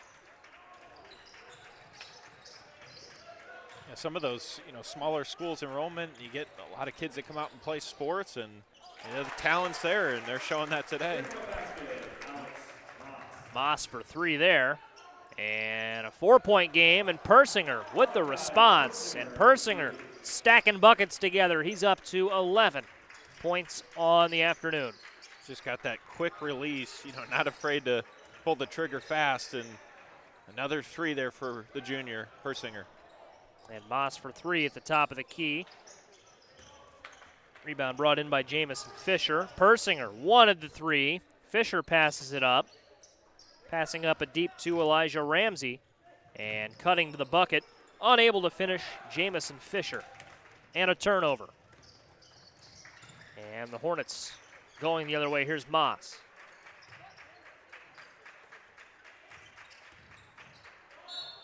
He's fouled, nearly got the and one. He'll go to the line for 2. Yeah, tough shot there from Moss, and chance to try to get those points back at the line.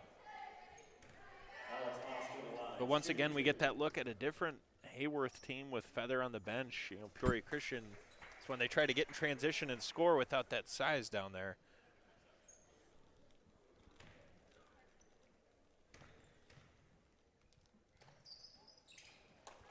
Moss gets the second 6-point game. Thanks to our entire crew, by the way. John Michael, our producer, behind our computer. Park Mitchell's behind our camera. Noah Powell, a much-deserved game off. He's been helping us out all day. Michael Savoy taking photos for us, running our social medias this game. As there's a bucket for Persinger. He's up to 13 points. Brock Stotler is here doing a little homework, getting ready to call his next game. Be a good one on tap next. Springfield Calvary and Maroa-Forsyth. 3 won't go. Persinger's rebound, shoveled to Fisher. Fisher with the drive, a pass, and a layup. Nice adjustment by Josh Walton. Kind of changes hands in midair there from Walton. A tricky shot, but gets that friendly roll off the rim. Moss looking, finding. Logan Mills. Mills to Moss, and a foul.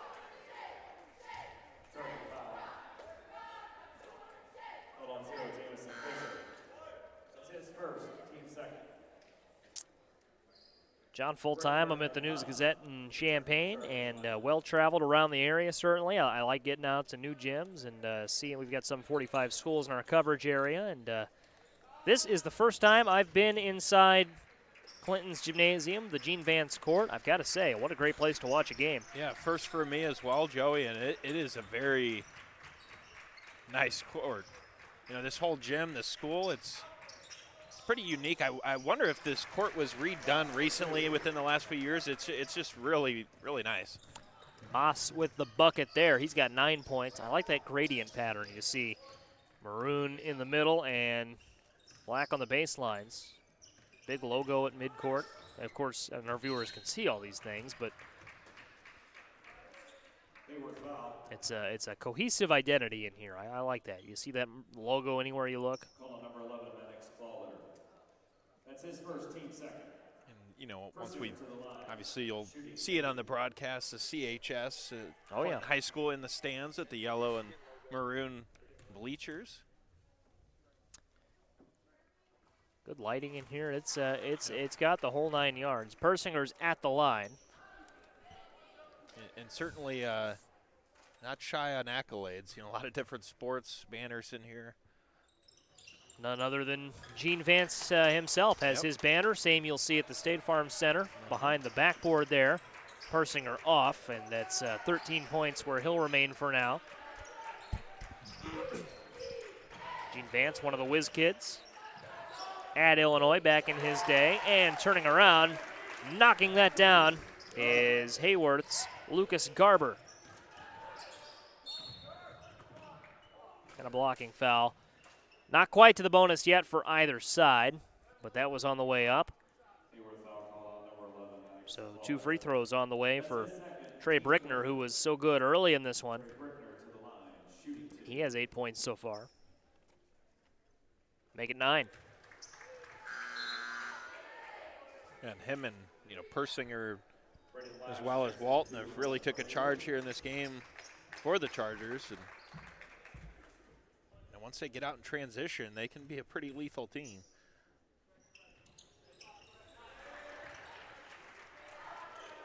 An 8-point lead now for the Hornets, or for the Chargers, pardon me, over the Hornets. Hornets looking to change that. Gone a little quiet from the field here. To the free throw line, high-low, and a finish. Nice assist. That's Mills to Garber.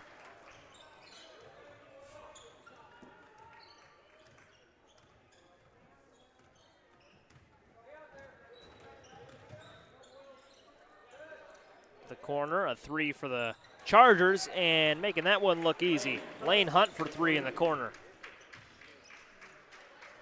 Peoria Christian has done a great job knocking down these threes here in the first half, and Heyworth looking for this answer. Moss, another corner 3. Doesn't get the response. Oh, Hunt what a nice turns steal. it over, and a finish, and 1. He'll do it the old-fashioned way. That's what you call not giving up on a play. Able to get the steal there from Hunt. That's his first, team third. Moss to the line. They could cut this to 6 with the free throw, Joey. And he does. Moss has been so good for Heyworth in this one. 12 points for the senior. And we'll see what Peoria Christian does with these final 20 seconds of the half.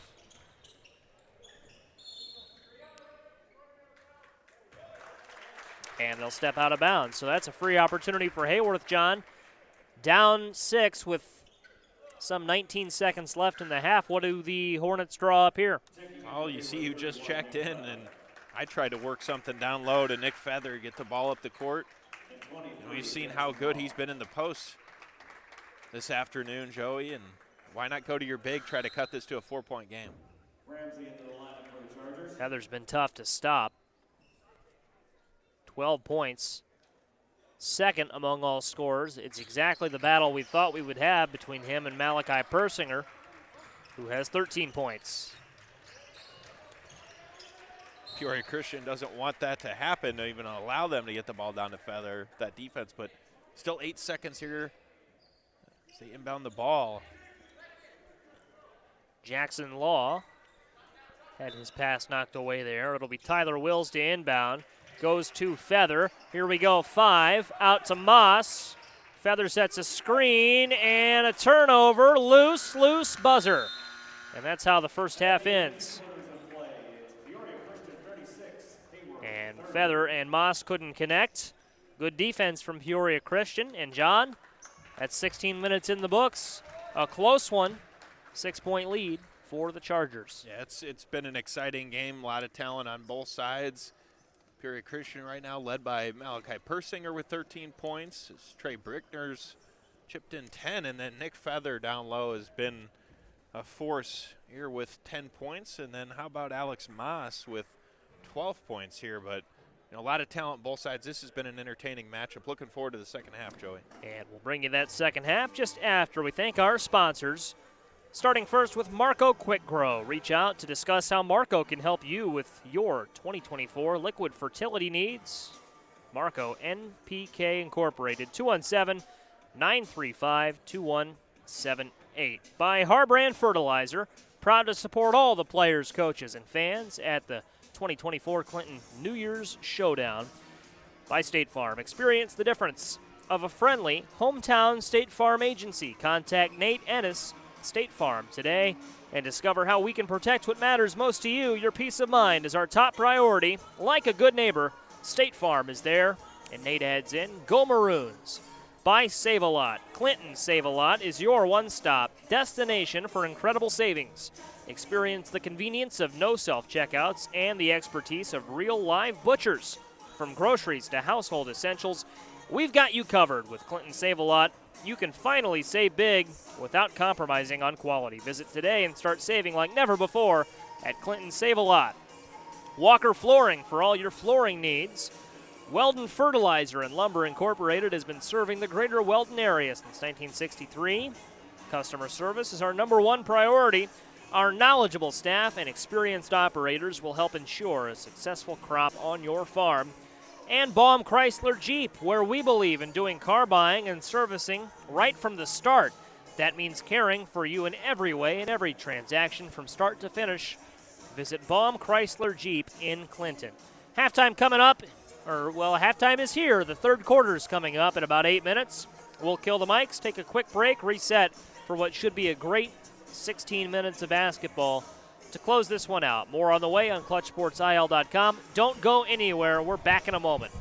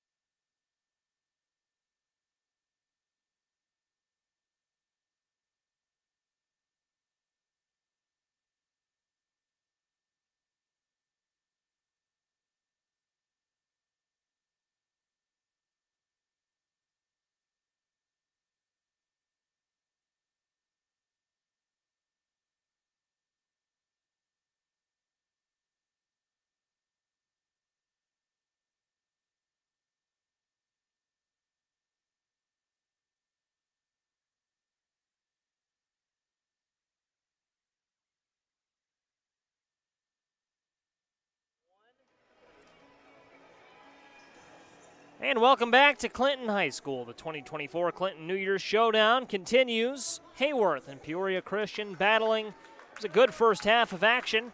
Chargers up 6. Joey Wright and John Camosa hanging out with you. And John, your takeaways from, well, it was a pretty good first half of action. Yeah, it was. Both teams back and forth. We touched on some of those key players. Trey Brickner, Malachi Persinger, Josh Walton for Peoria Christian. Nick Feather had a big game down low there in that first half. And I'm looking forward to this second half. Should be another entertaining, quick-pace game between both teams. And it starts with a Peoria Christian bucket that increases its lead to 8. And that means 7 points for Lane Hunt.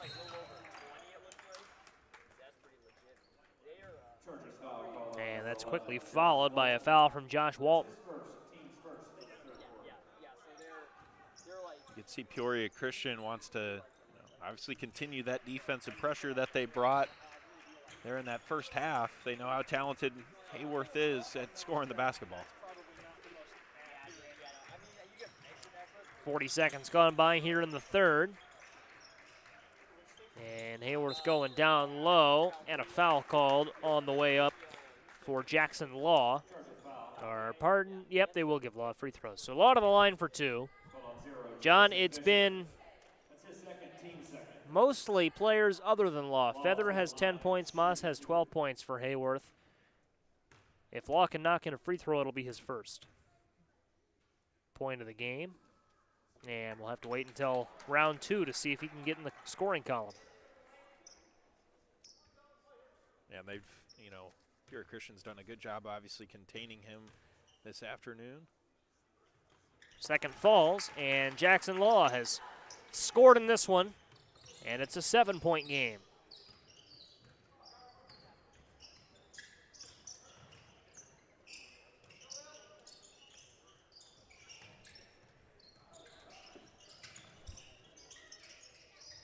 Drive and a kick.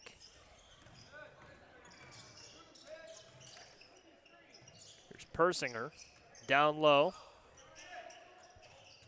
Kick out. Yep. Hunt over to Fisher and floating one up, pardon me, Trey Brickner. Yeah, that's a tough shot there from Brickner. See what Heyworth does here. 3 would cut it to 4. Instead, they'll cut it to 5 with a layup. And a nice job getting to the bucket there. Maddox Clawwitter. First points we've seen from Clawler, too, the junior. That's off, and the Hornets up the sideline. Hornets looking for more here. Give to Moss for 3 in the corner. Too strong. That would have given him the lead among all scorers.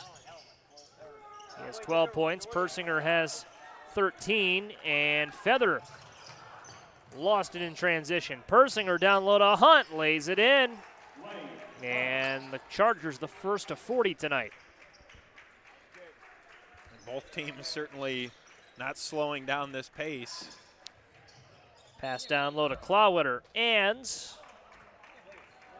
they'll call a, what was the call there, John? That was a travel. Yep. Just tried to plant his feet there and got a little bit ahead of himself and tried to evade the defense, but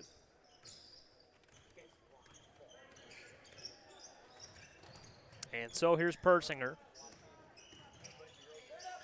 Persinger up and under, swims through, can't score. 5:27 left in the third. I think they're going to that one's on Feather. Took me off guard for a minute because the ball was going this way with Heyworth, but they called out foul on 31. There's no 31 on Peoria Christian. Feather's third, so he's going to have to be careful moving forward. A lot of time to play. And a 3 for Brickner, who's been all over the floor tonight and now has 13 points to tie with Persinger for the lead among all scorers. And the Chargers opening this one up here in the early stages of the third. Oh, good pass. Feather can't roll that one in. Chargers shovel it ahead off the glass. Count that one for Fisher. And there's the lead. I should say, sorry, I thought that was Brickner for a second. I was going to say there's to lead all scorers, but now Who is that? Fisher gets on the board. And in fact, that's his first basket for Fisher. So the seniors in the scoring column. Just like that, the Chargers lead is 12. And Law kicks out. Hornets need an answer. And a foul. And the Hornets will inbound. So 2 more Chargers fouls. And the Hornets would enter the bonus. And Joey, in your opinion, how long, with Feather with 3 fouls, they got to be really careful. Maybe keep him out there, sit him a little bit. You obviously want to save him if you're in this game. It's a tough line to walk for Heyworth, John, because they need Feather's ability. They want to keep him in the game, obviously, as long as they can. Chargers foul. So we've got a foul there. First foul, I believe, for Jamison Fisher. In fact, that's Jamison Fisher's 3rd foul, not his first. So Fisher's kind of in that same boat. But Feather, John, is so important to the game plan for Heyworth. It's a fine line you have to walk because you want to keep him in the game as long as possible. But his style of play, you need him to play physical basketball down low in the paint, and you can't always do that when you've got 3 fouls. And being such a dominant presence down there, that's kind of the style he knows, is to be a bruiser. So it's tough to play with those 3. Boss kicks out. And we go down low to Feather. Feather kicks it out.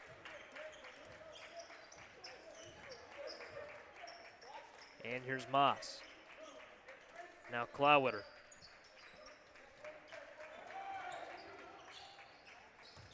And Law down to Feather. Feather can't finish that one. Tapped out. And Law for 3, too strong.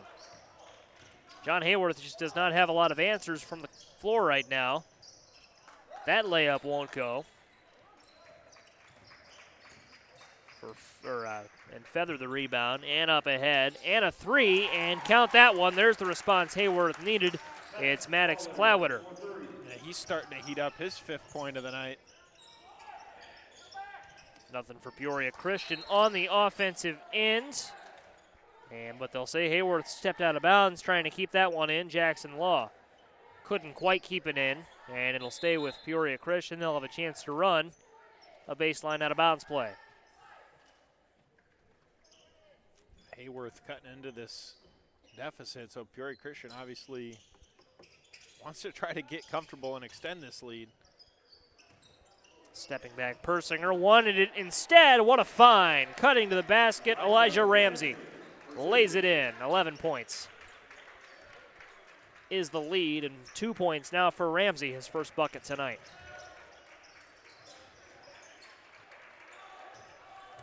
It's loose, there's Persinger. Look out, Persinger. Drives and draws contact. To the line he'll go. Heyworth foul called. 33, Alex Moss. That's his first, team 2nd. Drawing that contact and able to get to the line. Shooting 2.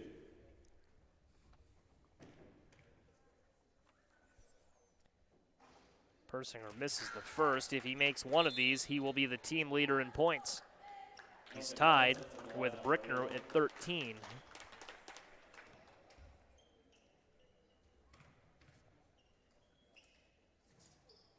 And the second finds the twine, 48-36.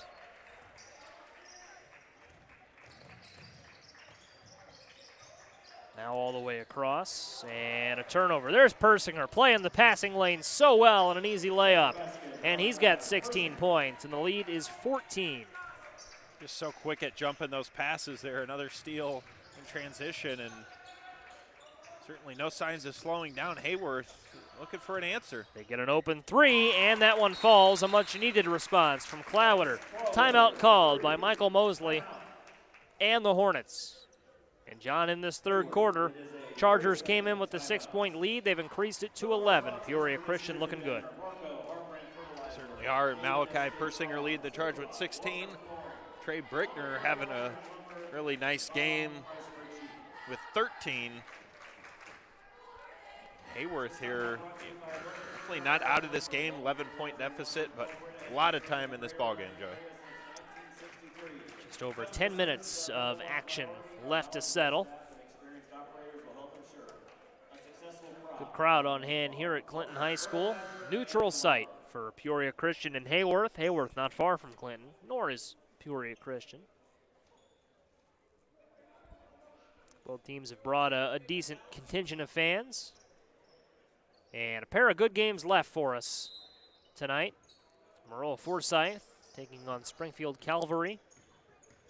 That's next on ClutchSportsIL.com. And at 6:30, you'll see Clinton and Rochester. And John, I can tell you, host Clinton is having a lot of success this season. Off to a roaring start. Excited to see them take on the Rockets in what should be a pretty good test for both teams. Yeah, Clinton 15-1 this season. They've really came out hot to start. So as you said, Joey, that should be a really fun game to watch, to see them in person.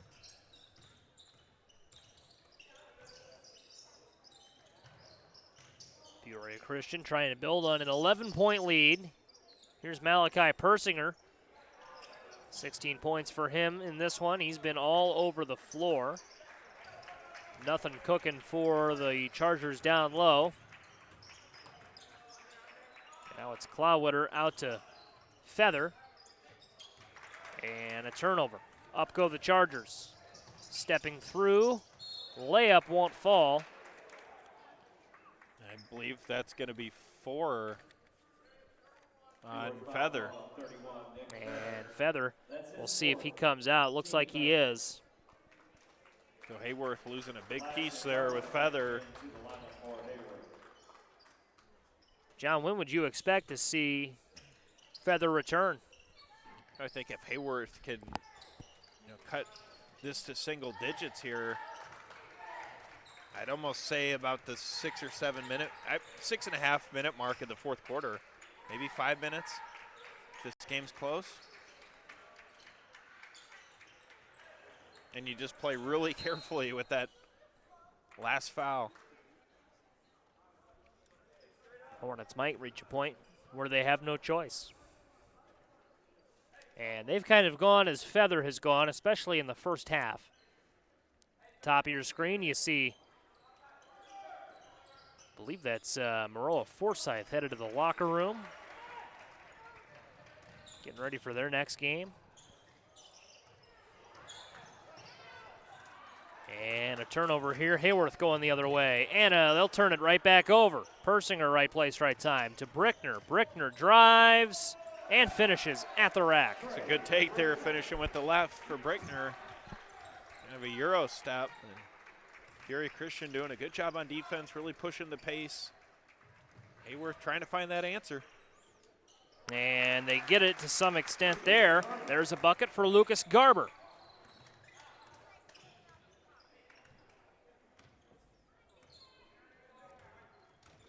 Persinger, hard screen, dribbles through it.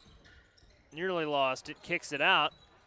Gets it back, wants the deep three. That's short and out of bounds. And there will be enough time for a desperation heave if Heyworth wants it. You ready on that camera, Park Mitchell? Let's see. Down we go. It's tipped. That's the buzzer. Almost, but no cigar. And there will not be another number one play from that shot, at least. We'll see how the game finishes up. Let's thank our sponsors before we get to the fourth quarter, starting with Marco Quick Grow. Reach out to discuss how Marco can help with your 2024 liquid fertility needs. Marco, NPK Incorporated, 217-935-2178. Harbrand Fertilizer as well, proud to support everybody here in the gym today. State Farm, experience the difference of a friendly hometown State Farm agency. Contact Nate Ennis State Farm today and discover how Nate can help protect what matters most to you. By Clinton Save-A-Lot, your one-stop shop for incredible savings. Experience the convenience of no self-checkouts and the expertise of real live butchers. From groceries to household essentials, Clinton Save-A-Lot has you covered. Walker Flooring for all your flooring needs. Weldon Fertility and Lumber, serving the greater Weldon area since 1963. And by Baum Chrysler Jeep at Baum. They believe in doing car buying and servicing right from the start. Visit Baum Chrysler Jeep in Clinton. Joey Wright and John Camosa hanging out with you at Clinton High School. Watching some good basketball on the Gene Vance court. So named for the whiz kid, Gene Vance. Played in the NBA during its early days. Also served as athletic director at the U of I for a couple of years. And the late Gene Vance, also a member of the Fighting Illini's All-Century team. Talk about a career well spent there for Gene Vance, and he is certainly revered in his native Clinton. 52-43 is the score, and that'll fall. Got every bit of that roll, huh? Oh, my goodness. Brickner. Some nights you just can't miss, and he's got 18 points. Him and Malachi Persinger kind of playing for who's going to score more. And there's a bucket for Logan Mills. A 10-point lead.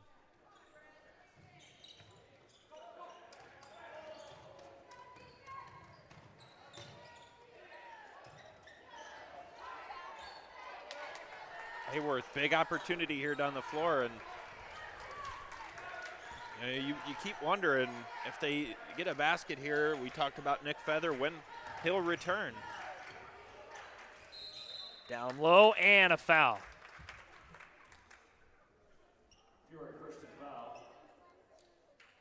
And yeah, Feather on the bench, 10-point game. John, you figure if they can get this to 6 points, 8 points here in the next minute or two, get a stop and a bucket, these 2 free throws will be key for Moss. At some point, you're going to have to just empty whatever's left in the tank. I think, they have obviously keep the offense out here that's working, and then once you cut into that even more, try to bring back Feather. Lane violation there on the second free throw, and that'll give Moss a second opportunity to knock down the second. Would make it an 8-point game.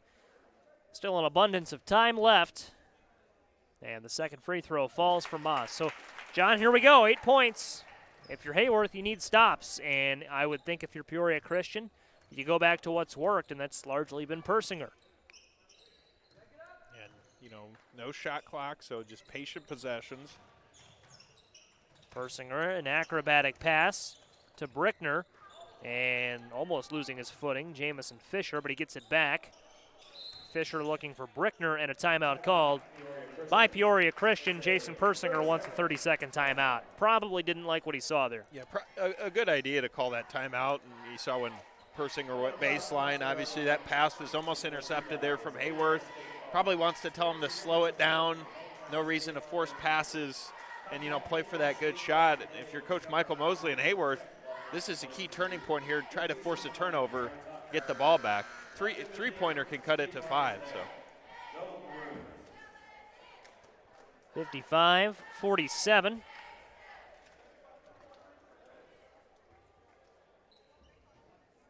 Peoria Christian trying to defend against the comeback.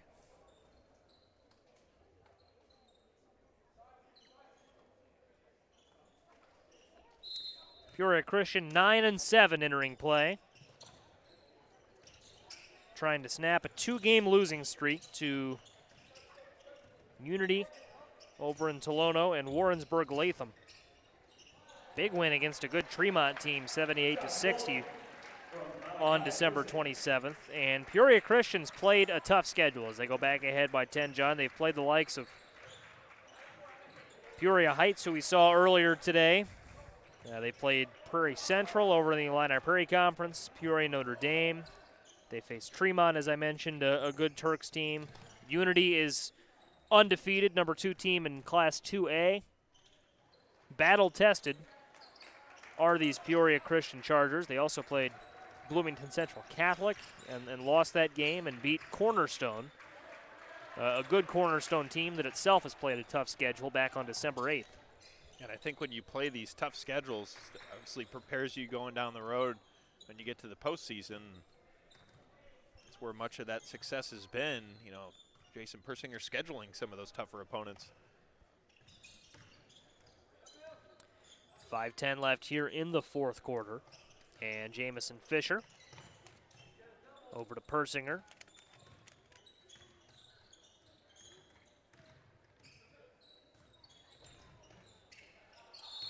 Persinger over to Walton, and that'll be a turnover. I would say here if Heyworth can get down the floor, maybe cut this to single digits, there's a chance you could see Feather come back into this game as we are now under 5 minutes to play. You would think they could utilize his size down there. Here's Moss all the way across the floor to Clawitter. And spinning and unable to score, Tyler Wills. Nice give and go there between. How good is Persinger, John? Malachi Persinger now has 18 points. He and Brickner trading off the lead for the Chargers, and a foul called there on the way up from Moss. He's similar to Paxton Gertz that we saw from Seneca's in the extent that these guys, the motor doesn't stop running. I mean, he plays hard the entire game. We've seen him in transition, almost every trip down the floor. And, a guy that really not only just excels on the offensive side of the ball, but it really gets his hands on almost every ball on defense. Checking in now for Peoria Christian, Elijah Ramsey.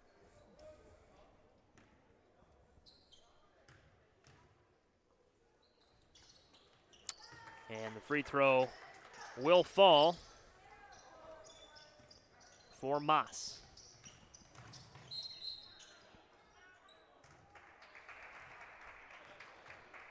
John, not out of it yet are the Hornets, but they've got to go quick. 11-point deficit, no shot clock, 4:14 to play. What's Michael Mosley saying to his team right now? Yeah, certainly it's going to come on the defensive end. You got to get a turnover. Here you see Nick Feather coming back in, so that's going to help add some of that disruption in the post where Peoria Christian has obviously shown they'd like to go here. Persinger, deep three. That might have ended the game had that gone in. Instead, Heyworth, the door ajar, down 11.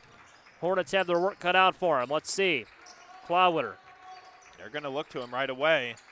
And Peoria Christian knows that. Three on the way. Won't go. Feathers wide open for the rebound. Loses it, and he's fouled. Here's the thing, too, though, Joe. You know that when they look down to Feather, you're going to see Peoria Christian swarm him down low. So he might not always get those touches. That's going to have to open the door for Heyworth to maybe start shooting some threes, because they don't have a whole lot of time. Feather can't finish there. Second chance, no. It's loose and tipped around. Moss gets it. Three at the top of the key, and he knocks it down. 8-point game. It's a huge three for Moss. Just like that, we have a whole new ball game. Hornets have to stack stops together, and with how good Brickner and Persinger have been, that's no easy task. It's Feather, pokes it loose. Remember, he's got to be careful with 4 fouls. That might be a jump ball. And that arrow will favor Peoria Christian. It's a defensive effort you like to see if you're Coach Michael Mosley. Not giving up at all on those plays. Inbound pass to the top, and we've not called Jacob Walton's name a ton. Brickner. That's going to be foul away from the ball, yeah. Okay. Wasn't sure they're originally called Heyworth ball. That'll stay with the Chargers.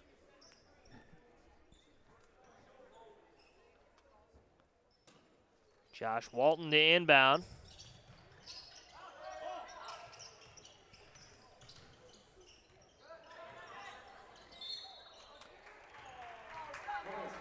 They did call that foul on Tyler Wills, you're right. And Wills quickly picks up fouls 2 and 3. That one's on Wills too. Both teams with 3 team fouls, as you see at the bottom of your screen. 2 more for either side, and that puts the other in the bonus.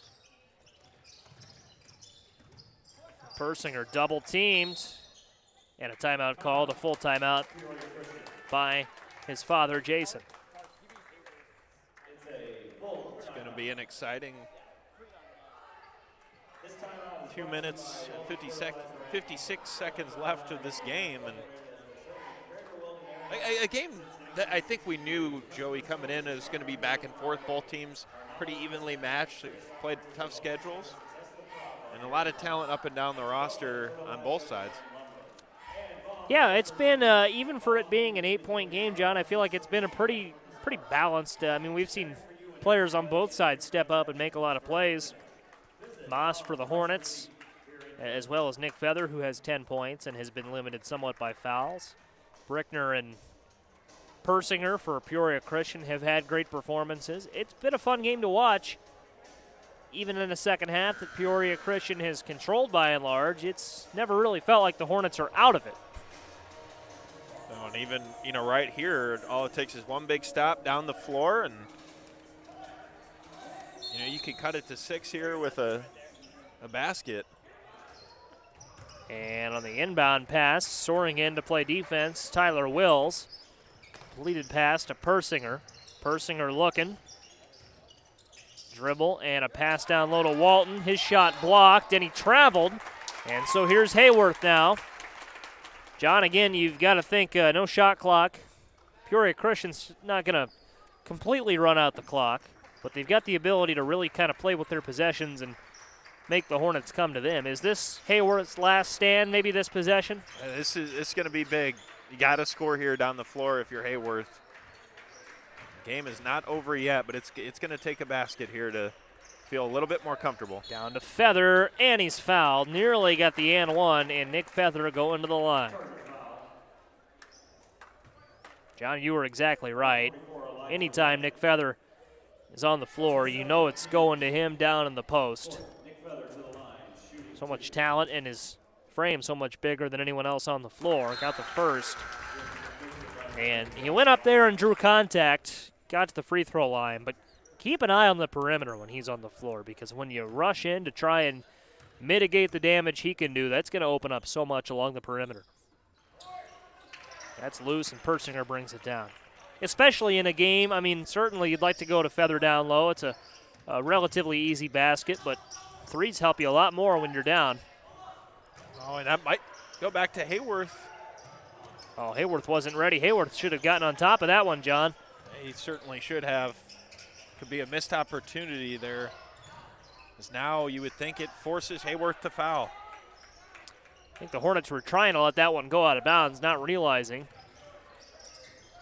that the Chargers were in such a position to recover that.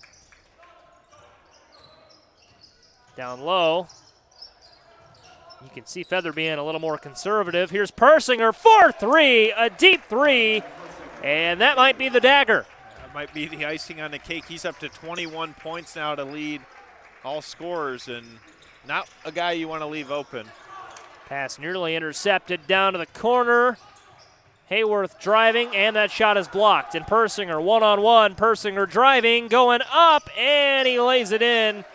And Malachi Persinger likely just dealt the final 2 blows to the Hornets' chances. He has put together a very impressive game in the first I've seen him play, and yourself, Joey, this season, but definitely a player to watch in the area. Hold the phone as Logan Mills knocks down a 3, and we've got a foul. Basket counts. After the basket, fouls called on 44, Elijah Ramsey. And the foul was away from the... Let's get this all sorted out here. That's 5 fouls on Peoria Christian and a foul away from the shot there. So that should be 2 free throws on the way for Nick Feather, who was fouled.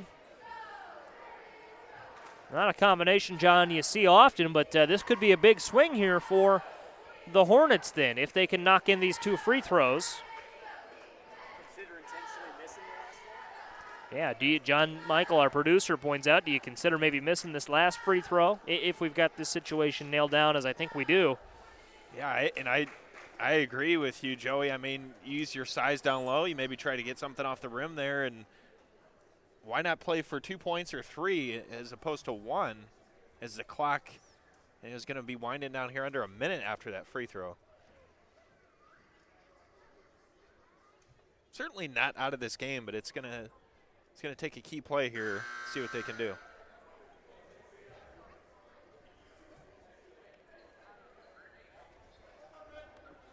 (64-55), minute 1 left to play. A lot of opportunities here.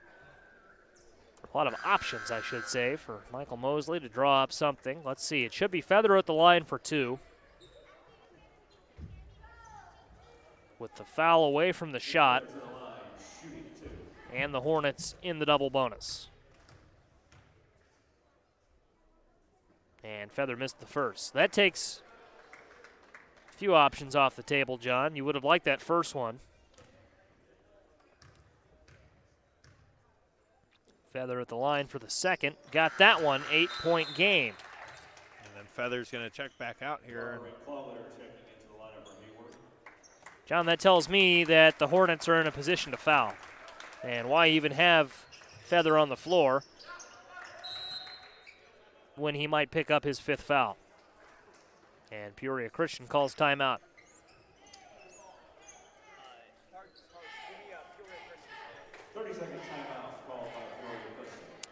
And you know, maybe that's a good timeout there. You could see they double teamed. I think if you're Heyworth, that might not be the guy you want to foul. Try to put somebody else at the line and maybe even play for a quick steal here on this inbound.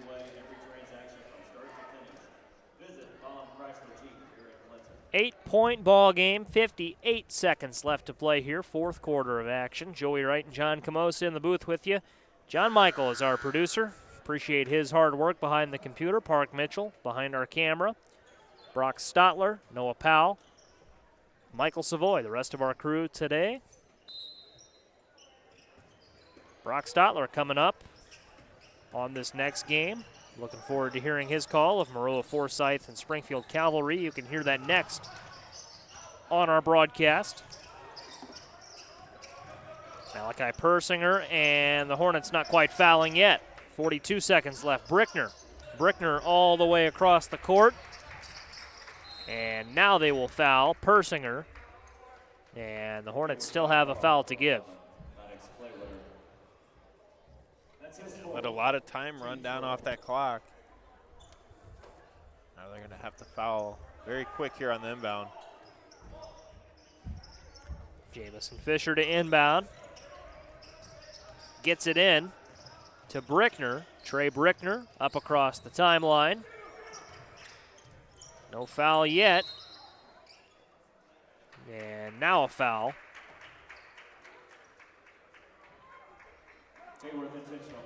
That was away from the ball, and they'll call that on Tyler Wills. An intentional foul.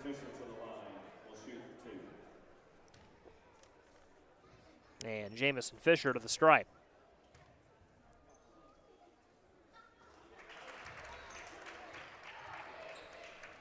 Big free throw there, and I like to think that should about do it.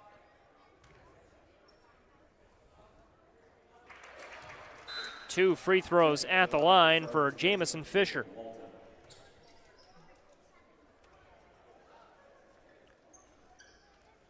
And Peoria Christian gets to hold on to it, and John, I think that's right. We'll see if Heyworth calls off the Dogs on the inbound. And instead, one more foul. And Josh Walton has a chance to put this one away. That's his first. Chargers in, double bonus. Pretty dominant performance there in the second half for Peoria Christian.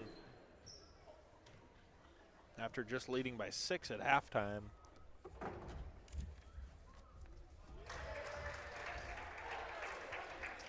First free throw falls for Josh Walton. He has 11 points now as he goes over the double-figure threshold. Off the mark on the second. Peoria Christian has everyone back. And we'll see if Heyworth can get one more bucket. They will, with 13 seconds left. Down to a 9-point game. Chargers will inbound, and that ought to do it with 5 seconds left. And Peoria Christian, a 67-58 winner over Heyworth at the 2024 Clinton New Year's Showdown. John, pretty complete showing for the Chargers tonight. We were right. Took 67 points to win it, and a great offensive showing from Malachi Persinger, who has 23 points. Yeah, it was a really impressive game there from Persinger to lead Peoria Christian, and great effort by both teams. Exciting game. I'm looking forward to this next one as well. Still got 2 more in store to end this evening here at Clinton. And those are going to be 2 fun ones, Maroa-Forsyth and Springfield Calvary coming up. And let's thank our sponsors before we get into a little intermission, starting with Marco Quick Grow. Reach out to discuss how Marco can help with your 2024 liquid fertility needs. Marco NPK Incorporated, 217-935-2178. By Harbrand Fertilizer, proud to support all of the players, coaches, and fans at the 2024, Clinton New Year's Showdown. Nate Ennis State Farm. Experience the difference of a friendly hometown State Farm agency. Contact Nate Ennis to discover how we can protect what matters most to you. Your peace of mind is our top priority. Like a good neighbor, State Farm is there. And Nate adds in, go Maroons. By Clinton Save-A-Lot, your one-stop destination for incredible savings. Experience the convenience of no self-checkouts and the expertise of real live butchers. From groceries to household essentials, we've got you covered. With Clinton Save-A-Lot, you can finally save big without compromising on quality. Visit today and start saving like never before at Clinton Save-A-Lot. Walker Flooring for all your flooring needs. By Weldon Fertilizer and Lumber Incorporated, serving the greater Weldon area since 1963. Customer service is our #1 priority. Our knowledgeable staff and experienced operators will help ensure a successful crop on your farm. And by Baum Chrysler Jeep, who believes in doing car buying and servicing right from the start. That means caring for you in every way, in every transaction from start to finish. Visit Baum Chrysler Jeep in Clinton. Take a quick break, throw our logo up for a little bit, and then we'll come back for Maroa-Forsyth and Springfield Calvary. That's coming up on ClutchSportsIL.com. Happy New Year, and congratulations to Peoria Christian, big winner over Heyworth.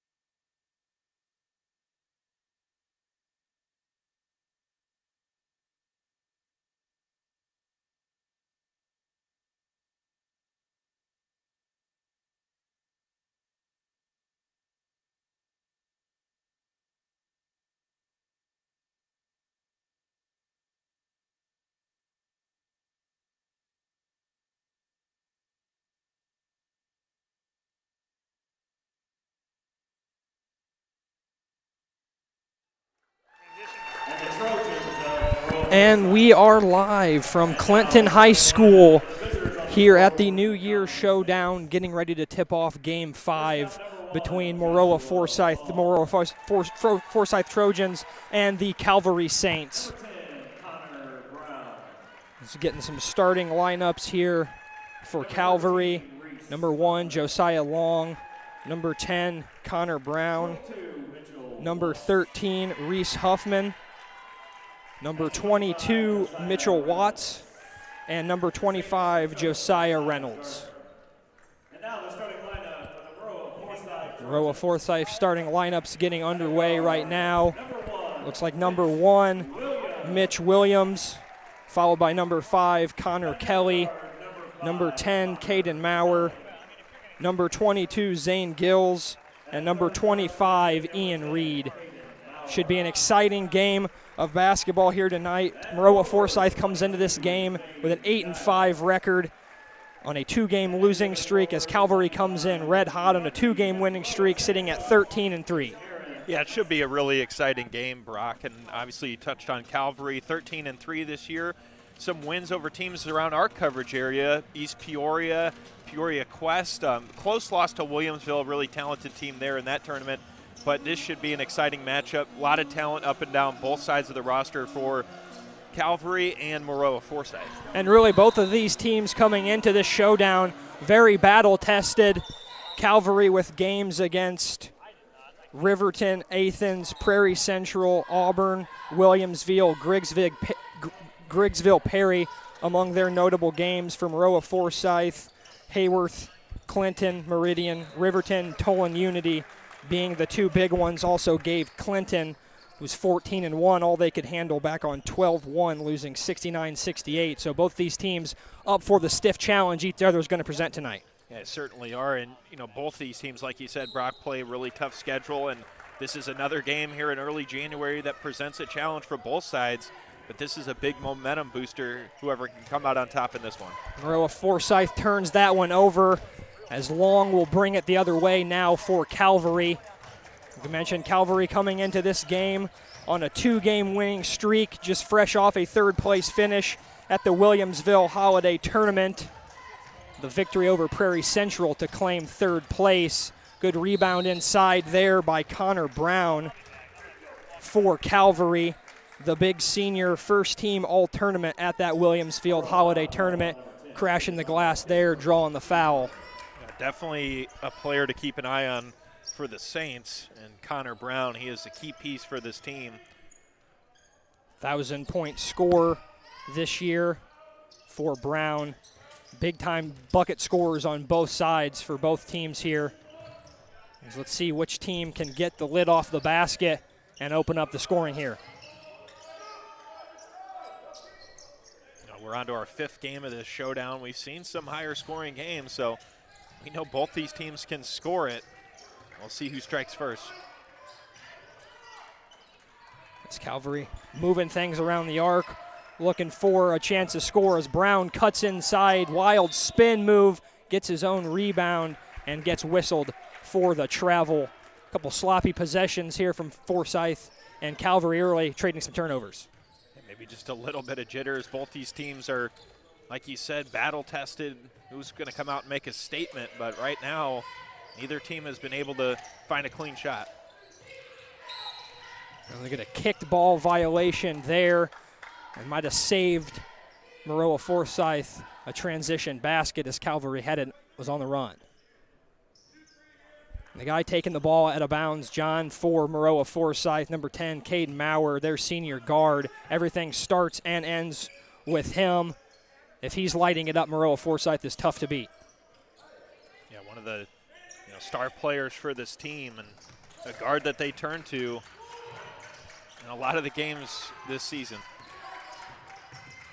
As there is Williams driving down the lane, gets the layup off the glass as Brown pulls down a rebound. And he's the other way for Calvary, pulls up at the free throw line, good. First basket of the game for Calvary, and the first basket of the game for Connor Brown hits the bottom of the net. The senior has his first basket of the showdown here. Good strong rebound inside there by Mitchell Watts as Brown has it now the other way, looking to attack. As Long with the head fake, can't get the jumper to fall. Maurer back the other way from Maroa-Forsyth. It's a nice move there from Maurer, and he takes a similar shot like Brown's on the other end, but couldn't get that one to go. Good hustle on the floor there. Can't see the numbers. I believe it's Gills and Huffman for Maroa-Forsyth and Calvary. Jump ball, possession arrow stays with Maroa-Forsyth. See what they can do on this half-court possession. Really haven't been able to get inside on Calvary.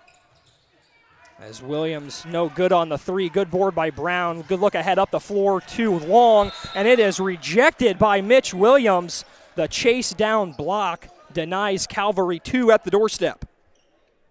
Good effort there, Joshua Long, the sophomore, tries to switch hands there for the layup, but just rejected. It's one of the cleaner blocks we've seen this tournament. Calvary will reset now underneath the basket. They try it inside here to Watts. He goes back out, now back inside to Brown. And Maurer nearly comes up with the steal. Heady play there from Maurer. Almost works out for the Trojans.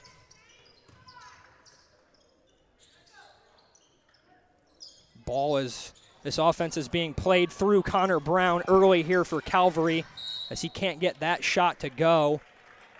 And the ball will go back over to the Trojans.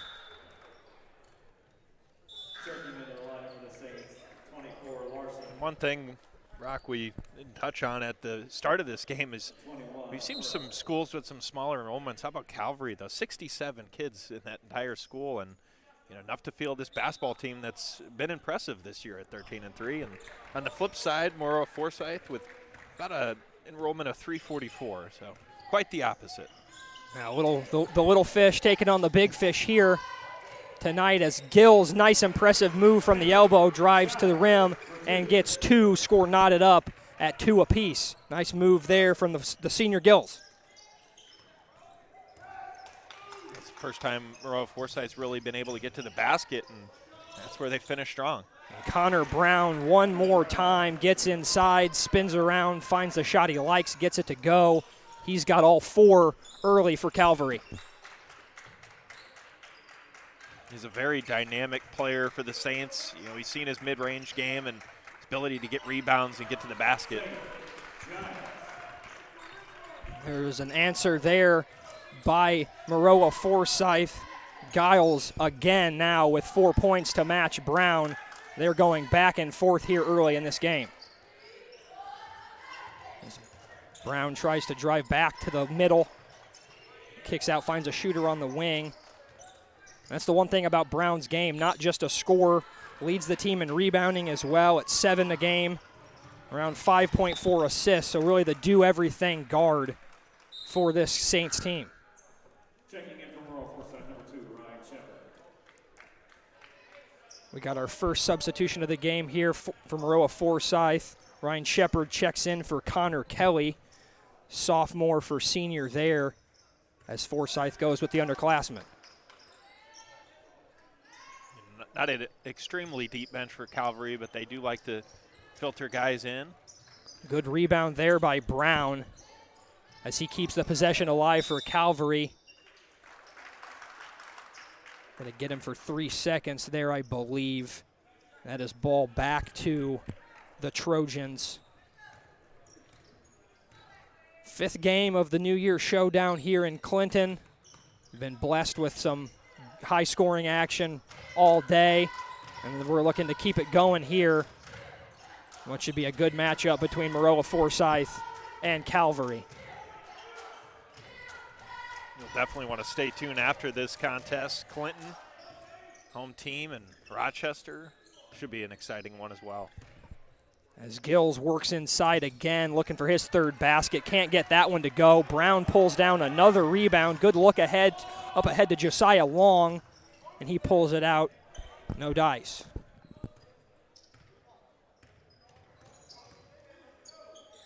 And Brown has really, been all around the basket, getting those rebounds that have opened up some plays. There's a big shot from Nolan McGrill, the first 3-pointer of the game. Gives Calvary a 7-4 lead off the bench for McGrill and knocks down the jumper. As Mitchell Williams drives right to the rim, gets in and scores. Almost miscommunication on the inbound there, but Calvary keeps it from going out of bounds. Yeah, good job from Long there. Saw that play through, goes off the foot of his teammate, but he's able to recover.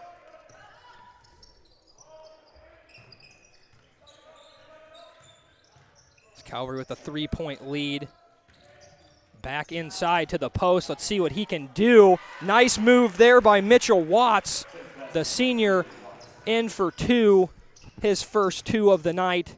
9-6 now in favor of Maroa-Forsyth, or in favor of Calvary. So it's been a good opening start here for Calvary. A back and forth game.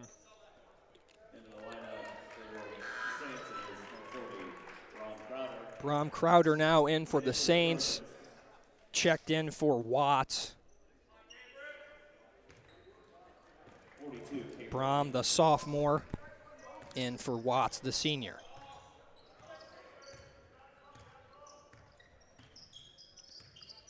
Patient possession here from Calvary. And it results in a wide open three as McGrill knocks down his second triple of the game. As he is feeling it early with 6 points to lead the way for Calvary. How about McGrill? Not a player you want to leave open. Athletic move inside there by Zane Gills. Gets the second chance bucket to fall. He's got 6 of Maroa-Forsyth's 8 points early as he is posing problems inside for the Saints defense. And they respond here with a turnover as well. Trojans able to get down the score and then get the ball right back. Chance to cut into this deficit here in the closing 30 seconds.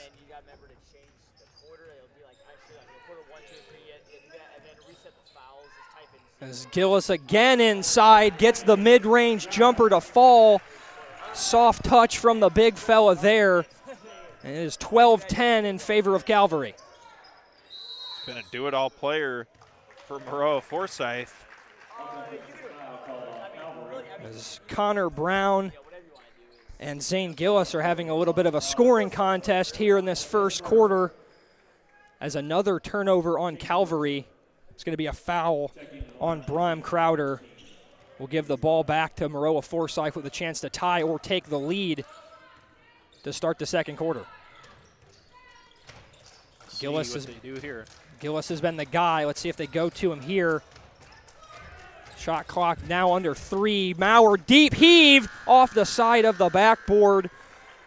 Calvary goes into the first quarter 12-10 over Maroa-Forsyth. John, a pretty exciting first quarter there. It was, back and forth, both teams trying to find their rhythm, and really sparked by Nolan McGrill for Calvary. Those 2 big threes, put them up ahead, but then talk about Zane Giles, how good he has been around the basket, and exciting first quarter here in our 5th game of the day.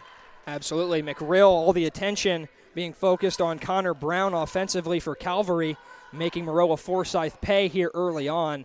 And, John, oftentimes that's how some of these games are won when these teams are so evenly matched. Obviously you want to get the production from your stars, but it's those X factors, those guys off the bench, like McGrill here in the first quarter, knocking down 2 threes, that could be the difference. Yeah, it certainly could. And, looking at both these teams' schedules, we've seen them play similar teams. Maroa-Forsyth's played Riverton. We've seen Calvary play Riverton. So, they've both went through some tough schedules here to start. And if you look at their rosters up and down, both teams have a lot of talent, off the bench and especially in their starting rotation. So this should be a game that I anticipate could be back and forth the whole way. If you're just joining us here, you missed a good and entertaining first quarter. Second quarter just getting ready to start between Calvary and Maroa-Forsyth here at the Clinton New Year Showdown. Calvary starts first with the ball here, looking to add to their lead. There's the man in the first quarter, McGrill, who hit 2 threes. He feeds Brown. Nice little 2-man game there. Brown in for 6. Nice assist there for McGrill. Yeah, really nice play executed there from Calvary, and that's the guy they're going to continue to go to. Brown one of their leading scorers. Connor Brown already showed his versatility, scoring once from the mid-range, getting inside for the last 2 baskets. Such a weapon for Calvary. As they feed Gillis inside, he's been the go-to man for Maroa-Forsyth. Chuck up a 3, can't get it to go. Good hustle there on the sideline by Mitch Williams, throws it off of Brown and steals the possession back for Forsyth.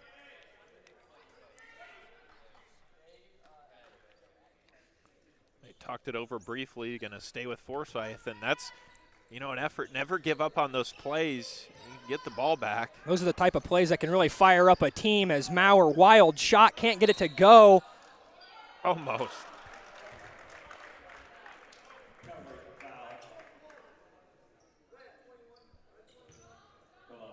As Andy Munjoy will go to the free throw line here for Maroa-Forsyth. First one up and good. Foul was on 21. That is McGrill for Calvary, his first, team's first. Second at the line. Also good. Friendly little shooter's roll. And we will have our first timeout of the game here, as it is 14-12 in favor of the Saints.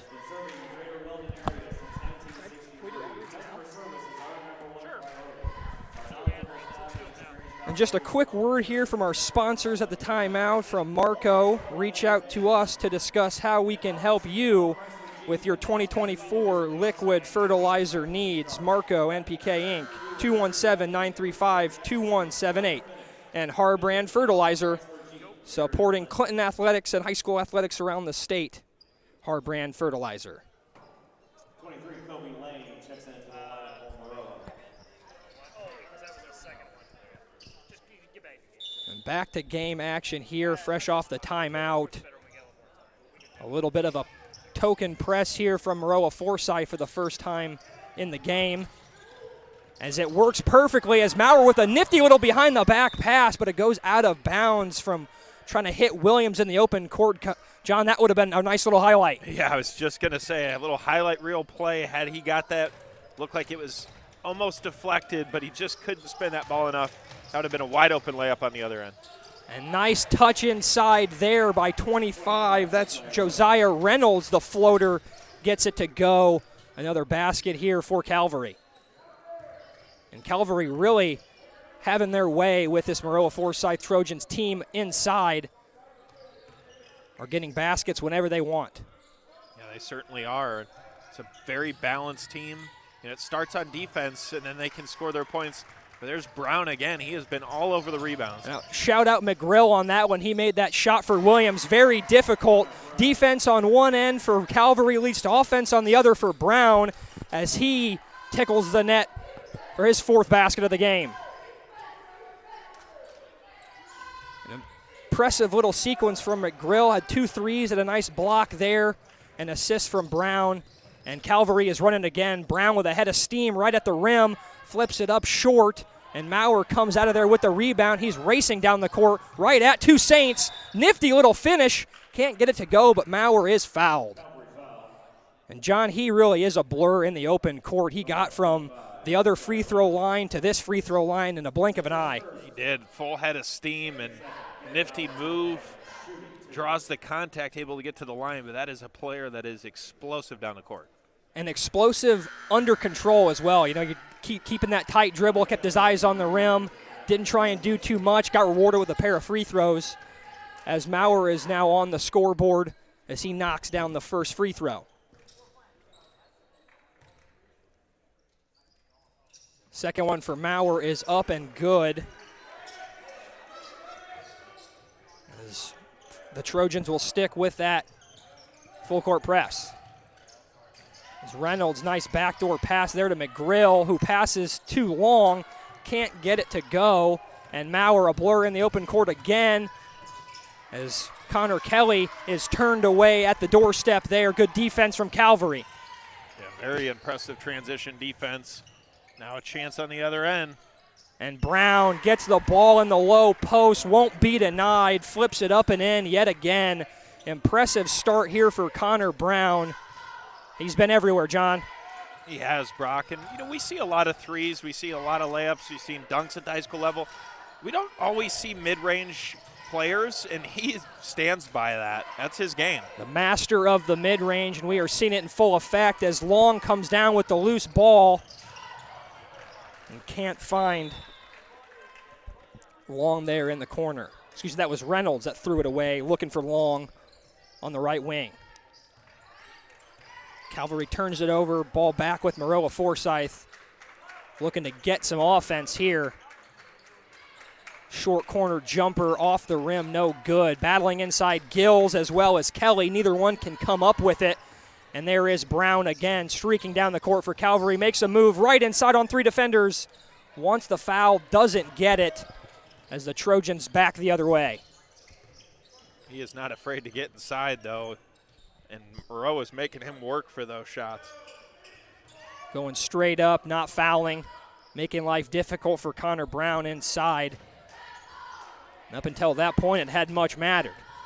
See if Maroa-Forsyth can get a basket here. Feels like they haven't made a field goal since the very beginning of this first quarter, or second quarter. As Maurer now looking to attack, flips it up, no good. Gills poked it away, but it will remain with Calvary. That was a good effort there from Gills. Almost poked it off of Brown, but it's going to stay with Calvary. As Huffman now, nice feed inside there to Reynolds. As Puffman finds Reynolds for another basket right there at the rim. And Calvary's done a really good job, John, of just breaking down the press and getting shots right at the rim. I was just going to say a lot of different scores on this Calvary team. I've been impressed. You got all 5 guys that can go out there and get you baskets. As Connor Kelly knocks down the 3. Big shot there for Maroa-Forsyth as they cut the lead to 5. Massive shot there for the Trojans here early in this game. Yeah, that was big. That was the shot they needed as Calvary was starting to build their lead, but they cut right back into it with that 3. And one thing to mention, John, one of the big weapons for this Calvary team is on the sidelines right now, not in uniform tonight. That is Luke Blackford, the sophomore who joined Connor Brown on that all-tournament team. He was second team in Williamsville. He's really been their go-to scorer, so you only wonder if he was on the floor just how much dangerous this Calvary team would be here today. Yeah, I mean, they're impressive without him, but you got to think, Brock, like you said, with him on the floor, that's why their record is so impressive this season. And, sometimes when you're down a guy, you got to prove that you can still win these games. And right now with this early lead, Calvary's looking every bit the part. McGrill and Watts are stepping right into that role and really not missing a beat. They've made some big plays here early to chip in to that 22 points on the scoreboard.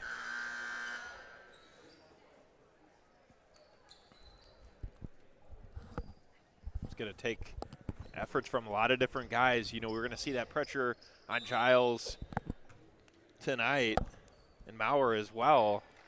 So it's going to lead to some other guys to score, which we've seen from Maroa-Forsyth. McGrill looking inside for Brown again. Good pass there by McGrill to fit that in there.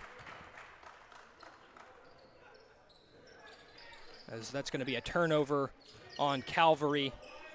Ball back to Maroa-Forsyth.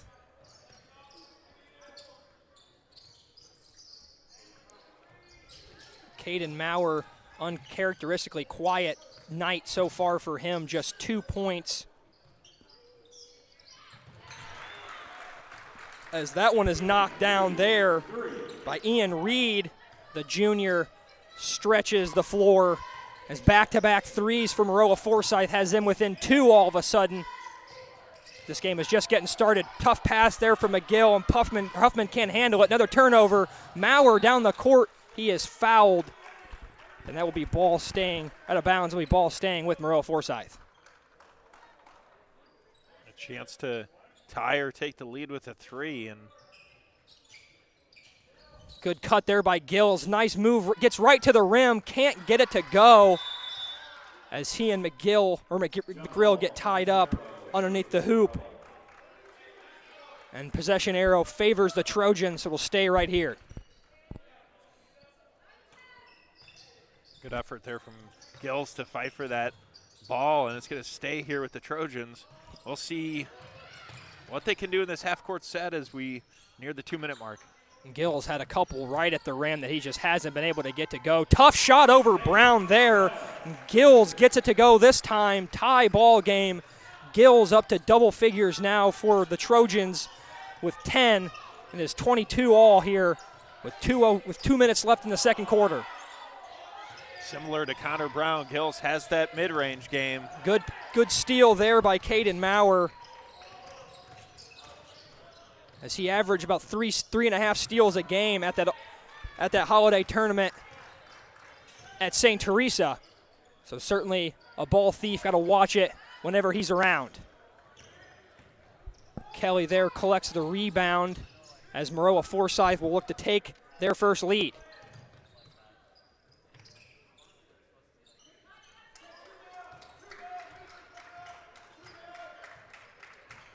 Maurer here wants the screen from Gills, passes it to Williams. Back out to Maurer, who looks like that was tipped by Huffman. Good follow underneath by Kelly, can't get it to go. Brown out in transition, and he turns it over. Williams now, wild couple possessions there as Gills right to the rim, tough layup, and he is fouled. And he will go to the free throw line. Wild little sequence there, John. Yeah, it was just all over the place, and as we near under the minute mark, it's big free throws here from Giles to try to put them back ahead. Foul for Calvary was on Josiah Reynolds, his second, team's third. The first free throw for Gillis is not good. As Brady Doss checks in for Calvary and Ryan Shepard checks in for Maroa-Forsyth. Second one at the line from Gills is good. He's got 11 in the first half. Maroa-Forsyth leads 23-22. Calvary could play for the last shot if they want. You got Brown right where he wanted it, calling for it, got it, looks to go make his move, nice spin. Finds a shooter on the perimeter, almost gets that one to go as Williams clears for the Trojans as they will play.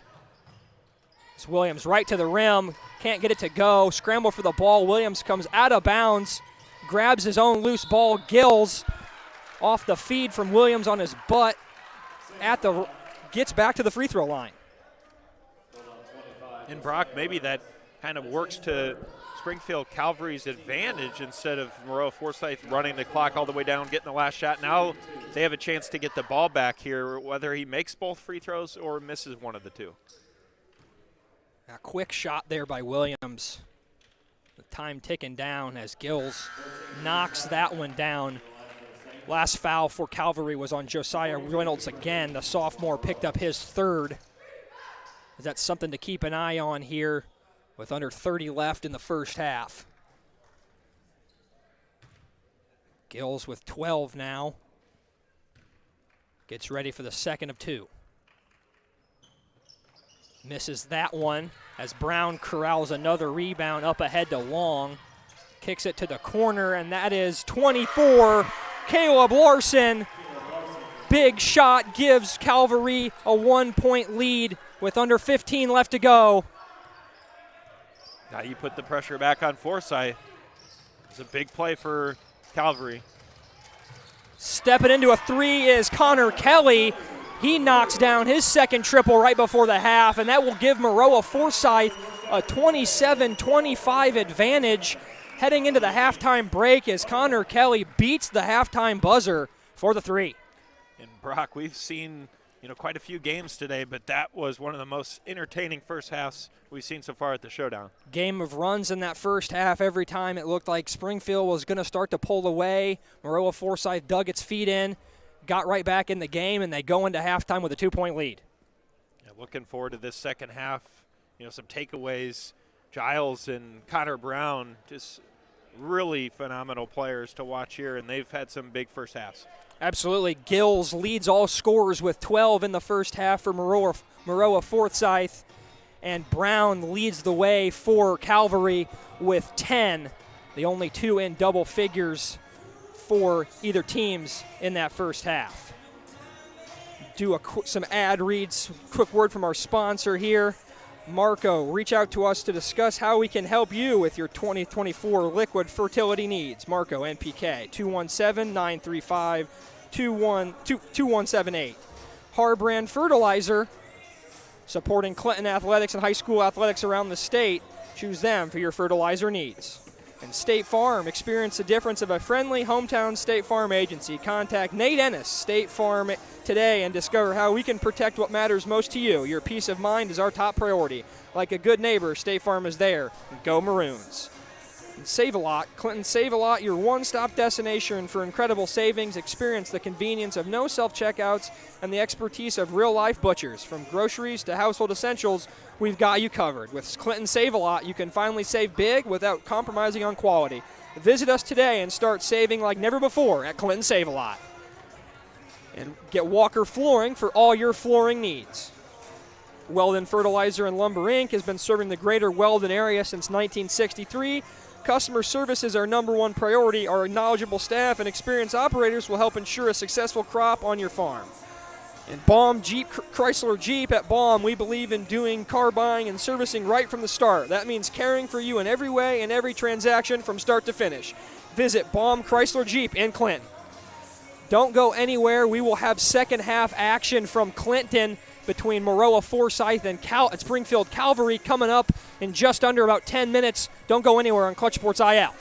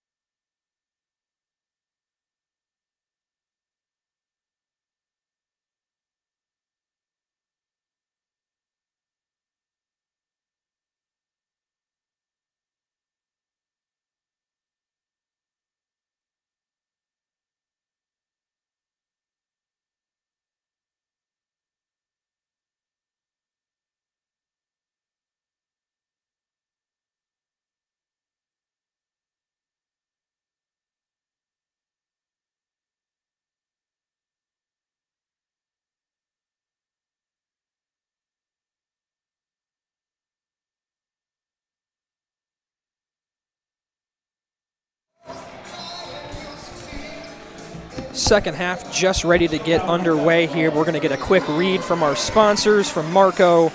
Reach out to us to discuss how we can help you with your 2024 liquid fertility needs. 217-935-2178. And Hart Brand Fertilizer, a proud supporter of Clinton athletics and high school athletics all around the state. Make them your choice for your fertilizer needs. Experience the difference of a friendly hometown State Farm agency. Contact Nate Ennis, State Farm today, and discover how we can protect what matters most to you. Your peace of mind is our top priority. Like a good neighbor, State Farm is there. And go Maroons. Clinton Save A Lot, your one-stop destination for incredible savings. Experience the convenience of no self-checkouts and the expertise of real-life butchers. From groceries to household essentials, we've got you covered with Clinton Save A Lot. You can finally save with big without compromising on quality. Visit us today and start saving like never before at Clinton Save A Lot. Back with game action here as Gillis jumps the passing lane and is stripped there by Josiah Long. Look as Maroa-Forsyth looking to get out to a fast start to the second half. Good defensive play there by Long to knock it away. Yeah, you're playing with that lead, and 10 seconds into the game, almost another basket transition to add to it.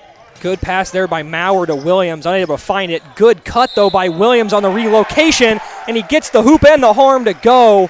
Williams to the line for the three-point play. Quick start here for Maroa-Forsyth. It's exactly what they wanted coming out of that halftime locker room. As Williams unable to get that one to go. Gillis, however, rips the ball out of Brown's hands on the miss. And ball will stay with Maroa-Forsyth after that one is tipped out by Connor Brown. And a good decision there by Williams not to get lost after he shot the three, gets right to the rim, and is rewarded with the hoop and the harm. As Gills was the main man for Maroa-Forsyth, he goes the give and go there with Williams at the high post. Nice action there as Williams gets to the rim, as he's up to 6 points now for the junior. Really nice offensive action here, John, coming out of this first half here for Maroa-Forsyth. Yeah, they're starting to turn it up. And obviously, playing a talented team like Calvary, you want to try to build on that lead. As we saw in the first half, no lead is safe. Maroa-Forsyth was trailing for much of that first half and took a lead into halftime on a buzzer beater by Connor Kelly, as he gets a steal there for Maroa-Forsyth, and he gives it to Maurer, who's back the other way, finds Williams again in the corner. Miscommunication. Good save there by Maurer to prevent the over and back. Yeah, great effort, keeps the play alive.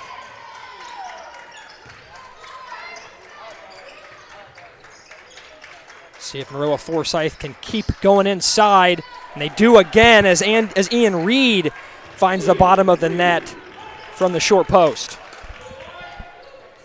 There's Connor Brown, he's clapping his hands, calling for it. He doesn't want to see his team behind too far. As he gets a wide open look for Mitchell Watts, who airballs that one, and good tip out there by Watts to keep that, to prevent a likely layup there from Maroa-Forsyth in transition. Yeah, couldn't get his three to fall, but gets back on defense. Like you said, Brock, able to bat that one away. As Gills and Williams run their action again, it results in another basket for Maroa-Forsyth. Williams having his way in this quarter. 6 points for Mitch Williams. Yeah, quiet in that first quarter, but or I should say in the first half, but really has turned it up, Mitch Williams. There's Connor Brown looking for his first basket. Passes it back as Long gets to the rim, and he is fouled. As just Joshua Long, the sophomore, That's his first, team first. Checking into the lineup, was hacked. 24, Larson at 25. Got the foul on Connor Kelly for the Trojans, his first, team first. See what Calvary can do here to counter the early punch by Maroa-Forsyth. It's going to start with that guy right there. Brown trying to create something. He gets it back in the post. That's where he was so dangerous in that first half, finding his teammates as he does again, as that is Watts, as he can't knock that jumper down. And they're going to get a foul on the box out by Mitch Williams, him and Brown battling hard. And Williams is the guilty party there. Yeah, kind of pulled Brown down, and now another chance here for Calvary as they trail by 10 now after a back and forth first half. Got to get some offense here quick. If you are Calvary, let's see where they go for it. As that is Larson, who looks like he was trapped in the corner, gets right to the rim but can't finish. Springfield Calvary can't take the rim off the basket here to start the second half. Gets right to the doorstep and gets turned away. Yeah, it was a great look there for Calvary, but Larson just couldn't get that one to fall. I was surprised Larson was even able to keep his feet in bounds there. They had him trapped in that coffin corner, and he just skirts right along the baseline, got to the rim, couldn't get it to go.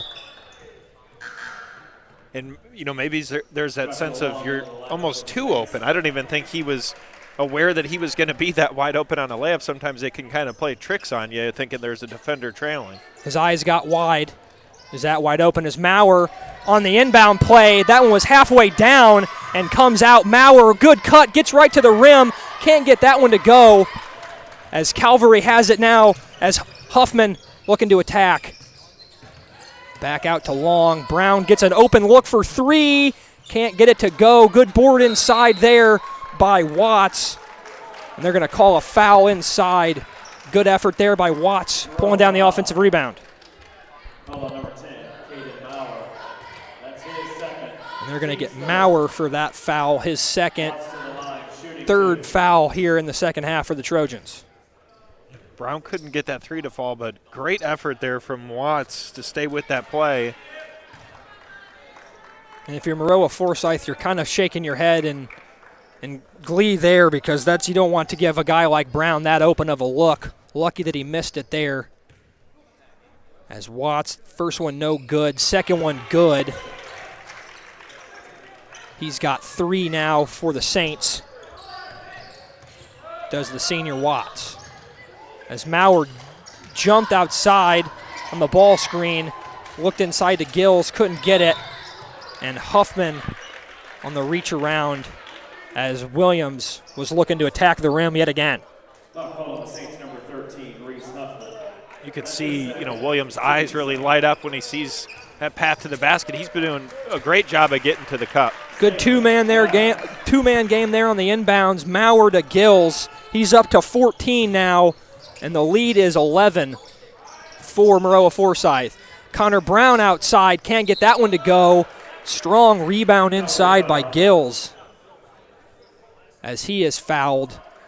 And John, we've seen a change in philosophy here in the second half from Maroa-Forsyth. They are getting everything at the rim, no jump shots, attacking downhill, and living at will in that paint. Yeah, I think that's, obviously they know where their strength's at, and it's paying off right now in a big way.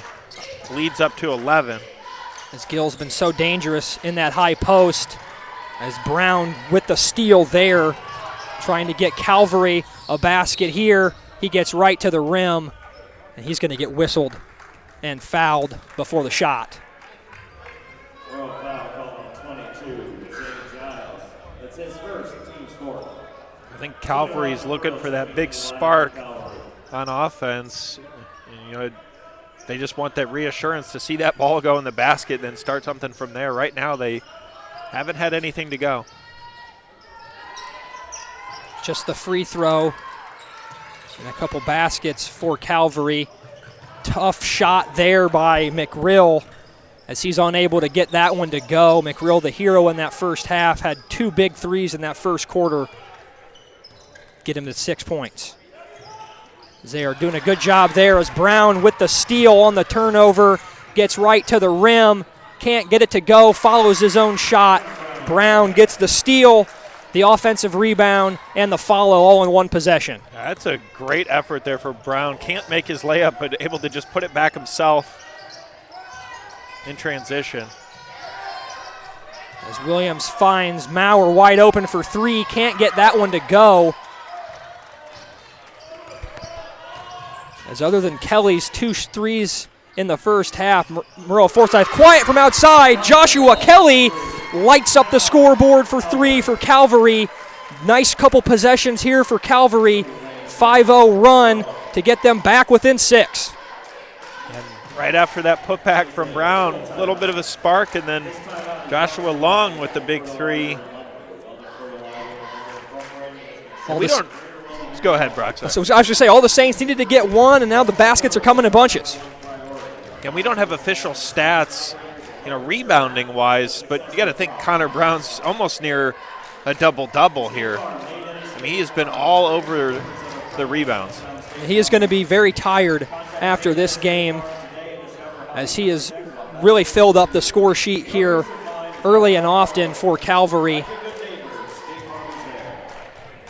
The seniors got 12 points, as well as what John just mentioned, what seems like at least upwards of 10 rebounds. A couple steals, a couple of assists as well.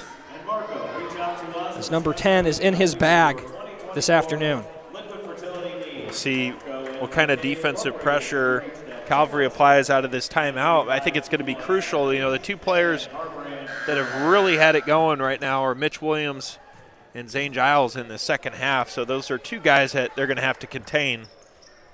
And they've been double teaming Maurer on these ball screens, jumping him, and I wonder if that's his size at only 5'7" is having anything to do with that. We've seen a couple of turnovers. He navigates it well there, though. Gets it to Williams in the corner. Now Maurer on the attack. Back out to Reed. Reed for three. Can't get that one to go. Good hustle again from Williams. And he throws it off of Calvary to steal yet another possession for the Trojans. Mitch Williams made a couple nice hustle plays here in the second half and the first half as well. Yeah, that was a great effort there.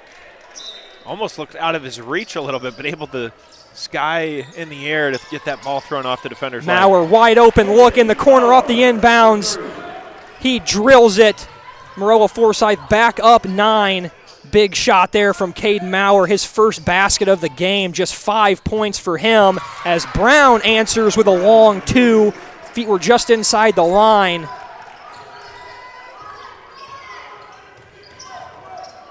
About 85% of his points have come from that mid-range shot. It's really been working for Brown. As Gills to Reed there, a little two-man game. Good rebound and pass ahead by Brown to Long, who finishes it off. There's Connor Brown. Excellent vision up the floor. Good run out by Long, and that'll force a Maroa-Forsyth timeout. Good defense to good offense there for Springfield Calvary. It's been an exciting game for those of you watching at home on our broadcast. Get your popcorn ready. Should be an exciting last minute and a half and then fourth quarter. And as we've seen, John, these last couple possessions, Maroa-Forsyth, I don't know about settling, but taking some long-range jump shots, not falling, and that is those empty possessions. Springfield's turned those into baskets on the other end to trim this lead. Look for Maroa-Forsyth to continue to look to attack the paint where they've had all their success in the second half. Yeah, and we've seen some of those runouts in transition. I think Calvary really trusts that Brown's going to get those rebounds down there, and we've seen him start to run that play. He goes up and gets a rebound, and Long's already in transition, and that paid off just there. As Brown out front on Gillis now. Good on star. As 23, Lane gets right to the rim, can't get it to go. Maurer with the ball back, out to Williams, wide open 3, can't get it to go. As they're going to get Reed inside on the shove, going for the rebound. That's a big turning point there. Forsyth, chance to extend that lead on their possession, but it's going to go back to Calvary now. Only down 5. And Maroa-Forsyth has been getting good looks on these jump shots as well, as that will send Caleb Larson to the free throw line. Larson made a nifty move on the baseline a couple possessions ago. Couldn't get it to go. See if he can get on the scoreboard. See if he can add his 3 points on the scoreboard. First one is no good. That foul on Reed, his first. Trojans 5th. As Larson, second one up and good. Splits a pair at the free throw line. 4 for Larson, a 4-point lead for Maroa-Forsyth, under 50 seconds left. As Williams, another wide open jumper, can't get that one to go either. Good effort there from Watts. See what Calvary can do. Huffman jacks one up, he got it! It's just a 2, foot was on the line. Another long 2 for Calvary. They are right back into it yet again. Huffman drills the jumper. As Maurer looking to attack, kicks it out. Lane, air ball, and they're going to get. Was that foul on Calvary, I believe? Or no, Maroa. So that will send Calvary back to the line. What a sequence here in the final seconds.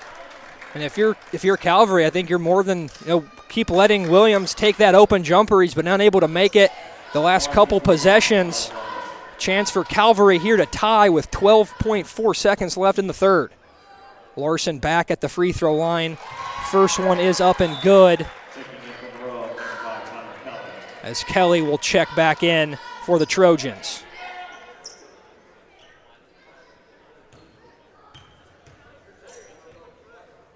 Second one from Larson is up and good.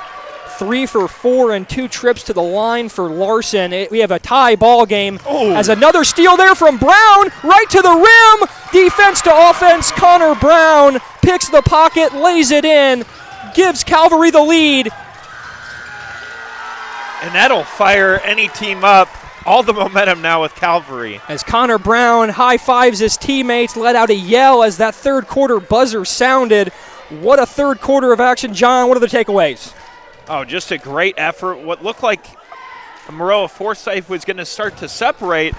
Calvary had some big baskets down the stretch there. They were able to draw some contact, and then Connor Brown, how about that steal, ultimately to put him ahead too. But that was an exciting third quarter. Don't go anywhere, folks. We've got the fourth quarter coming up in just a second. Quickly, a word from our sponsors. Reach out to us to discuss how we can help you with your 2024 liquid fertility needs. Marco NPK Inc., 217-935-2178.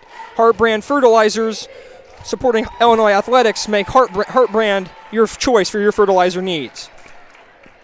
State Farm, experience the difference of a friendly hometown State Farm agency. Contact Nate Ennis, State Farm today, and discover how we can protect what matters most to you. Your peace of mind is our top priority. Like a good neighbor, State Farm is there. Go Maroons. Walker Flooring for all your flooring needs. Weldon Fertilizer and Lumber has been serving the greater Weldon area since 1963. Customer service is our #1 priority. Our knowledgeable staff and experienced operators will help ensure a successful crop on your farm. Baum Chrysler Jeep. At Baum, we believe in doing car buying and servicing right from the start. That means caring for you in every way and every transaction from start to finish. Visit Baum Chrysler Jeep in Clinton.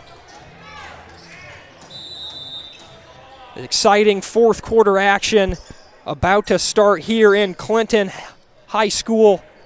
42-40 our score as the Calvary Saints lead the Maroa-Forsyth Trojans here starting the fourth quarter. Williams inside. Mitch Williams, good basket inside on the feed from Caden Maurer. And we are knotted up once again as Mitch Williams leaves the three-point line behind, gets back to what he does best, and gets right inside. Only 2 points in that first half for Williams, now up to double figures. He's really had a big second half here for Maroa-Forsyth. And the Trojans have needed every single one of his points so far. As we've got an instant classic here in Clinton. Ball will stay with the Saints after Maurer tipped it out of bounds. And after that basket from Williams, you see Forsyth putting on that pressure. They know Calvary has been hot right now. Larson hit 3 free throws toward the end of that half as that one goes through the hands of Huffman and out of bounds. Calvary turns it over. Ball back to the Trojans with a chance to retake the lead. Big trip down here for the Trojans. Neither team giving up an inch. Anytime one team is punched, the other team has found a counter almost immediately. As Maurer back to Williams, been the hot hand. Williams right to the rim. Can't get that one to go. Good defense there from Larson to make that a little bit more difficult. Brown now with it, the lead man for Calvary.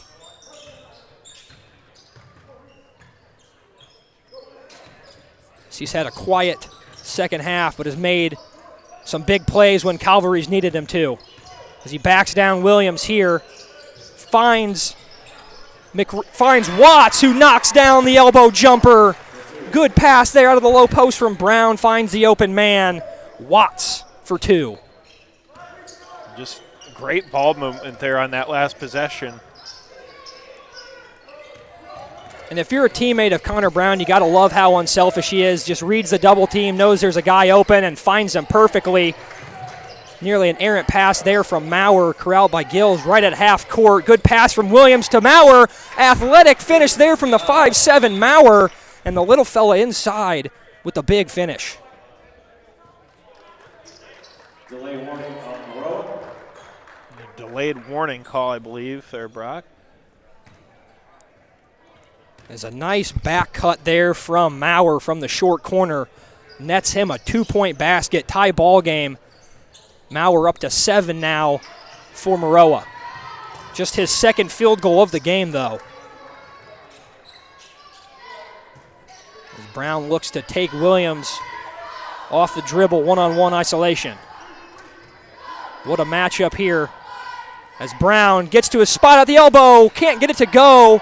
Another good look from Connor Brown, though. Can't get that one to fall. Yeah, he wanted that one to go, but good defense there from Williams, able to contest a little bit. Good cut there by Colby Lane. Can't get it to go, though. Pass up ahead to Watts. Athletic move through the contact. Watts gets it to go. Calvary out and running. It's been successful for them all evening. They get one to go there. Hoop and the harm for Calvary. And how good has Watts been? Watts to the line for 3-point play. In this fourth quarter, a big jump shot there from mid-range and then completes a 3-point play. That's the spark you need. 5 quick points for Watts. And he's got Calvary back in front, 47-44, with just over 5 minutes left to play in this exciting fourth quarter. Maurer from deep 3-point range. That one halfway down. Can't get that one to fall. Had one like that just in the first half as well. Kelly answers with a 3. Tie ball game. Connor Kelly, his 3rd triple of the ball game. And John, one side scores, the other side answers almost immediately. Yeah, this has been quite the matchup. Good move there by Brown. Spin move right to the rim. Connor Brown putting on a show here. Little spin move there. Gets right to the rim. Just such a talented player here. Great spin move, and just like that, both teams going back and forth. Calvary with the upper hand. And both of these teams giving each other everything they've got. Instant classic here in Clinton High School in Game 5 of the New Year's Showdown with one more left to follow. This might be the game of the day here. It's like that game leading up to the main event, but right now this feels like a heavyweight bout. Absolutely. Pair of, as Calvary, the small school, doing the punching here to start the fourth quarter up 2. Enrollment of just 67, as we were mentioning earlier in the broadcast. Just really remarkable when you think only 67 kids to have enough to play a basketball team and have a pretty good rotation on top of that as well. And to have 13 victories in your first 16 games, just a credit to this coaching staff of Tibbs Gardner over there at Calvary. Yeah, we got the rosters here in front of us, Brock, and you look down at your players, and then you see off to the side the cheerleaders, almost 12 to 13 cheerleaders. It's almost like half your school is made up right here on the basketball court. As we are getting ready to resume action here from Clinton High School, Game 5 of the New Year Showdown.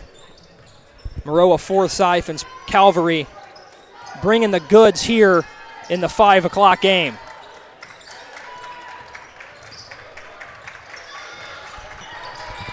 Quiet second half for Gills for Maroa-Forsyth after being the go-to option in the first.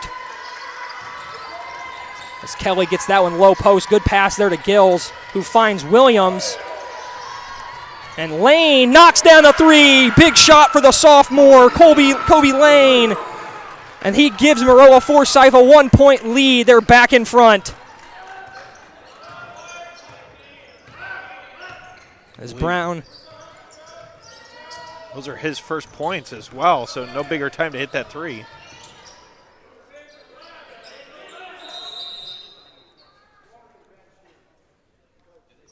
Bench warning against Calvary. Calvary's bench gets a warning there, and we'll get a sub. Ian Reed for Maroa-Forsyth in for Connor Kelly. A little big for small there. Reed standing at 6'2". Gives the Trojans a little bit of size. Brown thought he was going to take it, decided against it. Inside now to Huffman. See if Calvary has an answer. So far, every time Maroa-Forsyth has scored, they have. It's good defense here from Maroa-Forsyth, not giving anything to Calvary. Long from the corner, got it again! Joshua Long, another three. Calvary back out in front. Back and forth action continues here in Clinton. And he loves to spot up in that corner, and that's his sweet spot. And a credit there for Huffman to find him on that baseline drive as well. Good awareness, getting near the out-of-bounds line under the basket. Good, nearly a steal there by Brown. Would have got this Calvary crowd going. Yeah, Brown saw that earlier in the game. So good at those takeaways. They're just looking for that big steal in a basket. Maurer gets right into the teeth of the defense, flips it up. Hung on the rim, can't get it to go. Caden Maurer has missed about 4 or 5 shots by a matter of inches. Long down the court from Brown. Another one. 5-0 run from Joshua Long. Connor Brown with the full court find yet again. And Springfield Calvary calling the Calvary. They're getting them running. Almost a steal there, too, from Huffman. And they are really aggressive, shooting the gap on any of those long court passes. Calvary looking to jump the passing lane at any time. Good pass there from Williams to Gills. Good finish there inside by Gills. Quiet second half for him. First time we've seen him score in a little bit. Nice patient pass there from Williams. Didn't panic and force up a bad shot. Kept his eyes up. Found his big man cutting to the rim. Big basket there for Maroa-Forsyth, cutting this lead to 2.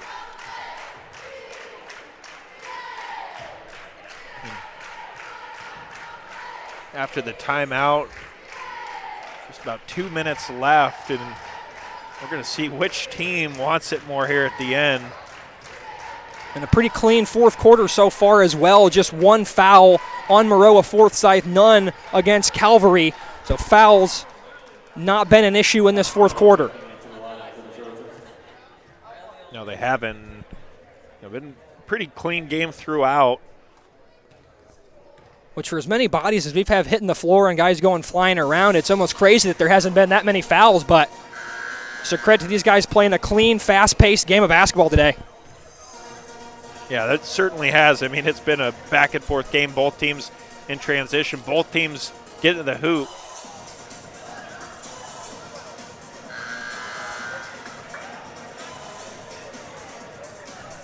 .201 left here in the fourth quarter. Springfield Calvary with a 2-point lead. If you're just tuning in, you came at a great time as we've got crunch time basketball and what's been a good one all afternoon between the Saints and the Trojans. It'll be Saints ball here on the inbound. Maroa-Forsyth started with a little bit of pressure, backing off into it now. Just straight man-to-man.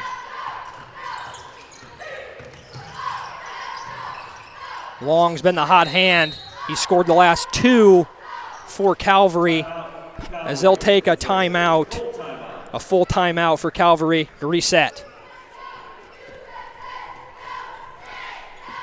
We'll get a quick word here from our sponsors. Experience the difference of a friendly hometown State Farm agency. Contact Nate Ennis, State Farm today, and discover how we can protect what matters most to you. Your peace of mind is our top priority. Like a good neighbor, State Farm is there. Go Maroons. In the Clinton Save-A-Lot, your one-stop destination for incredible savings. Experience the convenience of no self-checkouts and the expertise of real-life butchers. From groceries to household essentials, we've got you covered. With Clinton Save-A-Lot, you can finally save big without compromising on quality. Visit us today and start saving like never before at Clinton Save-A-Lot. Walker Flooring for all your flooring needs. Weldon Fertilizer and Lumber. Weldon Fertilizer and Lumber has been serving the greater Weldon area since 1963. Customer service is our #1 priority. Our knowledgeable staff and experienced operators will help ensure a successful crop on your farm. Baum Chrysler Jeep. At Baum, we believe in doing car buying and servicing right from the start. That means caring for you in every way and every transaction from start to finish.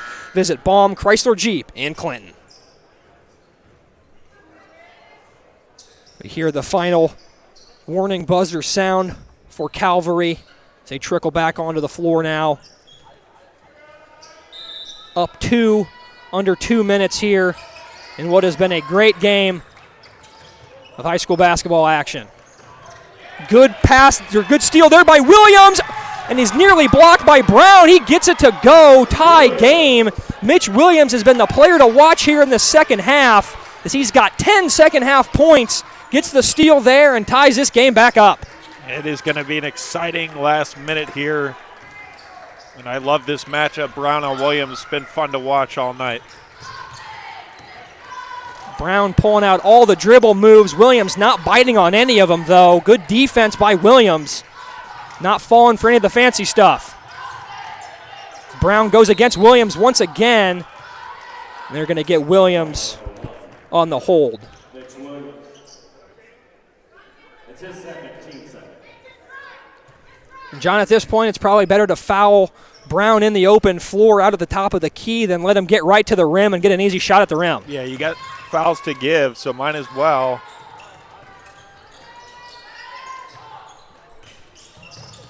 As Long scored the last 5 for Calvary. Gets it back to Brown. It's been him and Brown and Long today. Brown yet again from the elbow. Can't get it to go. Long battling inside. Can't pull it down.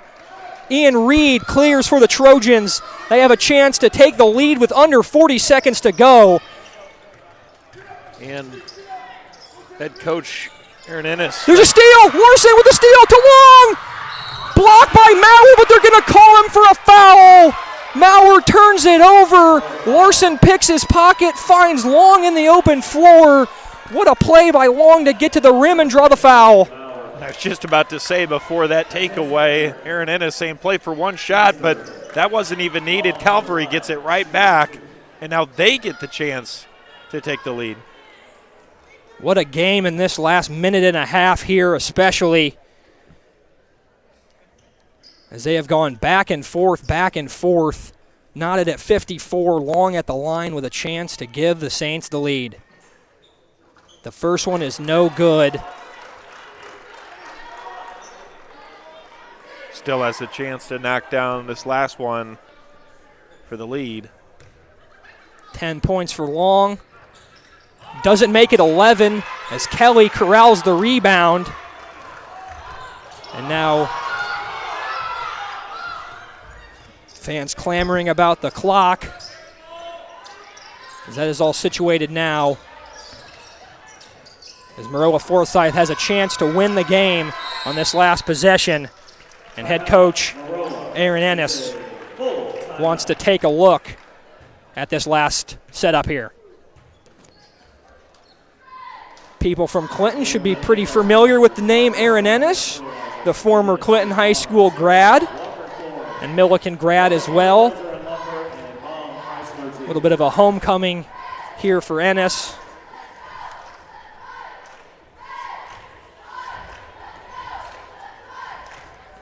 Sure, he's been through this gym a few times.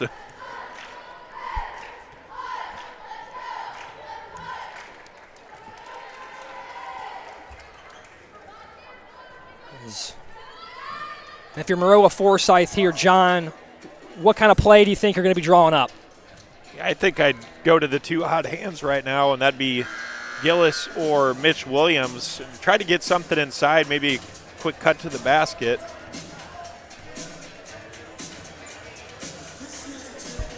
We mentioned Mitch Williams kind of caught in fire here for the Trojan in the second half. Just 2 points in the first two frames, has stepped up to the tune of 10 points here in the second half to aid Maroa-Forsyth in this tie ball game. Brown leads all scorers for Calvary with 18. Near disaster there for Maroa-Forsyth as Maurer dribbled it off his leg, did it again, still gets it back. Maurer to Williams from the corner for the win. He got it! Williams for the go-ahead shot. They don't get it off. It doesn't count. Mitch Williams wins it for Maroa-Forsyth. There goes that man once again, John. Mitch Williams, what a game he had, especially in the second half, and then the icing on the cake with the game winner. Unbelievable game. No hesitation from Williams, knew the clock was winding down, flipped it up from the short corner, got it to go. What a ball game what a win there for Maroa-Forsyth in an instant classic. That was one of the best games we've seen all day, and it'd be tough to top that one. That was down to the final seconds. As Williams plays hero in that second half, 12 of his 14 in the second half, including the big game winner. As Maroa-Forsyth will improve to 9-5 on the year and get one of their biggest wins of the season since beating Warrensburg, Latham, and Sullivan.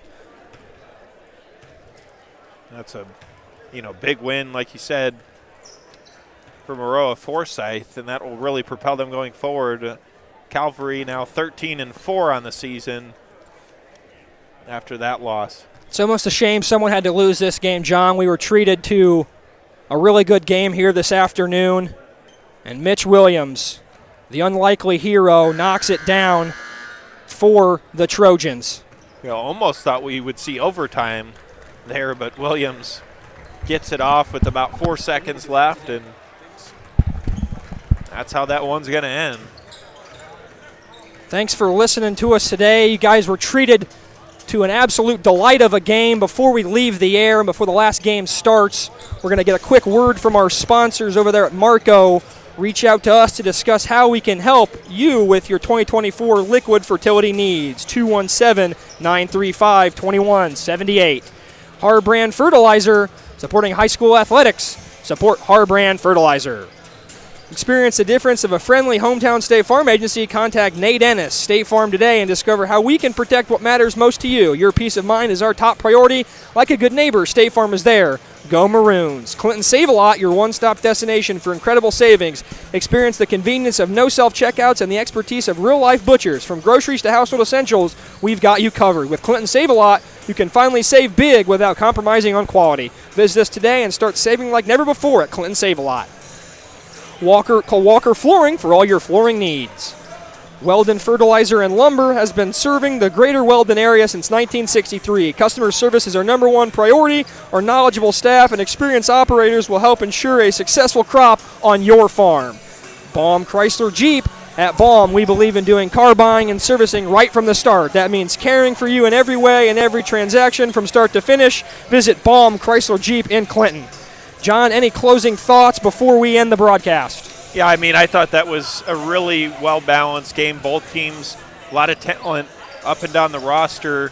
Very impressed with Connor Brown for Springfield Calvary, as well as Joshua Long and their other weapons on that team. And can't say enough about Zane Giles in that game, as well as Mitch Williams down the stretch ultimately, which gave them that victory. Absolutely. Clutch shooting from Maroa-Forsyth down the stretch gets them the victory. As that concludes our broadcast from Maroa-Forsyth and Calvary. We'll be right back for the 6:30 game here in Clinton on ClutchSportsIL.com.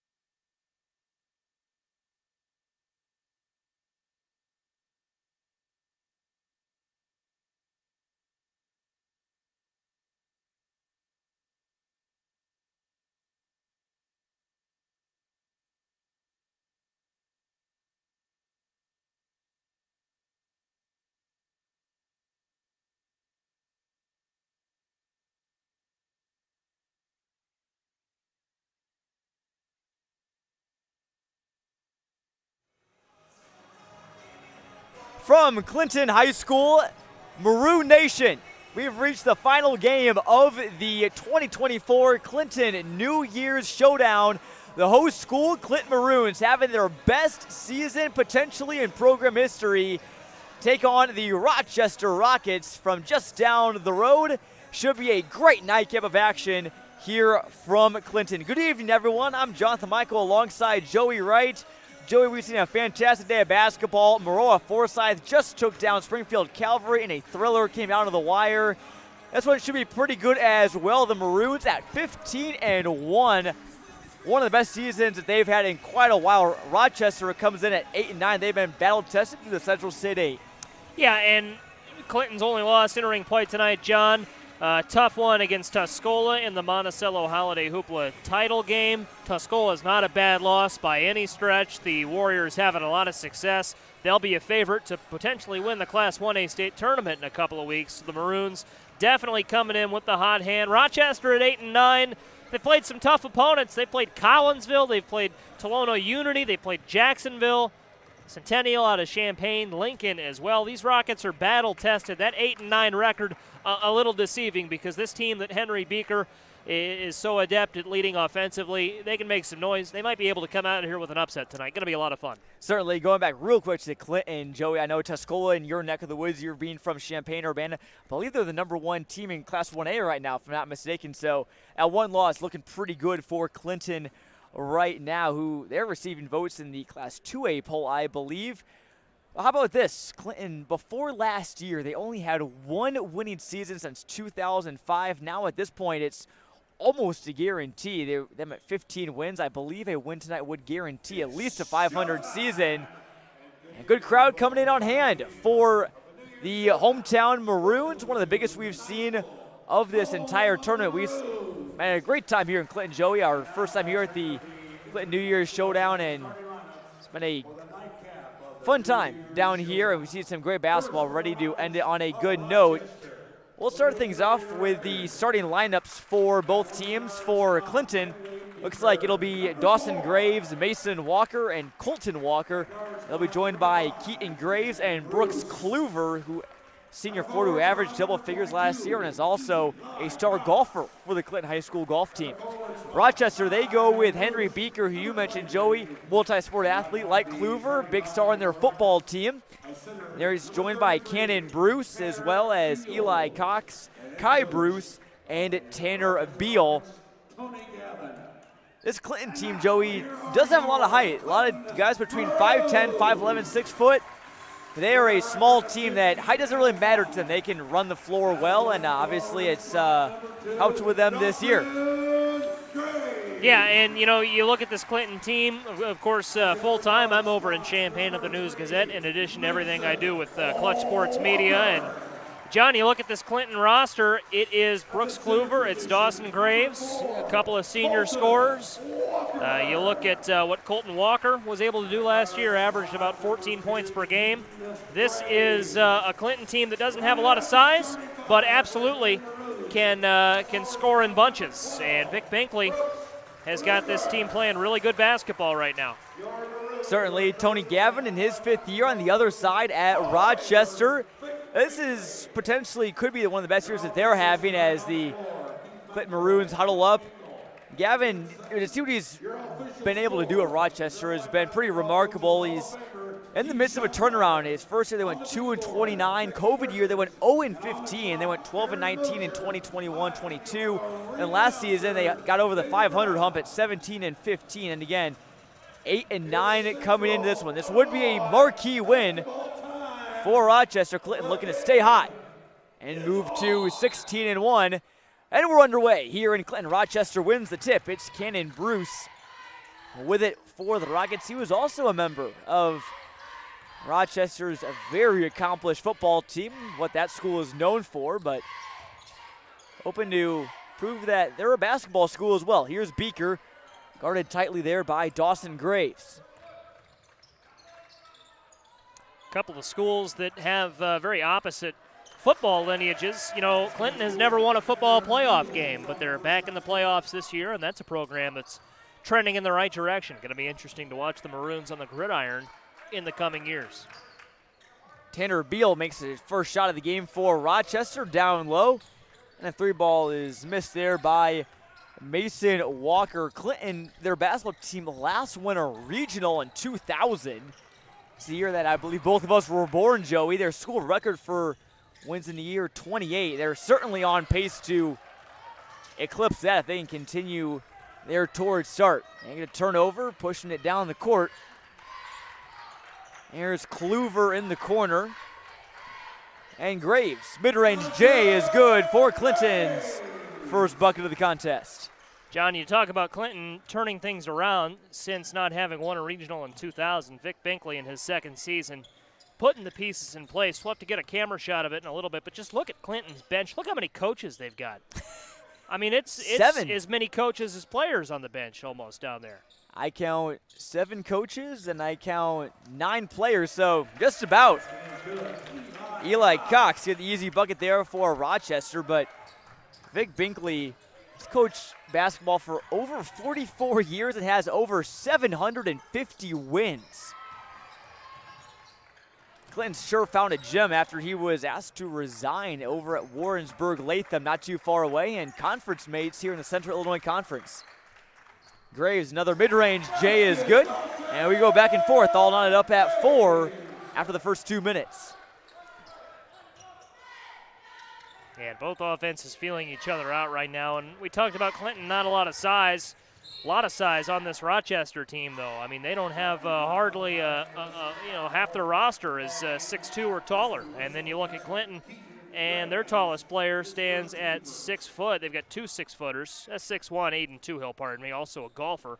And then a pair of 6-footers, Brock Newberry and Colton Walker. But we've seen it time and time again. You don't need height to win a lot of ball games. You just have to play to your strengths, and you've got to play really well along the perimeter more often than not. Height helps, but it's not everything, as Maroon's going to bucket in transition.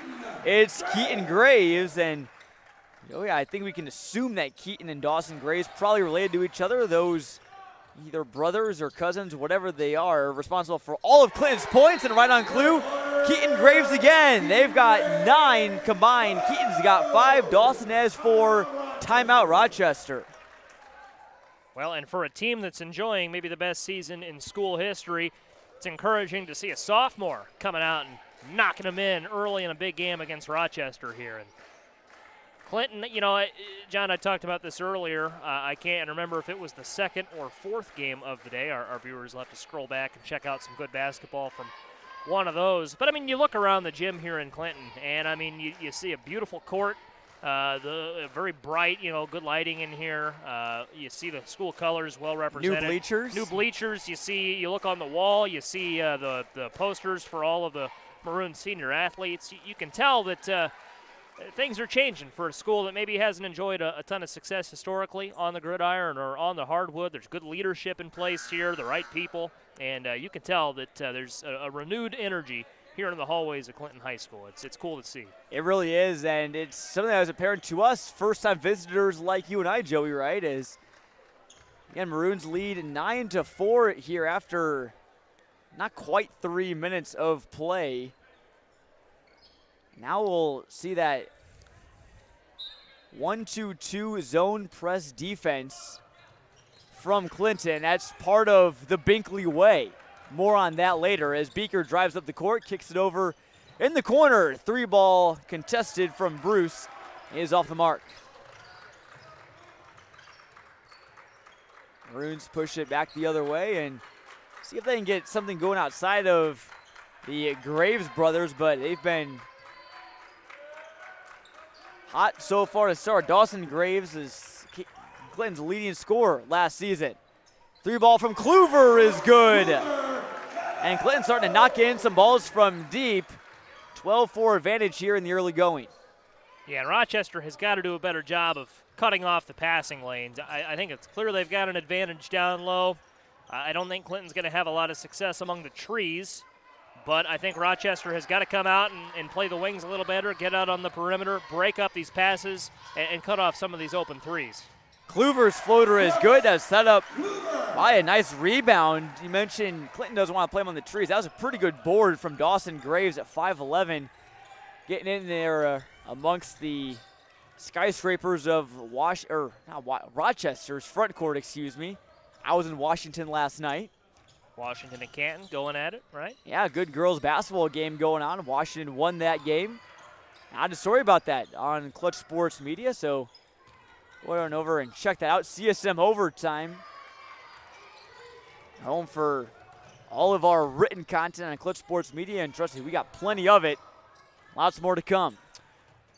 Not to go too far off the beaten path, but Washington spoiled a story on what could have been a good story on the Canton Little Giants girls basketball team off to a hot start, and they'll get their time in the spotlight. But it's such a rich basketball scene here in Illinois, and Clinton's girls team not off to a terrible start. They brought a lot back from last year. Don't know, admittedly, a ton about Rochester's girls team, but watch out for Clinton's girls basketball team down the stretch here too. Certainly is. Rochester feeds the post. To your point, Joey, I actually did include a little bit about Canton in that. I didn't want to forget the Little Giants. They're having a good year at 15-5, so I figured, talk to the head coach and talk with some of their players. Why not? They've certainly earned it despite the loss they took to state-ranked Washington. Back to the action here. Floater is off the mark there from Henry Beaker. He leads the team with 11.3 points per game. But Brooks Kluver is starting to heat up for Clinton. He's got 7. Just like that, Joey, it's a 16-4 advantage after Rochester got the first bucket of the game. Yeah, and Rochester's offense just unable to really find a rhythm here. That'll change. That's Eli Cox with a floater. He averages nearly about 10 a game for the Rockets, to go with about 4.5 boards.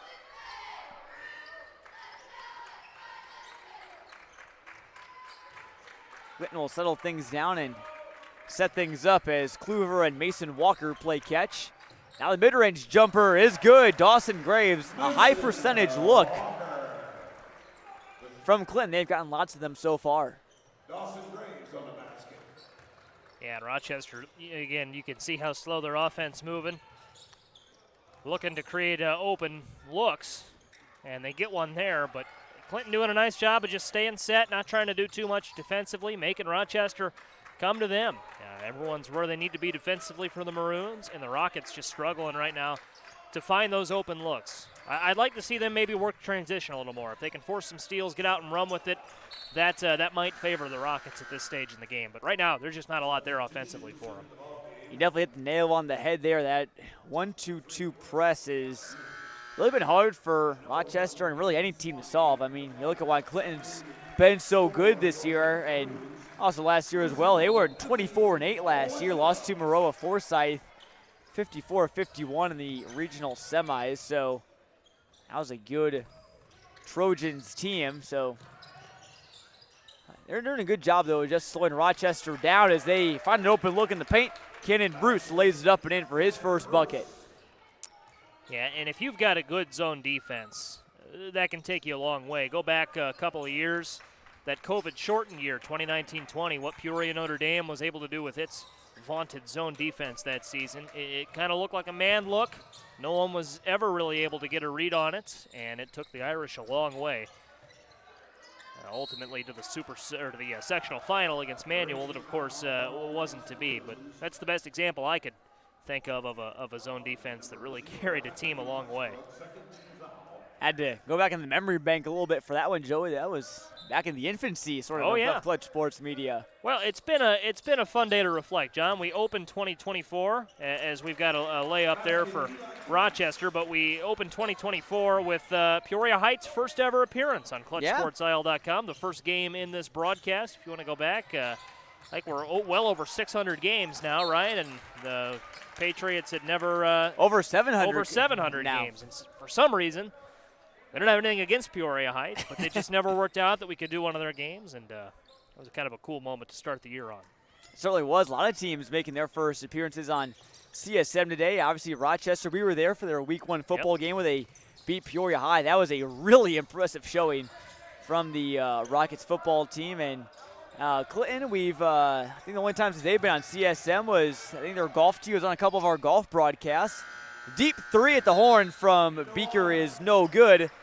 That's where we're in the first quarter. Rockets get it to single digits. It's 18-10.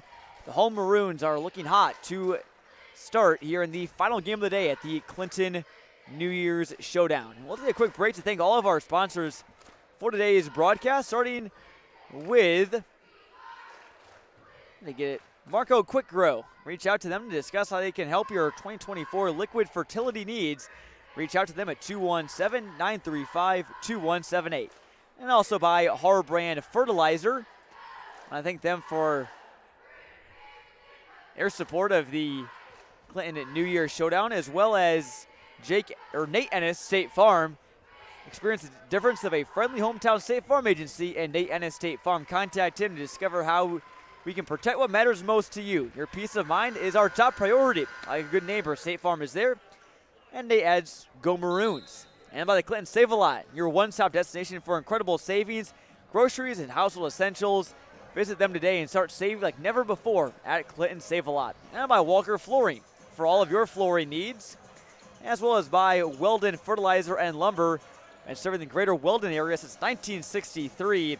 Their knowledgeable staff and operators will help ensure a successful crop for your farm. And real quick, by Baum Chrysler Jeep, right here in Clinton as well. Customer service, their top priority. Rochester's top priority in the second quarter, trying to just get some more buckets, get down low in the paint, Joey. They found some success down near the paint, using that height to their advantage. Jump shots, not quite there yet so far, but we'll see with the second quarter and more have in store. Yeah, and a lot of success working the high-low for Rochester. Maybe not a lot of success so far, but it's been a successful look as if they can spread that Clinton defense out just a little bit and open up a gap for someone to cut down low. Eli Cox, I think, got loose on one of those not too long ago. That's going to be a travel there on Clinton. Good defense. Not quite sure, didn't catch the number of who that was, but forced to stop and see what the Rockets can do. They can cut it to 5. I mentioned Cox. Leads the team with 6. As Beaker crosses the timeline, swings it over to Nate Swaney into the game. His 3 ball is off the mark, but Cox there for the offensive board. From the corner, here's Bruce, just a bit short. Tapped around, and it'll stay with Rochester. Good test for Tony Gavin's Rochester team here, John. In an early, facing an early deficit against a really good Clinton team. It's a young Rochester team. They've got some seniors. Watch out, here is Walker. He's going to lay it in for Clinton. But Rochester is a young team that's got some seniors, but Kai Bruce, Tanner Beal, both sophomores, and this is a Rochester team rebuilding a little bit after losing 4 of its top 6 scorers from last season. So good opportunity for some of those younger guys, Kai and Tanner, to get some meaningful reps here in kind of a real situation against a real good team. Certainly has, and again, that tough schedule is really toughened them up so far.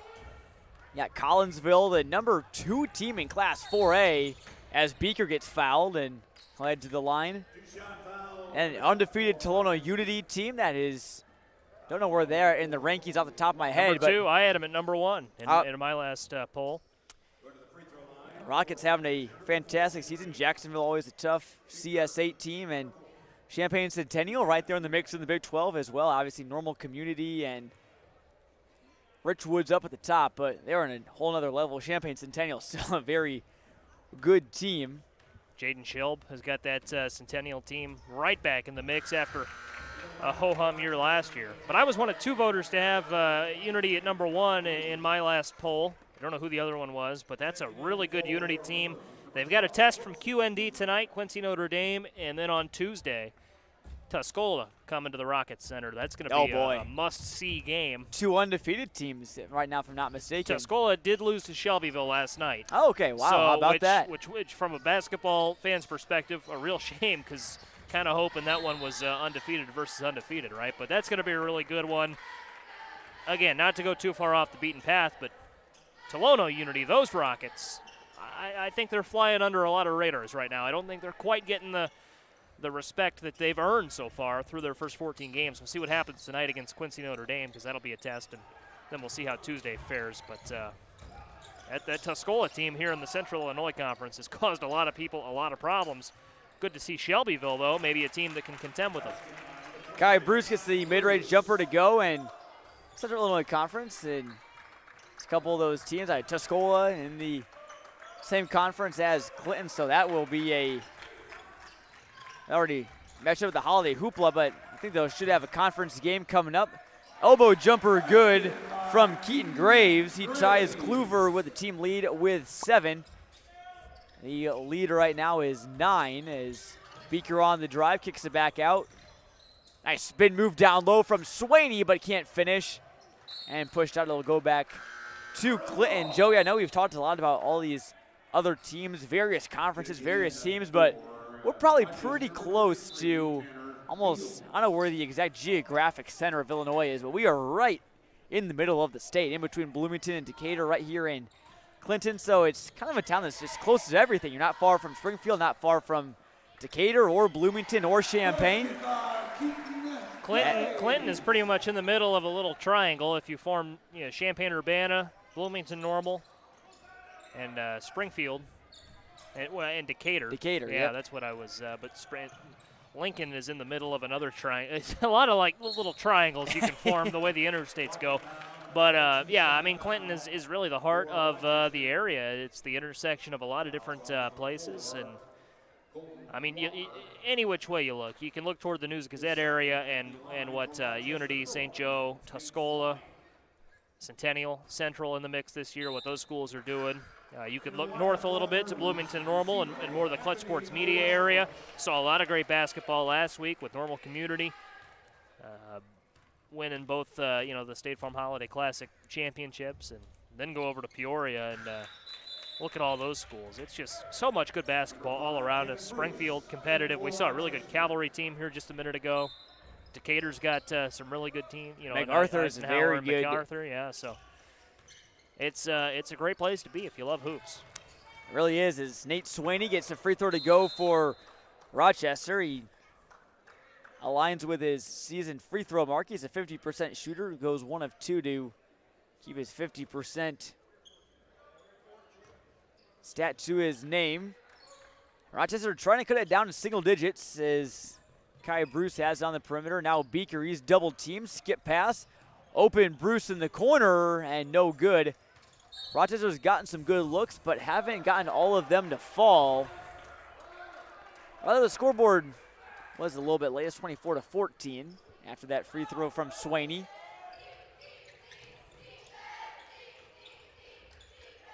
Rochester is, Team Joey has won 4 in a row. They're really hitting their stride now as Danny Dyer, the senior guard, will head to the line, drew some contact there. Rochester has been able to score a lot on this winning streak. They've scored at least 56 in all of those 4 games. Haven't allowed more than 56 in that same span, so I think that might be the magic number to beat tonight. Well, and you're right. MacArthur is the much better team than Eisenhower this season. Eisenhower's 5-9, and MacArthur's 13-2. But that Eisenhower win for Rochester last night, a quality win, no doubt about it. You weren't sure where I was going with that. I was gonna say I'm talking about Rochester's win streak, and Joey just goes, "I'm gonna go on down to Decatur." Eisenhower, the most recent win in that streak, 54-51 last night.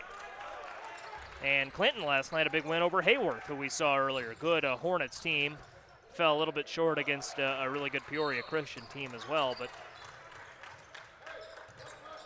the action's gotten better as the day has gone along. The Peoria Christian Heyworth game certainly go worth a watch. Malachi Persinger, if you haven't watched him play basketball, he is an absolute treat. Trey Brickner as well, knocked down a lot of threes for the Chargers. And Heyworth They fought all game long, and that Maroa-Forsyth Springfield Calvary game was a thriller as well. It came down in the final minute. As here's Beaker in between the circles, feeds Eli Cox, who's been busy today.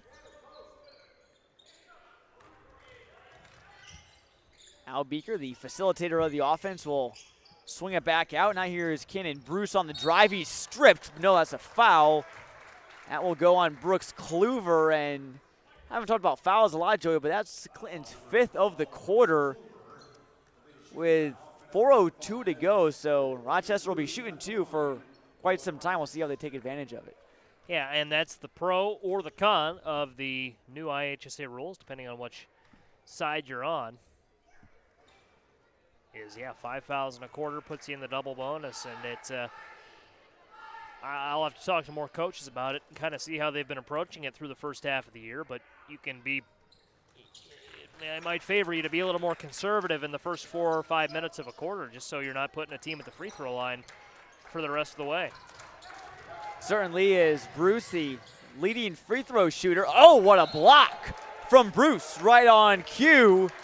An absolute stuff near the rim from the 6'2 forward. He's our leading free throw shooter at 74% and goes 2 for 2 and then gets the big block on the other end. Rochester slowly gaining some momentum here at the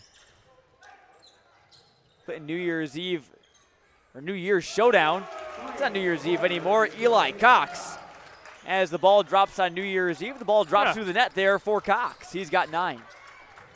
Well, and John, crazy to think it was but 1 week ago, exactly 1 week ago, we were at Chirk Center wrapping up the State Farm Holiday Classic. Feels like a lot longer than a week ago. It does. And it feels like yesterday, too, to some extent. But I will say, the last time you and I were behind the mic and Noah Powell was behind the camera, it was a magical combination. Sports Center top That play. was. Yeah, that 70-foot buzzer beater from Pecatonic goes Cooper Hoffman. Sports Center #1 top play. Cool moment for sure. Go check out our Twitter to go see that shot. As Tanner Beal says, check out this shot. Much shorter than 70 feet, but still 2 points. And Rochester, all of a sudden, Joey, just a 3-point deficit. Clinton needs to get something going, and they do. Dawson Graves, the mid-range jumper. Clinton's really showing a nice touch, nice revival of the mid-range jumper, one of my favorites. Yeah, and I mean, I think you'll see that in the coming years. You know, teams who defend the paint, they defend the perimeter, they leave that mid-range area pretty wide open. And if you practice that and find that touch, I mean, those are easy points. They definitely are. As basketball at a lot of levels, as Bruce's 3 is no good. You mentioned, Joey, it's becoming a lot of, at least in the NBA, it's almost exclusively layups and three-pointers. Hardly see any mid-ranges, as three-pointer on the way from Walker is no good. But Clinton gets the offensive board. Slow things down. Dalton Bell, number 23, into the game for the Maroons. He's a 5'10 junior. And from the free throw line, another mid-range is no good from Graves, one of his first misses. As Beaker almost unloaded a football pass on the field. On the court, I should say. Well, to tie, Eli Cox sinks it. He's got 12. Well, that makes it 26-24, excuse me. I thought we were all tied up at 24, but here's to extend Clinton's lead. Walker's 3 ball, no good, but Eli Cox has already exceeded his season average of 9.4 with 12 here in the first half. John, I do want to go back and finish my thought. That gibberish you heard, I just lost my my balance there, but not a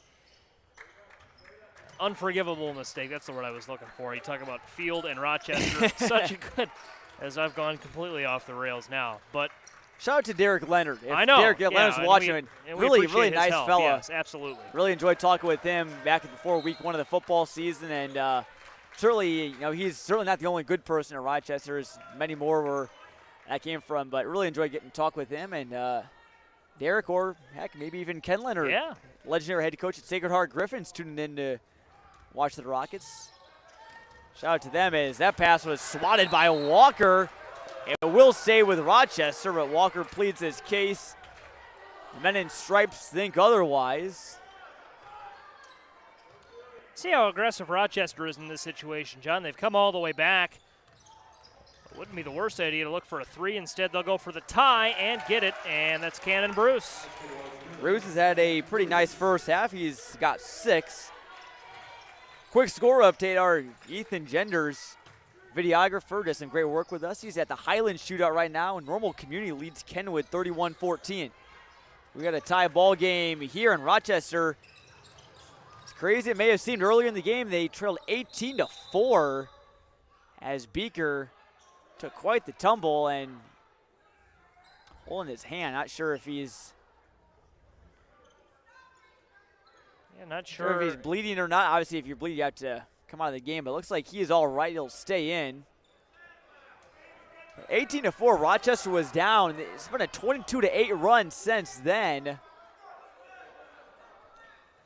I think the appeal is that he has to come out because they stopped play for him. Beaker said, "I'm okay. You didn't have to stop play for me." And he plays on. John, way too long here for Rochester to hold for the final shot, but they've been really having success getting it down low. Let's see if they go look for the low post again. Oh, nice move from Beaker. Eli Cox has been busy down low, and Beaker is just an athlete. He's a competitor for sure. Tie up there. It will stay with Rochester.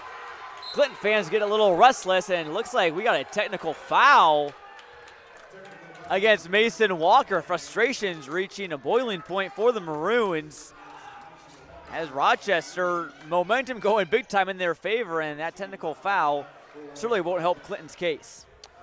Not at all, and what a comeback here for Rochester. I know we've got plenty of time left to play, and you don't want to put too much stock into an early deficit, but it's what you like. They were down 14-4 at one point, and they've come all the way back, and I did not see, John, what the technical foul was assessed for.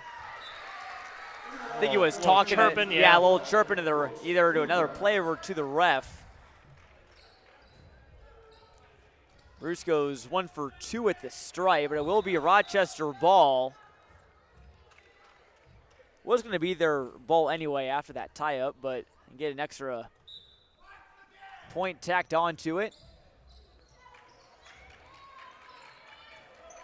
A lot of Clinton fans here in attendance watching their Maroons, and like we said earlier at the top of the broadcast, having one of their best seasons in program history. Could be the best season in program history if they can continue this. Here's Beaker on the drive. He's fouled by Kluver. And Rochester will head to the line for 2 more, being in the bonus. Well, the good news for Clinton is here that they'll have a chance to hold for the last shot. I'd like to see in the second half Clinton get the crowd into a little more, John. I'm not hearing a lot from this Clinton crowd other than chirping at the officials. So, and Clinton has not had a lot to cheer for here in the second quarter as Rochester has kind of started to control the pace, and they're finding the looks they want. And could use a big buzzer beater potentially. We saw that in one of the previous games. Give Seneca lots of momentum. Kluver has to get it off. He does, and it's too strong. That'll do it for the first half of action. Rochester is up on 15-1. Clinton 28-26. What a first half comeback from the Rockets out of the Central State 8 Conference. Plenty of work left to do, but really admirable effort from Rochester, who didn't lay down and roll over after going down 18-4 in the early going. Yeah, no, absolutely. And where it really flipped for Rochester was they, I think, started to work the paint a little more. They started to use that size to their advantage, started to go low and get the job done. It looked early on like they were struggling to move the ball and get those passes off, but Tony Gavin made the right adjustments, and here we are. Got a good one going into the second half. Second half should be a doozy. Don't go anywhere, but first I want to thank all of our great sponsors that help make this great day, great broadcasting, great tournament possible, starting with Marco Quick Grow. Reach out to them to discuss how we can help with your 2024 liquid fertility needs. Marco NPK Inc. Reach them at 217-935-2178. And also by Harbrand Fertilizer as well. They're proud to support this great tournament down here in Clinton, as well as Nate Ennis State Farm. Experience the difference of a friendly hometown State Farm agency. Contact Nate Ennis State Farm today and discover how we can protect what matters most to you. Your peace of mind is our top priority. Like a good neighbor, State Farm is there, and Nate says, go Maroons. And Clinton Save-A-Lot, your one-stop destination for incredible savings. Experience the convenience of no self-checkouts and the expertise of real live butchers. From groceries to household essentials, we've got you covered with Clinton Save-A-Lot. You can finally save big without compromising on quality. Visit us today and start saving like never before at Clinton Save-A-Lot. Walker Flooring, for all of your flooring needs, give them a call, 217-202-9262 there on your screen. And by Weldon Fertilizer and Lumber. They've been serving the greater Weldon area since 1963. Customer service is our #1 priority, and our knowledgeable staff and experienced operators will help ensure a successful crop for your farm. Also by Baum Chrysler and Jeep, we believe in doing car buying, and servicing right from the start. That means caring for you in every way and every transaction from start to finish. Visit Baum Chrysler Jeep in Clinton. We'll step aside for a quick break here at halftime. Come back in about 5 or 6 minutes or so for the final half of action here from the Clinton New Year's Eve Showdown. Hometown Maroons trail Rochester 20-26. Stay tuned for the second half coming up on Clutch Sports Media.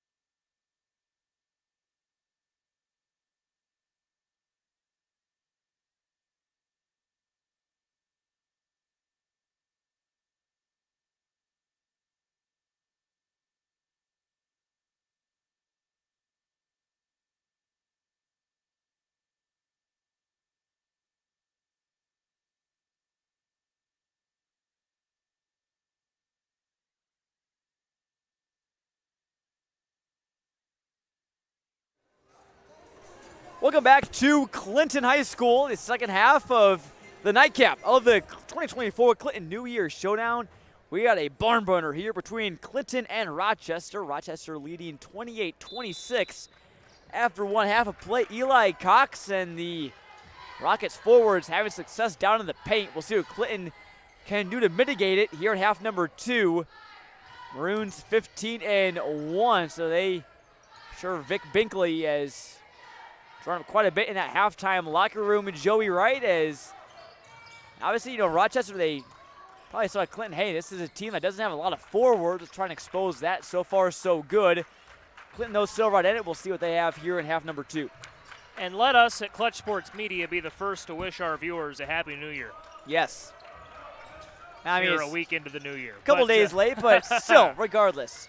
Hey, real quick as we settle into the second half, a score update. Michael Savoy, appreciate his hard work all day long, tells us that Beecher has defeated Peoria Notre Dame 43-40 tonight. So that's a 2A game with some implications. Certainly P&D now in Class 2A where Clinton plays it. I believe Rochester, is 3A. I have to double check where they are, but we're kind of on the 2A, 3A border. Notre Dame is put them in Class 2A. They're probably going to make a run, but a tough loss for them against Beecher. Is still looking for our first basket here. The second half is here's Cannon Bruce. Baseline pass. Nice balancing act from Beecher. Walking the tightrope in the corner. Shot fake from Kai Bruce, and the mid-range jumper is off the mark. And we're going to foul. I think that may go on Cannon Bruce. The good news in 2A is that you'd think Peoria Notre Dame and Manual would have to play each other early.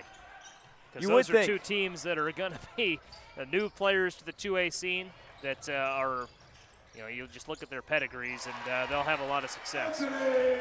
They certainly will. Anthony Westbrooks has success on that little high arcing floater as his first bucket of the game. Westbrooks, a junior for this Clinton squad.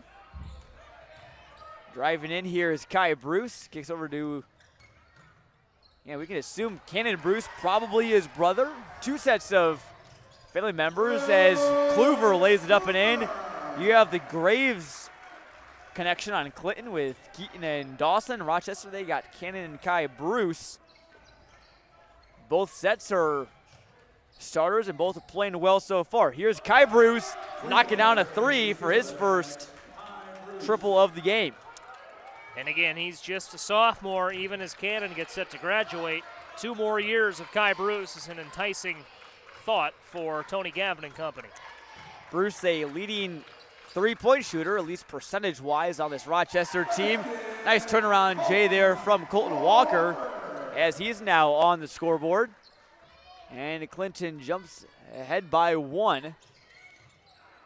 Pass nearly taken away there by Kluver. We'll see what that Clinton press brings, if they'll stick with it or try something new. Hitting back iron there on the 3 was Cox. Now Beaker's 3 is an air ball, and it'll go back to the Maroons, but it was a lethargic pace from Rochester to start that game. That press that Clinton brought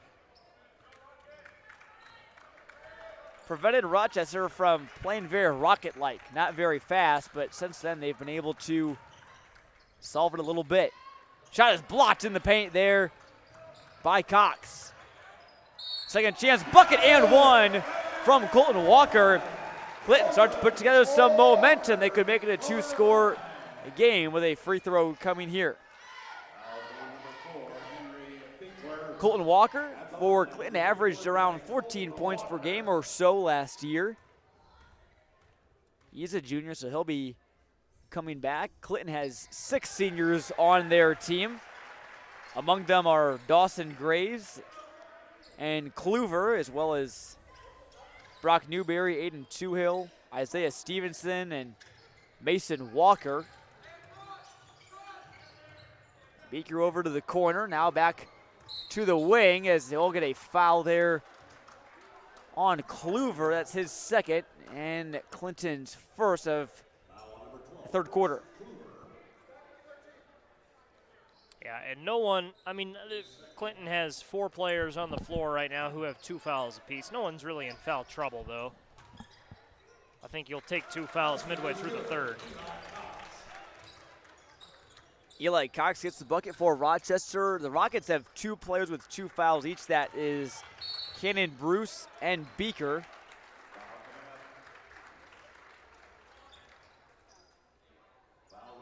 And as we say that, Tanner Beal picks up his first foul. And Beal, just a sophomore, standing at 6'4". Rochester, some of their big wins this year is Clinton drives in the paint. Shot from Westbrook's no good. Some of their key wins include Marion, Galesburg, and Newton. Newton having a pretty good season this year. 3-ball on the way, no good from Cox. He's been hot tonight, a rare miss for him. But the offensive board results in not a bucket from Bruce. Yeah, and I think in the second half of the year, the Rockets will really be a factor in the Central State 8. They'll have a chance to play a number of good teams. And the Central State 8, I feel like kind of up for grabs this year, right? I mean, Sacred Heart Griffin has kind of fallen back to earth after a great stretch the last 2 years.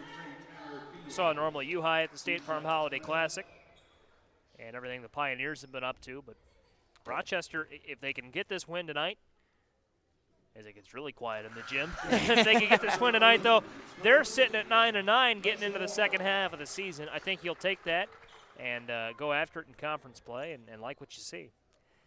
Big stretch coming up here for Rochester. Some important games. Springfield, Lanphier up next. That's the Lions team. They're always. Is that at home or? It is at home at Rochester. It's a beautiful new facility. Not new facility, yes, but new upgrades to the Lions facility. Yeah, I saw pictures of that on Twitter. Really nice place. Now over at Lanphier, as Bruce's shot no good. Then they host Sacred Heart Griffin. They host Jacksonville. So a little bit, some home cooking coming up for the Rockets. Then they host Maroa-Forsyth. I'm starting to wonder, unless there's any typos, I'm looking at their Max Press page right now. Looks like 8 straight home games coming up for Rochester, all the way from now until February 2nd at MacArthur. Meanwhile, Brooks Kluver drains a big 3 for Clinton. They're back up ahead, but now by 6. Nice rebound from the Maroons here in quarter number 3.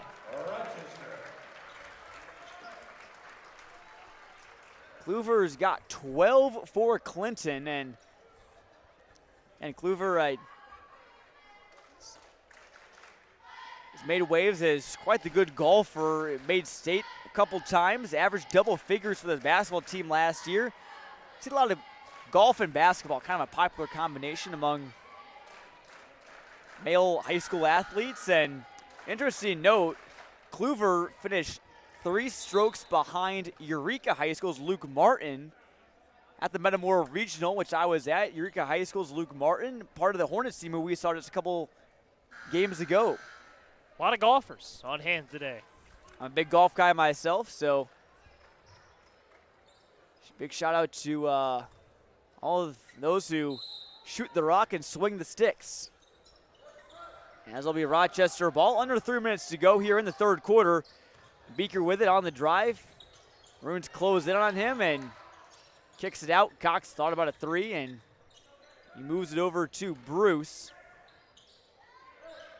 Good on-ball defense there from Mason Walker. As Beaker finds Cannon Bruce down there in the paint. No shot. Foul against Eli Cox. It'll be Clinton's second of the quarter, so no bonus yet for Rochester. You wonder if Bruce should have gone up with that down there. Looks like maybe a bit too unselfish there on that play.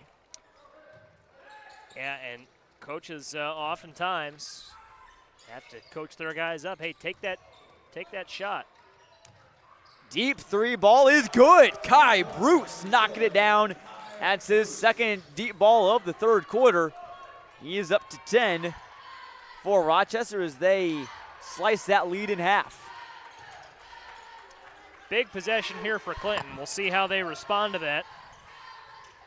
Oh, 3 ball is blocked by Beaker. Here comes Rochester, 2-on-2 break. Beaker gets it up past Kluver, who tried to block it. That's not an easy play, Joey, finishing that in transition with a guy like Brooks Kluver breathing down your neck. Well, hey, when we saw Rochester go on a little bit of a run before halftime, the Maroons were lucky enough to have halftime to kind of quell that run and maybe stop Rochester before they really got hot. Now Rochester, they've got 90 seconds to try and tack on as many points as they can here. And that quarter break much shorter than halftime. Lob up to Kluver. Nice job by Clinton and great execution. Kluver at 5'11", maybe not going to get up there for the dunk, but certainly had enough ups to catch it in midair and definitely lay it in. Restore Clinton's 3-point lead. That's what Clinton needed. 3-ball in the corner to tie is no good from Bruce. Rochester will get a second chance. Nice ball movement here from the Rockets. Beaker. I thought he wanted that one. I thought he did too, as they're going to wave off the shot attempt. That was Brooks Gavin down there in the post. Possibly could be the son of Tony Gavin, head coach for Rochester in his 5th year. Looking for win number 40 of his career. Nice feed down low to Beaker. Out to Gavin. 3-ball to tie it up is too long. Great hustle there from Gavin to tip it and keep it with Rochester. A little shaken up there was Kai Bruce. He's favoring that left ankle a little bit, but looks like he's good enough to stay in the game for right now. Yeah, and that was also a tough sequence for Eli Cox. Looked like he took a little bit of a spill. And that's what I meant. Yeah, Eli Cox, excuse me. Oh, you're good. Fortunately for the Rockets' sake, it's only one of them, and not both of them. Although and he is going to come out of the game. You never want to see anyone come up a little lame there, and you hope that Eli is maybe get him some tape or some ice and get him back. Doesn't look to be in too much pain. Yeah, John, it looked like he just kind of came up and got rolled up on somebody. There, everyone was going for the rebound down there, and that is a tough player to lose. 9.4 points per game, about 4.5 rebounds, assist and a half per game entering tonight. Eli Cox, big part of that Rochester attack. And he's just a freshman as well. The first free throw is sunk by Dawson Graves. A good shooter as well, shoots 43% from the field, 34% from behind the arc, and 72% from the line. That is a fantastic baseline to start your high school career with, as Tanner Beal recently into the game for Cox gets a blocked shot. Jump ball and possession arrow will stay with Clinton. They've since came back and outscored Rochester 16-10 here in this third quarter. And Graves got hacked on the way up, I think, by Nate Swaney. 5 fouls, and make that now 6 on the Rockets here in quarter number 3.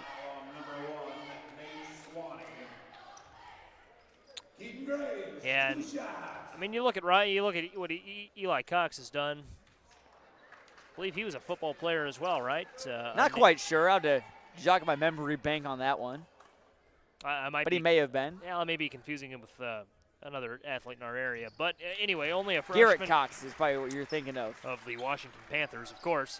But Eli Cox, only a freshman. I mean, that's such an encouraging sign, again, not to beat a dead horse, but for Rochester, going into next season, of the players we've seen tonight, you only really lose Henry Beaker and Cannon Bruce. Here's a turnover, and a layup is good on the other end from Mason Walker. Big swing of momentum in Clinton's direction. They get another turnover, but Rochester gets it back. I'll have less than 10 to shoot. Rockets could really use a bucket here as Clinton came up big down the stretch. Tough jumper on the way from Gavin is off the mark, and Clinton, big third quarter, and the Maroons showing why they have had such a good season. They bounce back and lead by 7. One more quarter to go here in Clinton. The Maroons lead 45-38, and with that, I want to thank all of our great sponsors for today's broadcast, starting with Marco. Reach out to them to discuss how they can help with your 2024 liquid fertility needs. Reach out to Marco Quickgrow at 217-935-2178. Buy Hardbrand Fertilizer as well. Proud to support the Clinton New Year's Showdown, as well as State Farm. Experience the difference of a friendly hometown State Farm agency. And for Clinton, that's Nate Ennis. Like a good neighbor, State Farm is there. And also by Clinton Save-A-Lot, your one-stop destination for incredible savings. Experience the convenience of no self-checkouts and the expertise of real live butchers. From groceries to household essentials, we've got you covered. And finally save big without compromising on quality. Visit Clinton Save-A-Lot today. And also by Walker Flooring. Reach out to them at 217-202-9262 for all of your flooring needs. And also to Weldon Fertilizer and Lumber. They've been serving the greater Weldon area since 1963. And by Baum Chrysler and Jeep. They believe in doing carbine and servicing right from the start. Fourth quarter has arrived in Clinton. And cap off what's been a fantastic day of basketball. We started at around 11 a.m. with normal Calvary Christian and Peoria Heights, and 6 games later, here we are. And some fantastic basketball, some good games. Again, you can go back and watch all these games. We'll have this stream of all the games up on demand on our YouTube page. Beaker's jumper is good. That's the right start for Rochester here in this final frame. John, I think this one's going to come down to the last couple of possessions. I really do. I just don't see either one of these two teams pulling away. I don't think so either. May have a repeat of Maroa-Forsyth and Springfield Calvary. That last game, Maroa-Forsyth won 54-52. Got a nice bucket in the final seconds. Here's a 3-ball on the way, and got it. That was Mason Walker. He's got 7. Balanced attack here for the Maroons, Joey. 5 players with at least 5 points. That'll stretch the lead to 8. Either way, Euro stepping is Swaney, and he's fouled. I think if you're Rochester, Joey, you just try to pound the paint as much as possible, try and draw some fouls and get the bonus as soon as you can. Yeah, that's not a bad idea. I mean, especially with that rule change, 5 fouls, double bonus. That can't hurt, and now you've got a situation where for Clinton, you've got Colton Walker with 3 fouls, and you've got Brooks Kluver with 3 fouls, pardon me. And especially Kluver, I think if you can attack him and get to the line in the process, I think that's a win-win. Get him out of there, I think, has got to be the mentality for Rochester to some extent. Swaney goes 1 for 2, but nice offensive rebound there from Cannon Bruce. Rochester can maximize this possession with another bucket. And you never know what a team's strategy is going to be in the fourth quarter. How long will they try and play keep away? Or more so, rather, when will they start trying to play keep away? Beaker finds Bruce. Nice defense from Kluver. Right up in his grill. Beaker thought about a 3. Pass down low. And to Cox. All right. Back into the game. He's got game-high honors with 16. Rochester cuts it 48-43. Kluver cuts down the lane and 1. Big-time bucket from Brooks Kluver, and he'll get the foul call on him as well. That was Eli Cox, who is frozen in shock. Couldn't believe that they blew the whistle on that one. Yeah, and that's Cox's first foul. Good to see him back in the game, though. Kluver makes good on the free throw, so now he is the leading scorer of this one with 17. Rochester, though, still very much in it. Again, they erased an 18-4 deficit earlier on and led 28-26 at the half. Swaney wide open lane to the hoop. Defensive lapse there from the Maroons in the post. And that'll happen over the course of a game, but Vic Bickley will tell you that that can't happen. You can't leave Swaney that much space. That was so easy for him. Drive in, and bucket no good from Colton Walker. Nice rebound there from Beal, so big opportunity for Rochester to make a bit of a run. They'll feed Beal, kick it back out. Deep 3 from Cox. He had the hot hand, but not so on that attempt. Yeah, I don't hate the idea of going for 3 there. There's Beaker. Johnny on the spot. Rather, Henry on the spot, whatever you want to call it. Rochester has quickly made this a 4-point game, and Beaker gets called for the reach. How about Beaker on the spot? Beaker on the spot. I like that. That's got a nice ring to it. And that's what you'd expect from the senior leader, as we've talked about. Star on Rochester's football team. Leading scorer coming into play tonight. Leading distributor with 4.3 assists, just a leader. I mean, he's going to be the heart and soul of this Rochester comeback if they can complete it. If you could call it a comeback, they were never down that much. Certainly can, and players like Beaker, Caden Bruce, these guys are battlers. They compete. Saw it in their football season. Again, both of those players standouts for the Rockets on the ground. Oh. What a swat from Caden Bruce! Not in my kitchen, he says. John, you look at what Rochester football has done. Those multi-sport athletes who play football, absolutely can't accuse them of not being mentally tough enough to withstand a little 8-point deficit. That's nothing to these guys. And that one is off of a maroon. Rochester basketball. Great defense there from Beaker and Bruce. Beaker and Bruce on the spot. I like it. And hey, for Clinton, this is a great opportunity down the stretch here. All right, you got 5 minutes. You're 15-1. Maybe the best team in school history, right? A team that could certainly factor into that conversation in the second half of the season. You've controlled this whole game. It's your home court. Good crowd. Go finish this. This is a great test for the Maroons here. And Vic Binkley, if he can pull this off, would be his 40th win here at Clinton. It'll also be the 40th win for Tony Gavin in Rochester. So one of these coaches is going to reach that mark here at the conclusion of this one. Here's Beaker. Open lane, drives in. Another wide open layup for Rochester. Beaker's in double figures now. Defensive breakdowns from the Maroons. They lob it up to Kluver.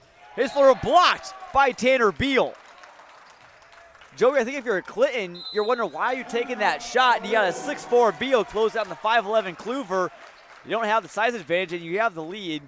Just try and work it around for a good shot. I think that's probably what Vic Binkley is going to be telling his guys here in this timeout. Yeah, it's a tough spot to be in for Clinton.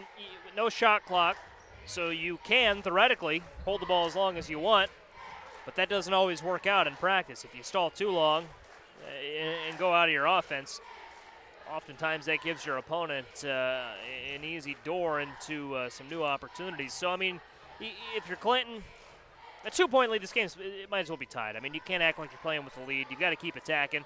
You've got to be mindful of the clock. You've got to, elongate possessions a little bit where you can. But, I mean, you've got to attack. I mean, there's no 2-point lead with 4 minutes to play. Not nearly enough time to get complacent. Got to keep going to what's working. And I think to that end, you've got to find Brooks Kluber. 17 points. You can look for the dynamic duo, Dawson Graves and Keaton Graves, the sophomores, or the senior and the sophomore, pardon me. They both have 10 apiece. Yeah, Graves. No one's really in foul trouble. Yeah, the Graves brothers got off to a good start. Since then, they've been a little bit more quiet. We'll see what they bring here in this final 4 minutes and 12 seconds. They inbound it to Colton Walker. Kicks it back out to the inbounder. Good! Mason Walker. That was good. We talk about players that are likely related. Probably about Mason and Colton Walker. Yep. That connection there. Another set of family members. Maroons lead back down to 5. That's got to feel good. But now it's cut down to 3 after the layup from Cannon Bruce. Rochester then pounded the paint. Here comes a bit of a press from Rochester. A little bit more of a diamonded 1 as opposed to Clinton's 1-2-2. Here's Mason Walker, top of the key, guarded by Beaker. Now back over to Keaton Graves. Clinton slowing things down. I'm sure Binkley told him that in the recent timeout. They go top of the key, back to Mason Walker. Neither team is in much foul trouble here. See how long Clinton tries to maintain possession.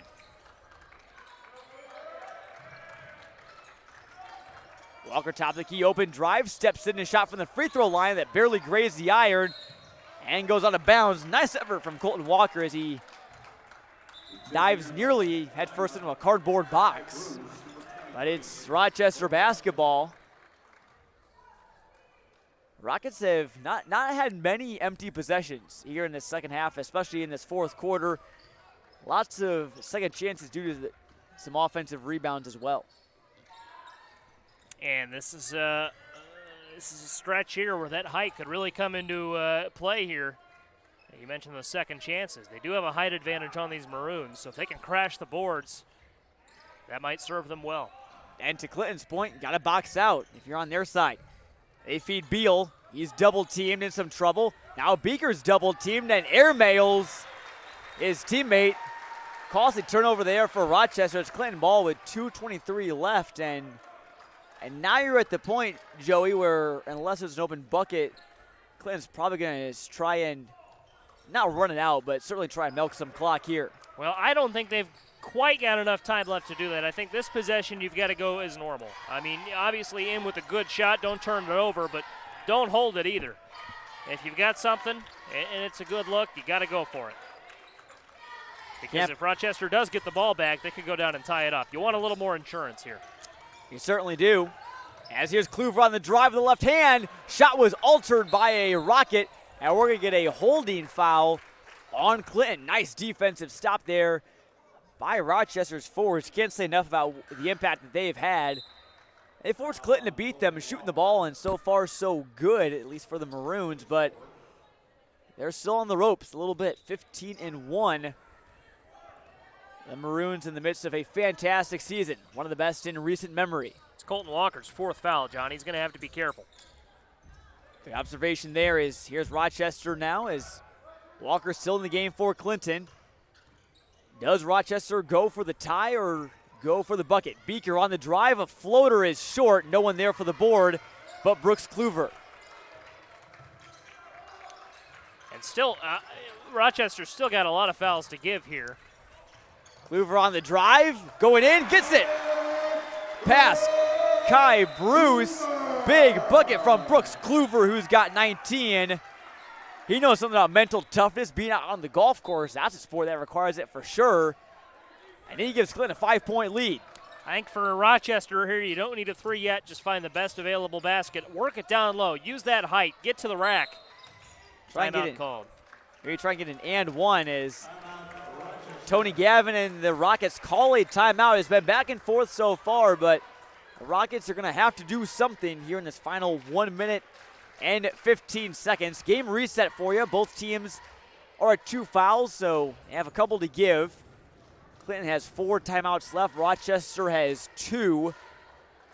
Maroons have 4 players in double figures, led by Kluver with 19 and 10 apiece from Keaton Graves, as well as Mason Walker and Dawson Graves.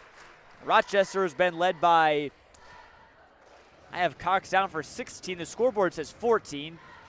Either way, a good game for the freshman forward. Beaker's got 10, and Kai Bruce has 10 as well. Big test for both of these teams. For Rochester, can you keep that winning streak going and keep on building? For Clinton, can you defend home court against a formidable opponent and overcome some adversity, because they've certainly encountered some so far today.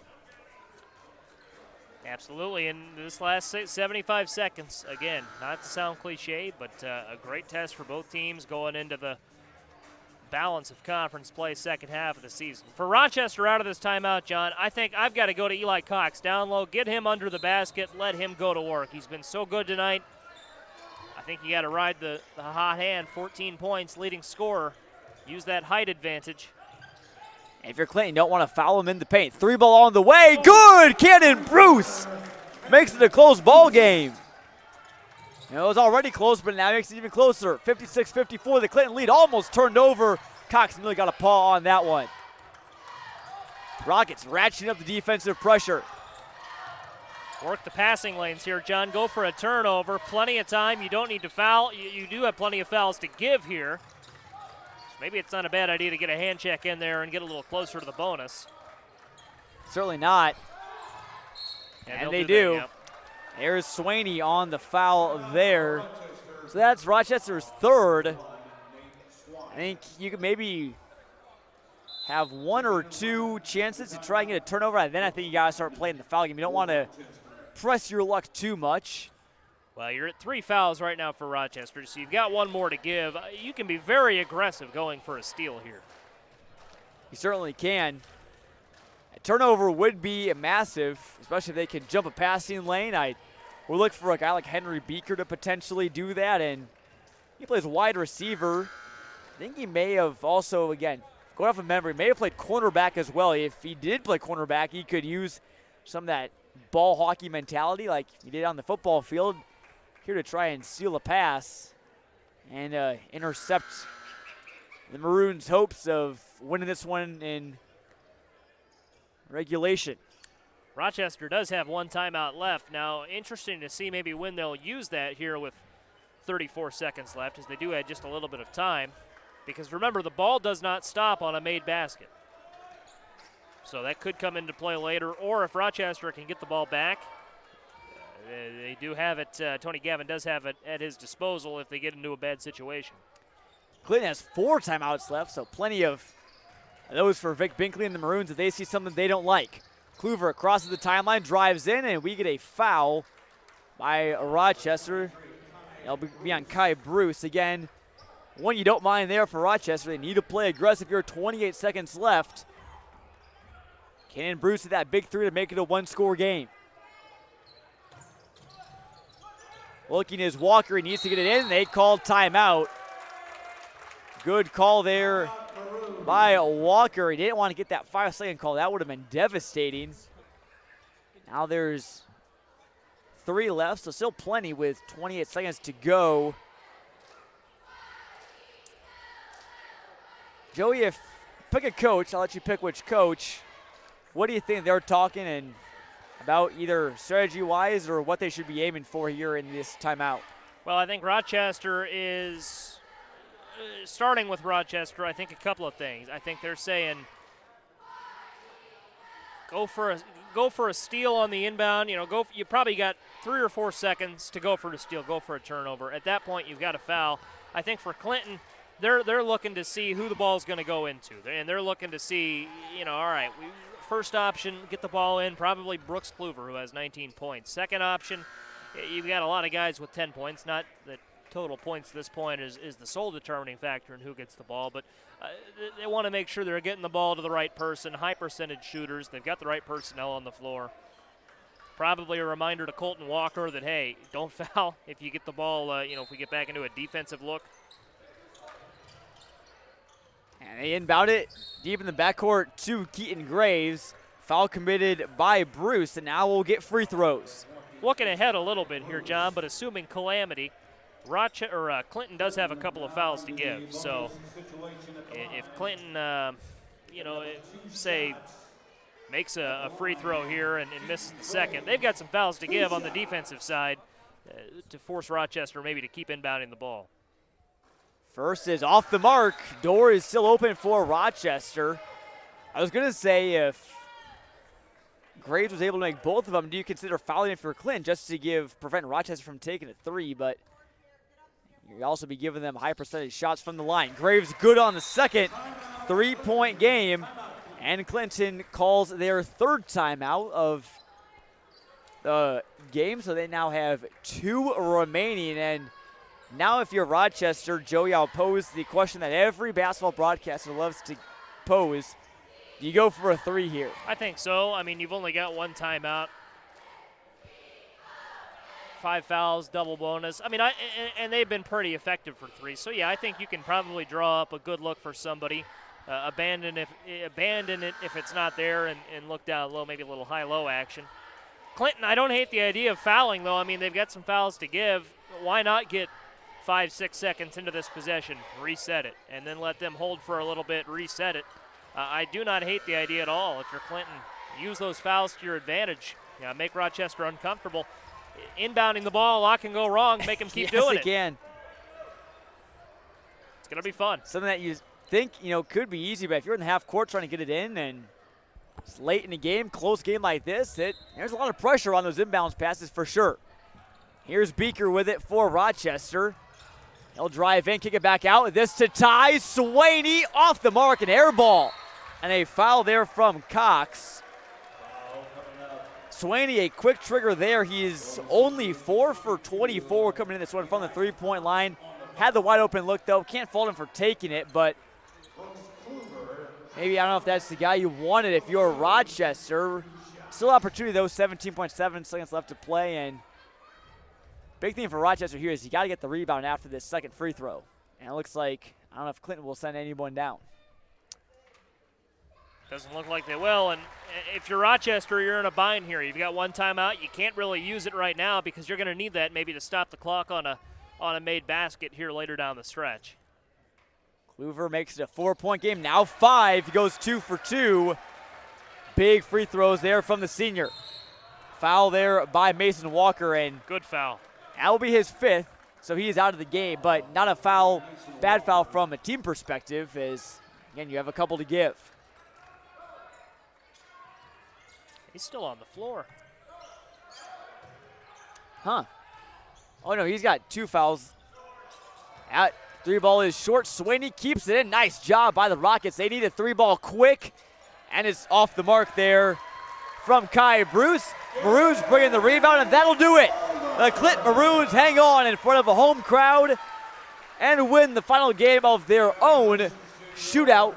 The Clinton New Year's Showdown, and they move to 16-1. Good fight from the Rochester Rockets. They fall 8-10, but really lots to be excited about from both teams. I think we saw just really high-level basketball on both sides of the coin, Joey. Oh, it was a great game, John. Absolutely. Rochester now 8-10, 2 games under 500, but they've played a really tough schedule. Clinton 16-1. Proof of that one loss to Tuscola. They might have a chance to get some revenge on those Warriors here in conference play down the stretch. And can't say enough about what Vic Binkley and these Maroons have done. Now 40-9 over the last 2 seasons, 16-1 this year. And now having seen the Maroons, I mean, they've got the Walkers, they've got the Graves, they've got Brooks Kluver. They've got so many weapons. Not a lot of hype, but they played the perimeter well. This is going to be a dangerous Clinton team down the stretch, John. I'm excited to see how far they go. Keep an eye on those Maroons in Class 2A. They received votes in their most recent poll. Don't be surprised to see them in the top 10 or potentially later in the playoffs. Not a team that you would certainly want to face. A nice effort there from Rochester as well. Real quick for all of our great sponsors, one last time here on CSM. They helped make this broadcast and also this tournament possible. Starting with Marco Quick-Grow. Discuss how they can help with your 2024 liquid fertility needs. Give them a call at 217-935-2178. And also by Harbrand Fertilizer. And also Nate Ennis, State Farm, like a good neighbor. Nate Ennis is there. He says, go Maroons. Nate, be happy to see that Clinton won here tonight. Clinton save a lot. Visit them today and start saving like never before. Walker Flooring for all of your flooring needs. 217-202-9262. Weldon Fertilizer and Lumber. And also Baum Chrysler Jeep as well. All here in the Clinton area. What a day of basketball here on Clutch Sports Media.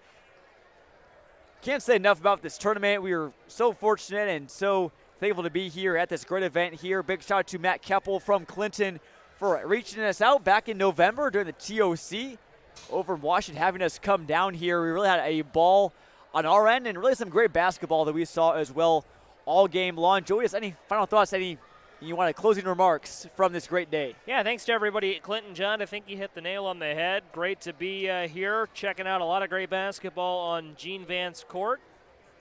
And Rochester and Clinton, a great game to book in what was 6 pretty good ones. The second half of the day, a little bit better. We saw 2 really good games to close out the day. And I think the goal here for the New Year's Showdown was to bring in 12 teams that don't always see each other and let them have some fun in some neutral circumstances, everybody but Clinton, that is. And that really proved to be the case here today. So hopefully we can come back for this next year. And again, hope all of our viewers are off to a safe and happy New Year so far.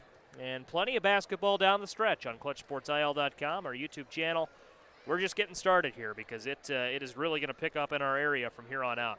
Certainly, and I want to shout out all of our basketball coverage. We'll have lots more live broadcasts back near the Peoria, Bloomington, Normal area for the most of the rest of the year, but you never know where we may go. Might have to come on back to Clinton at some point. Yeah, we may have to. Or down in the Springfield area, you never know where we can end up next. Follow us on Clutch Sports Media on Instagram. We'll have some pictures from this game, some more coverage, have photo galleries on CSM Overtime, our home for all of our written content. Subscribe today and get access to some of the most unparalleled high school sports coverage in the central Illinois area. We'll have, again, full photo galleries. You can download them. No watermark, nothing.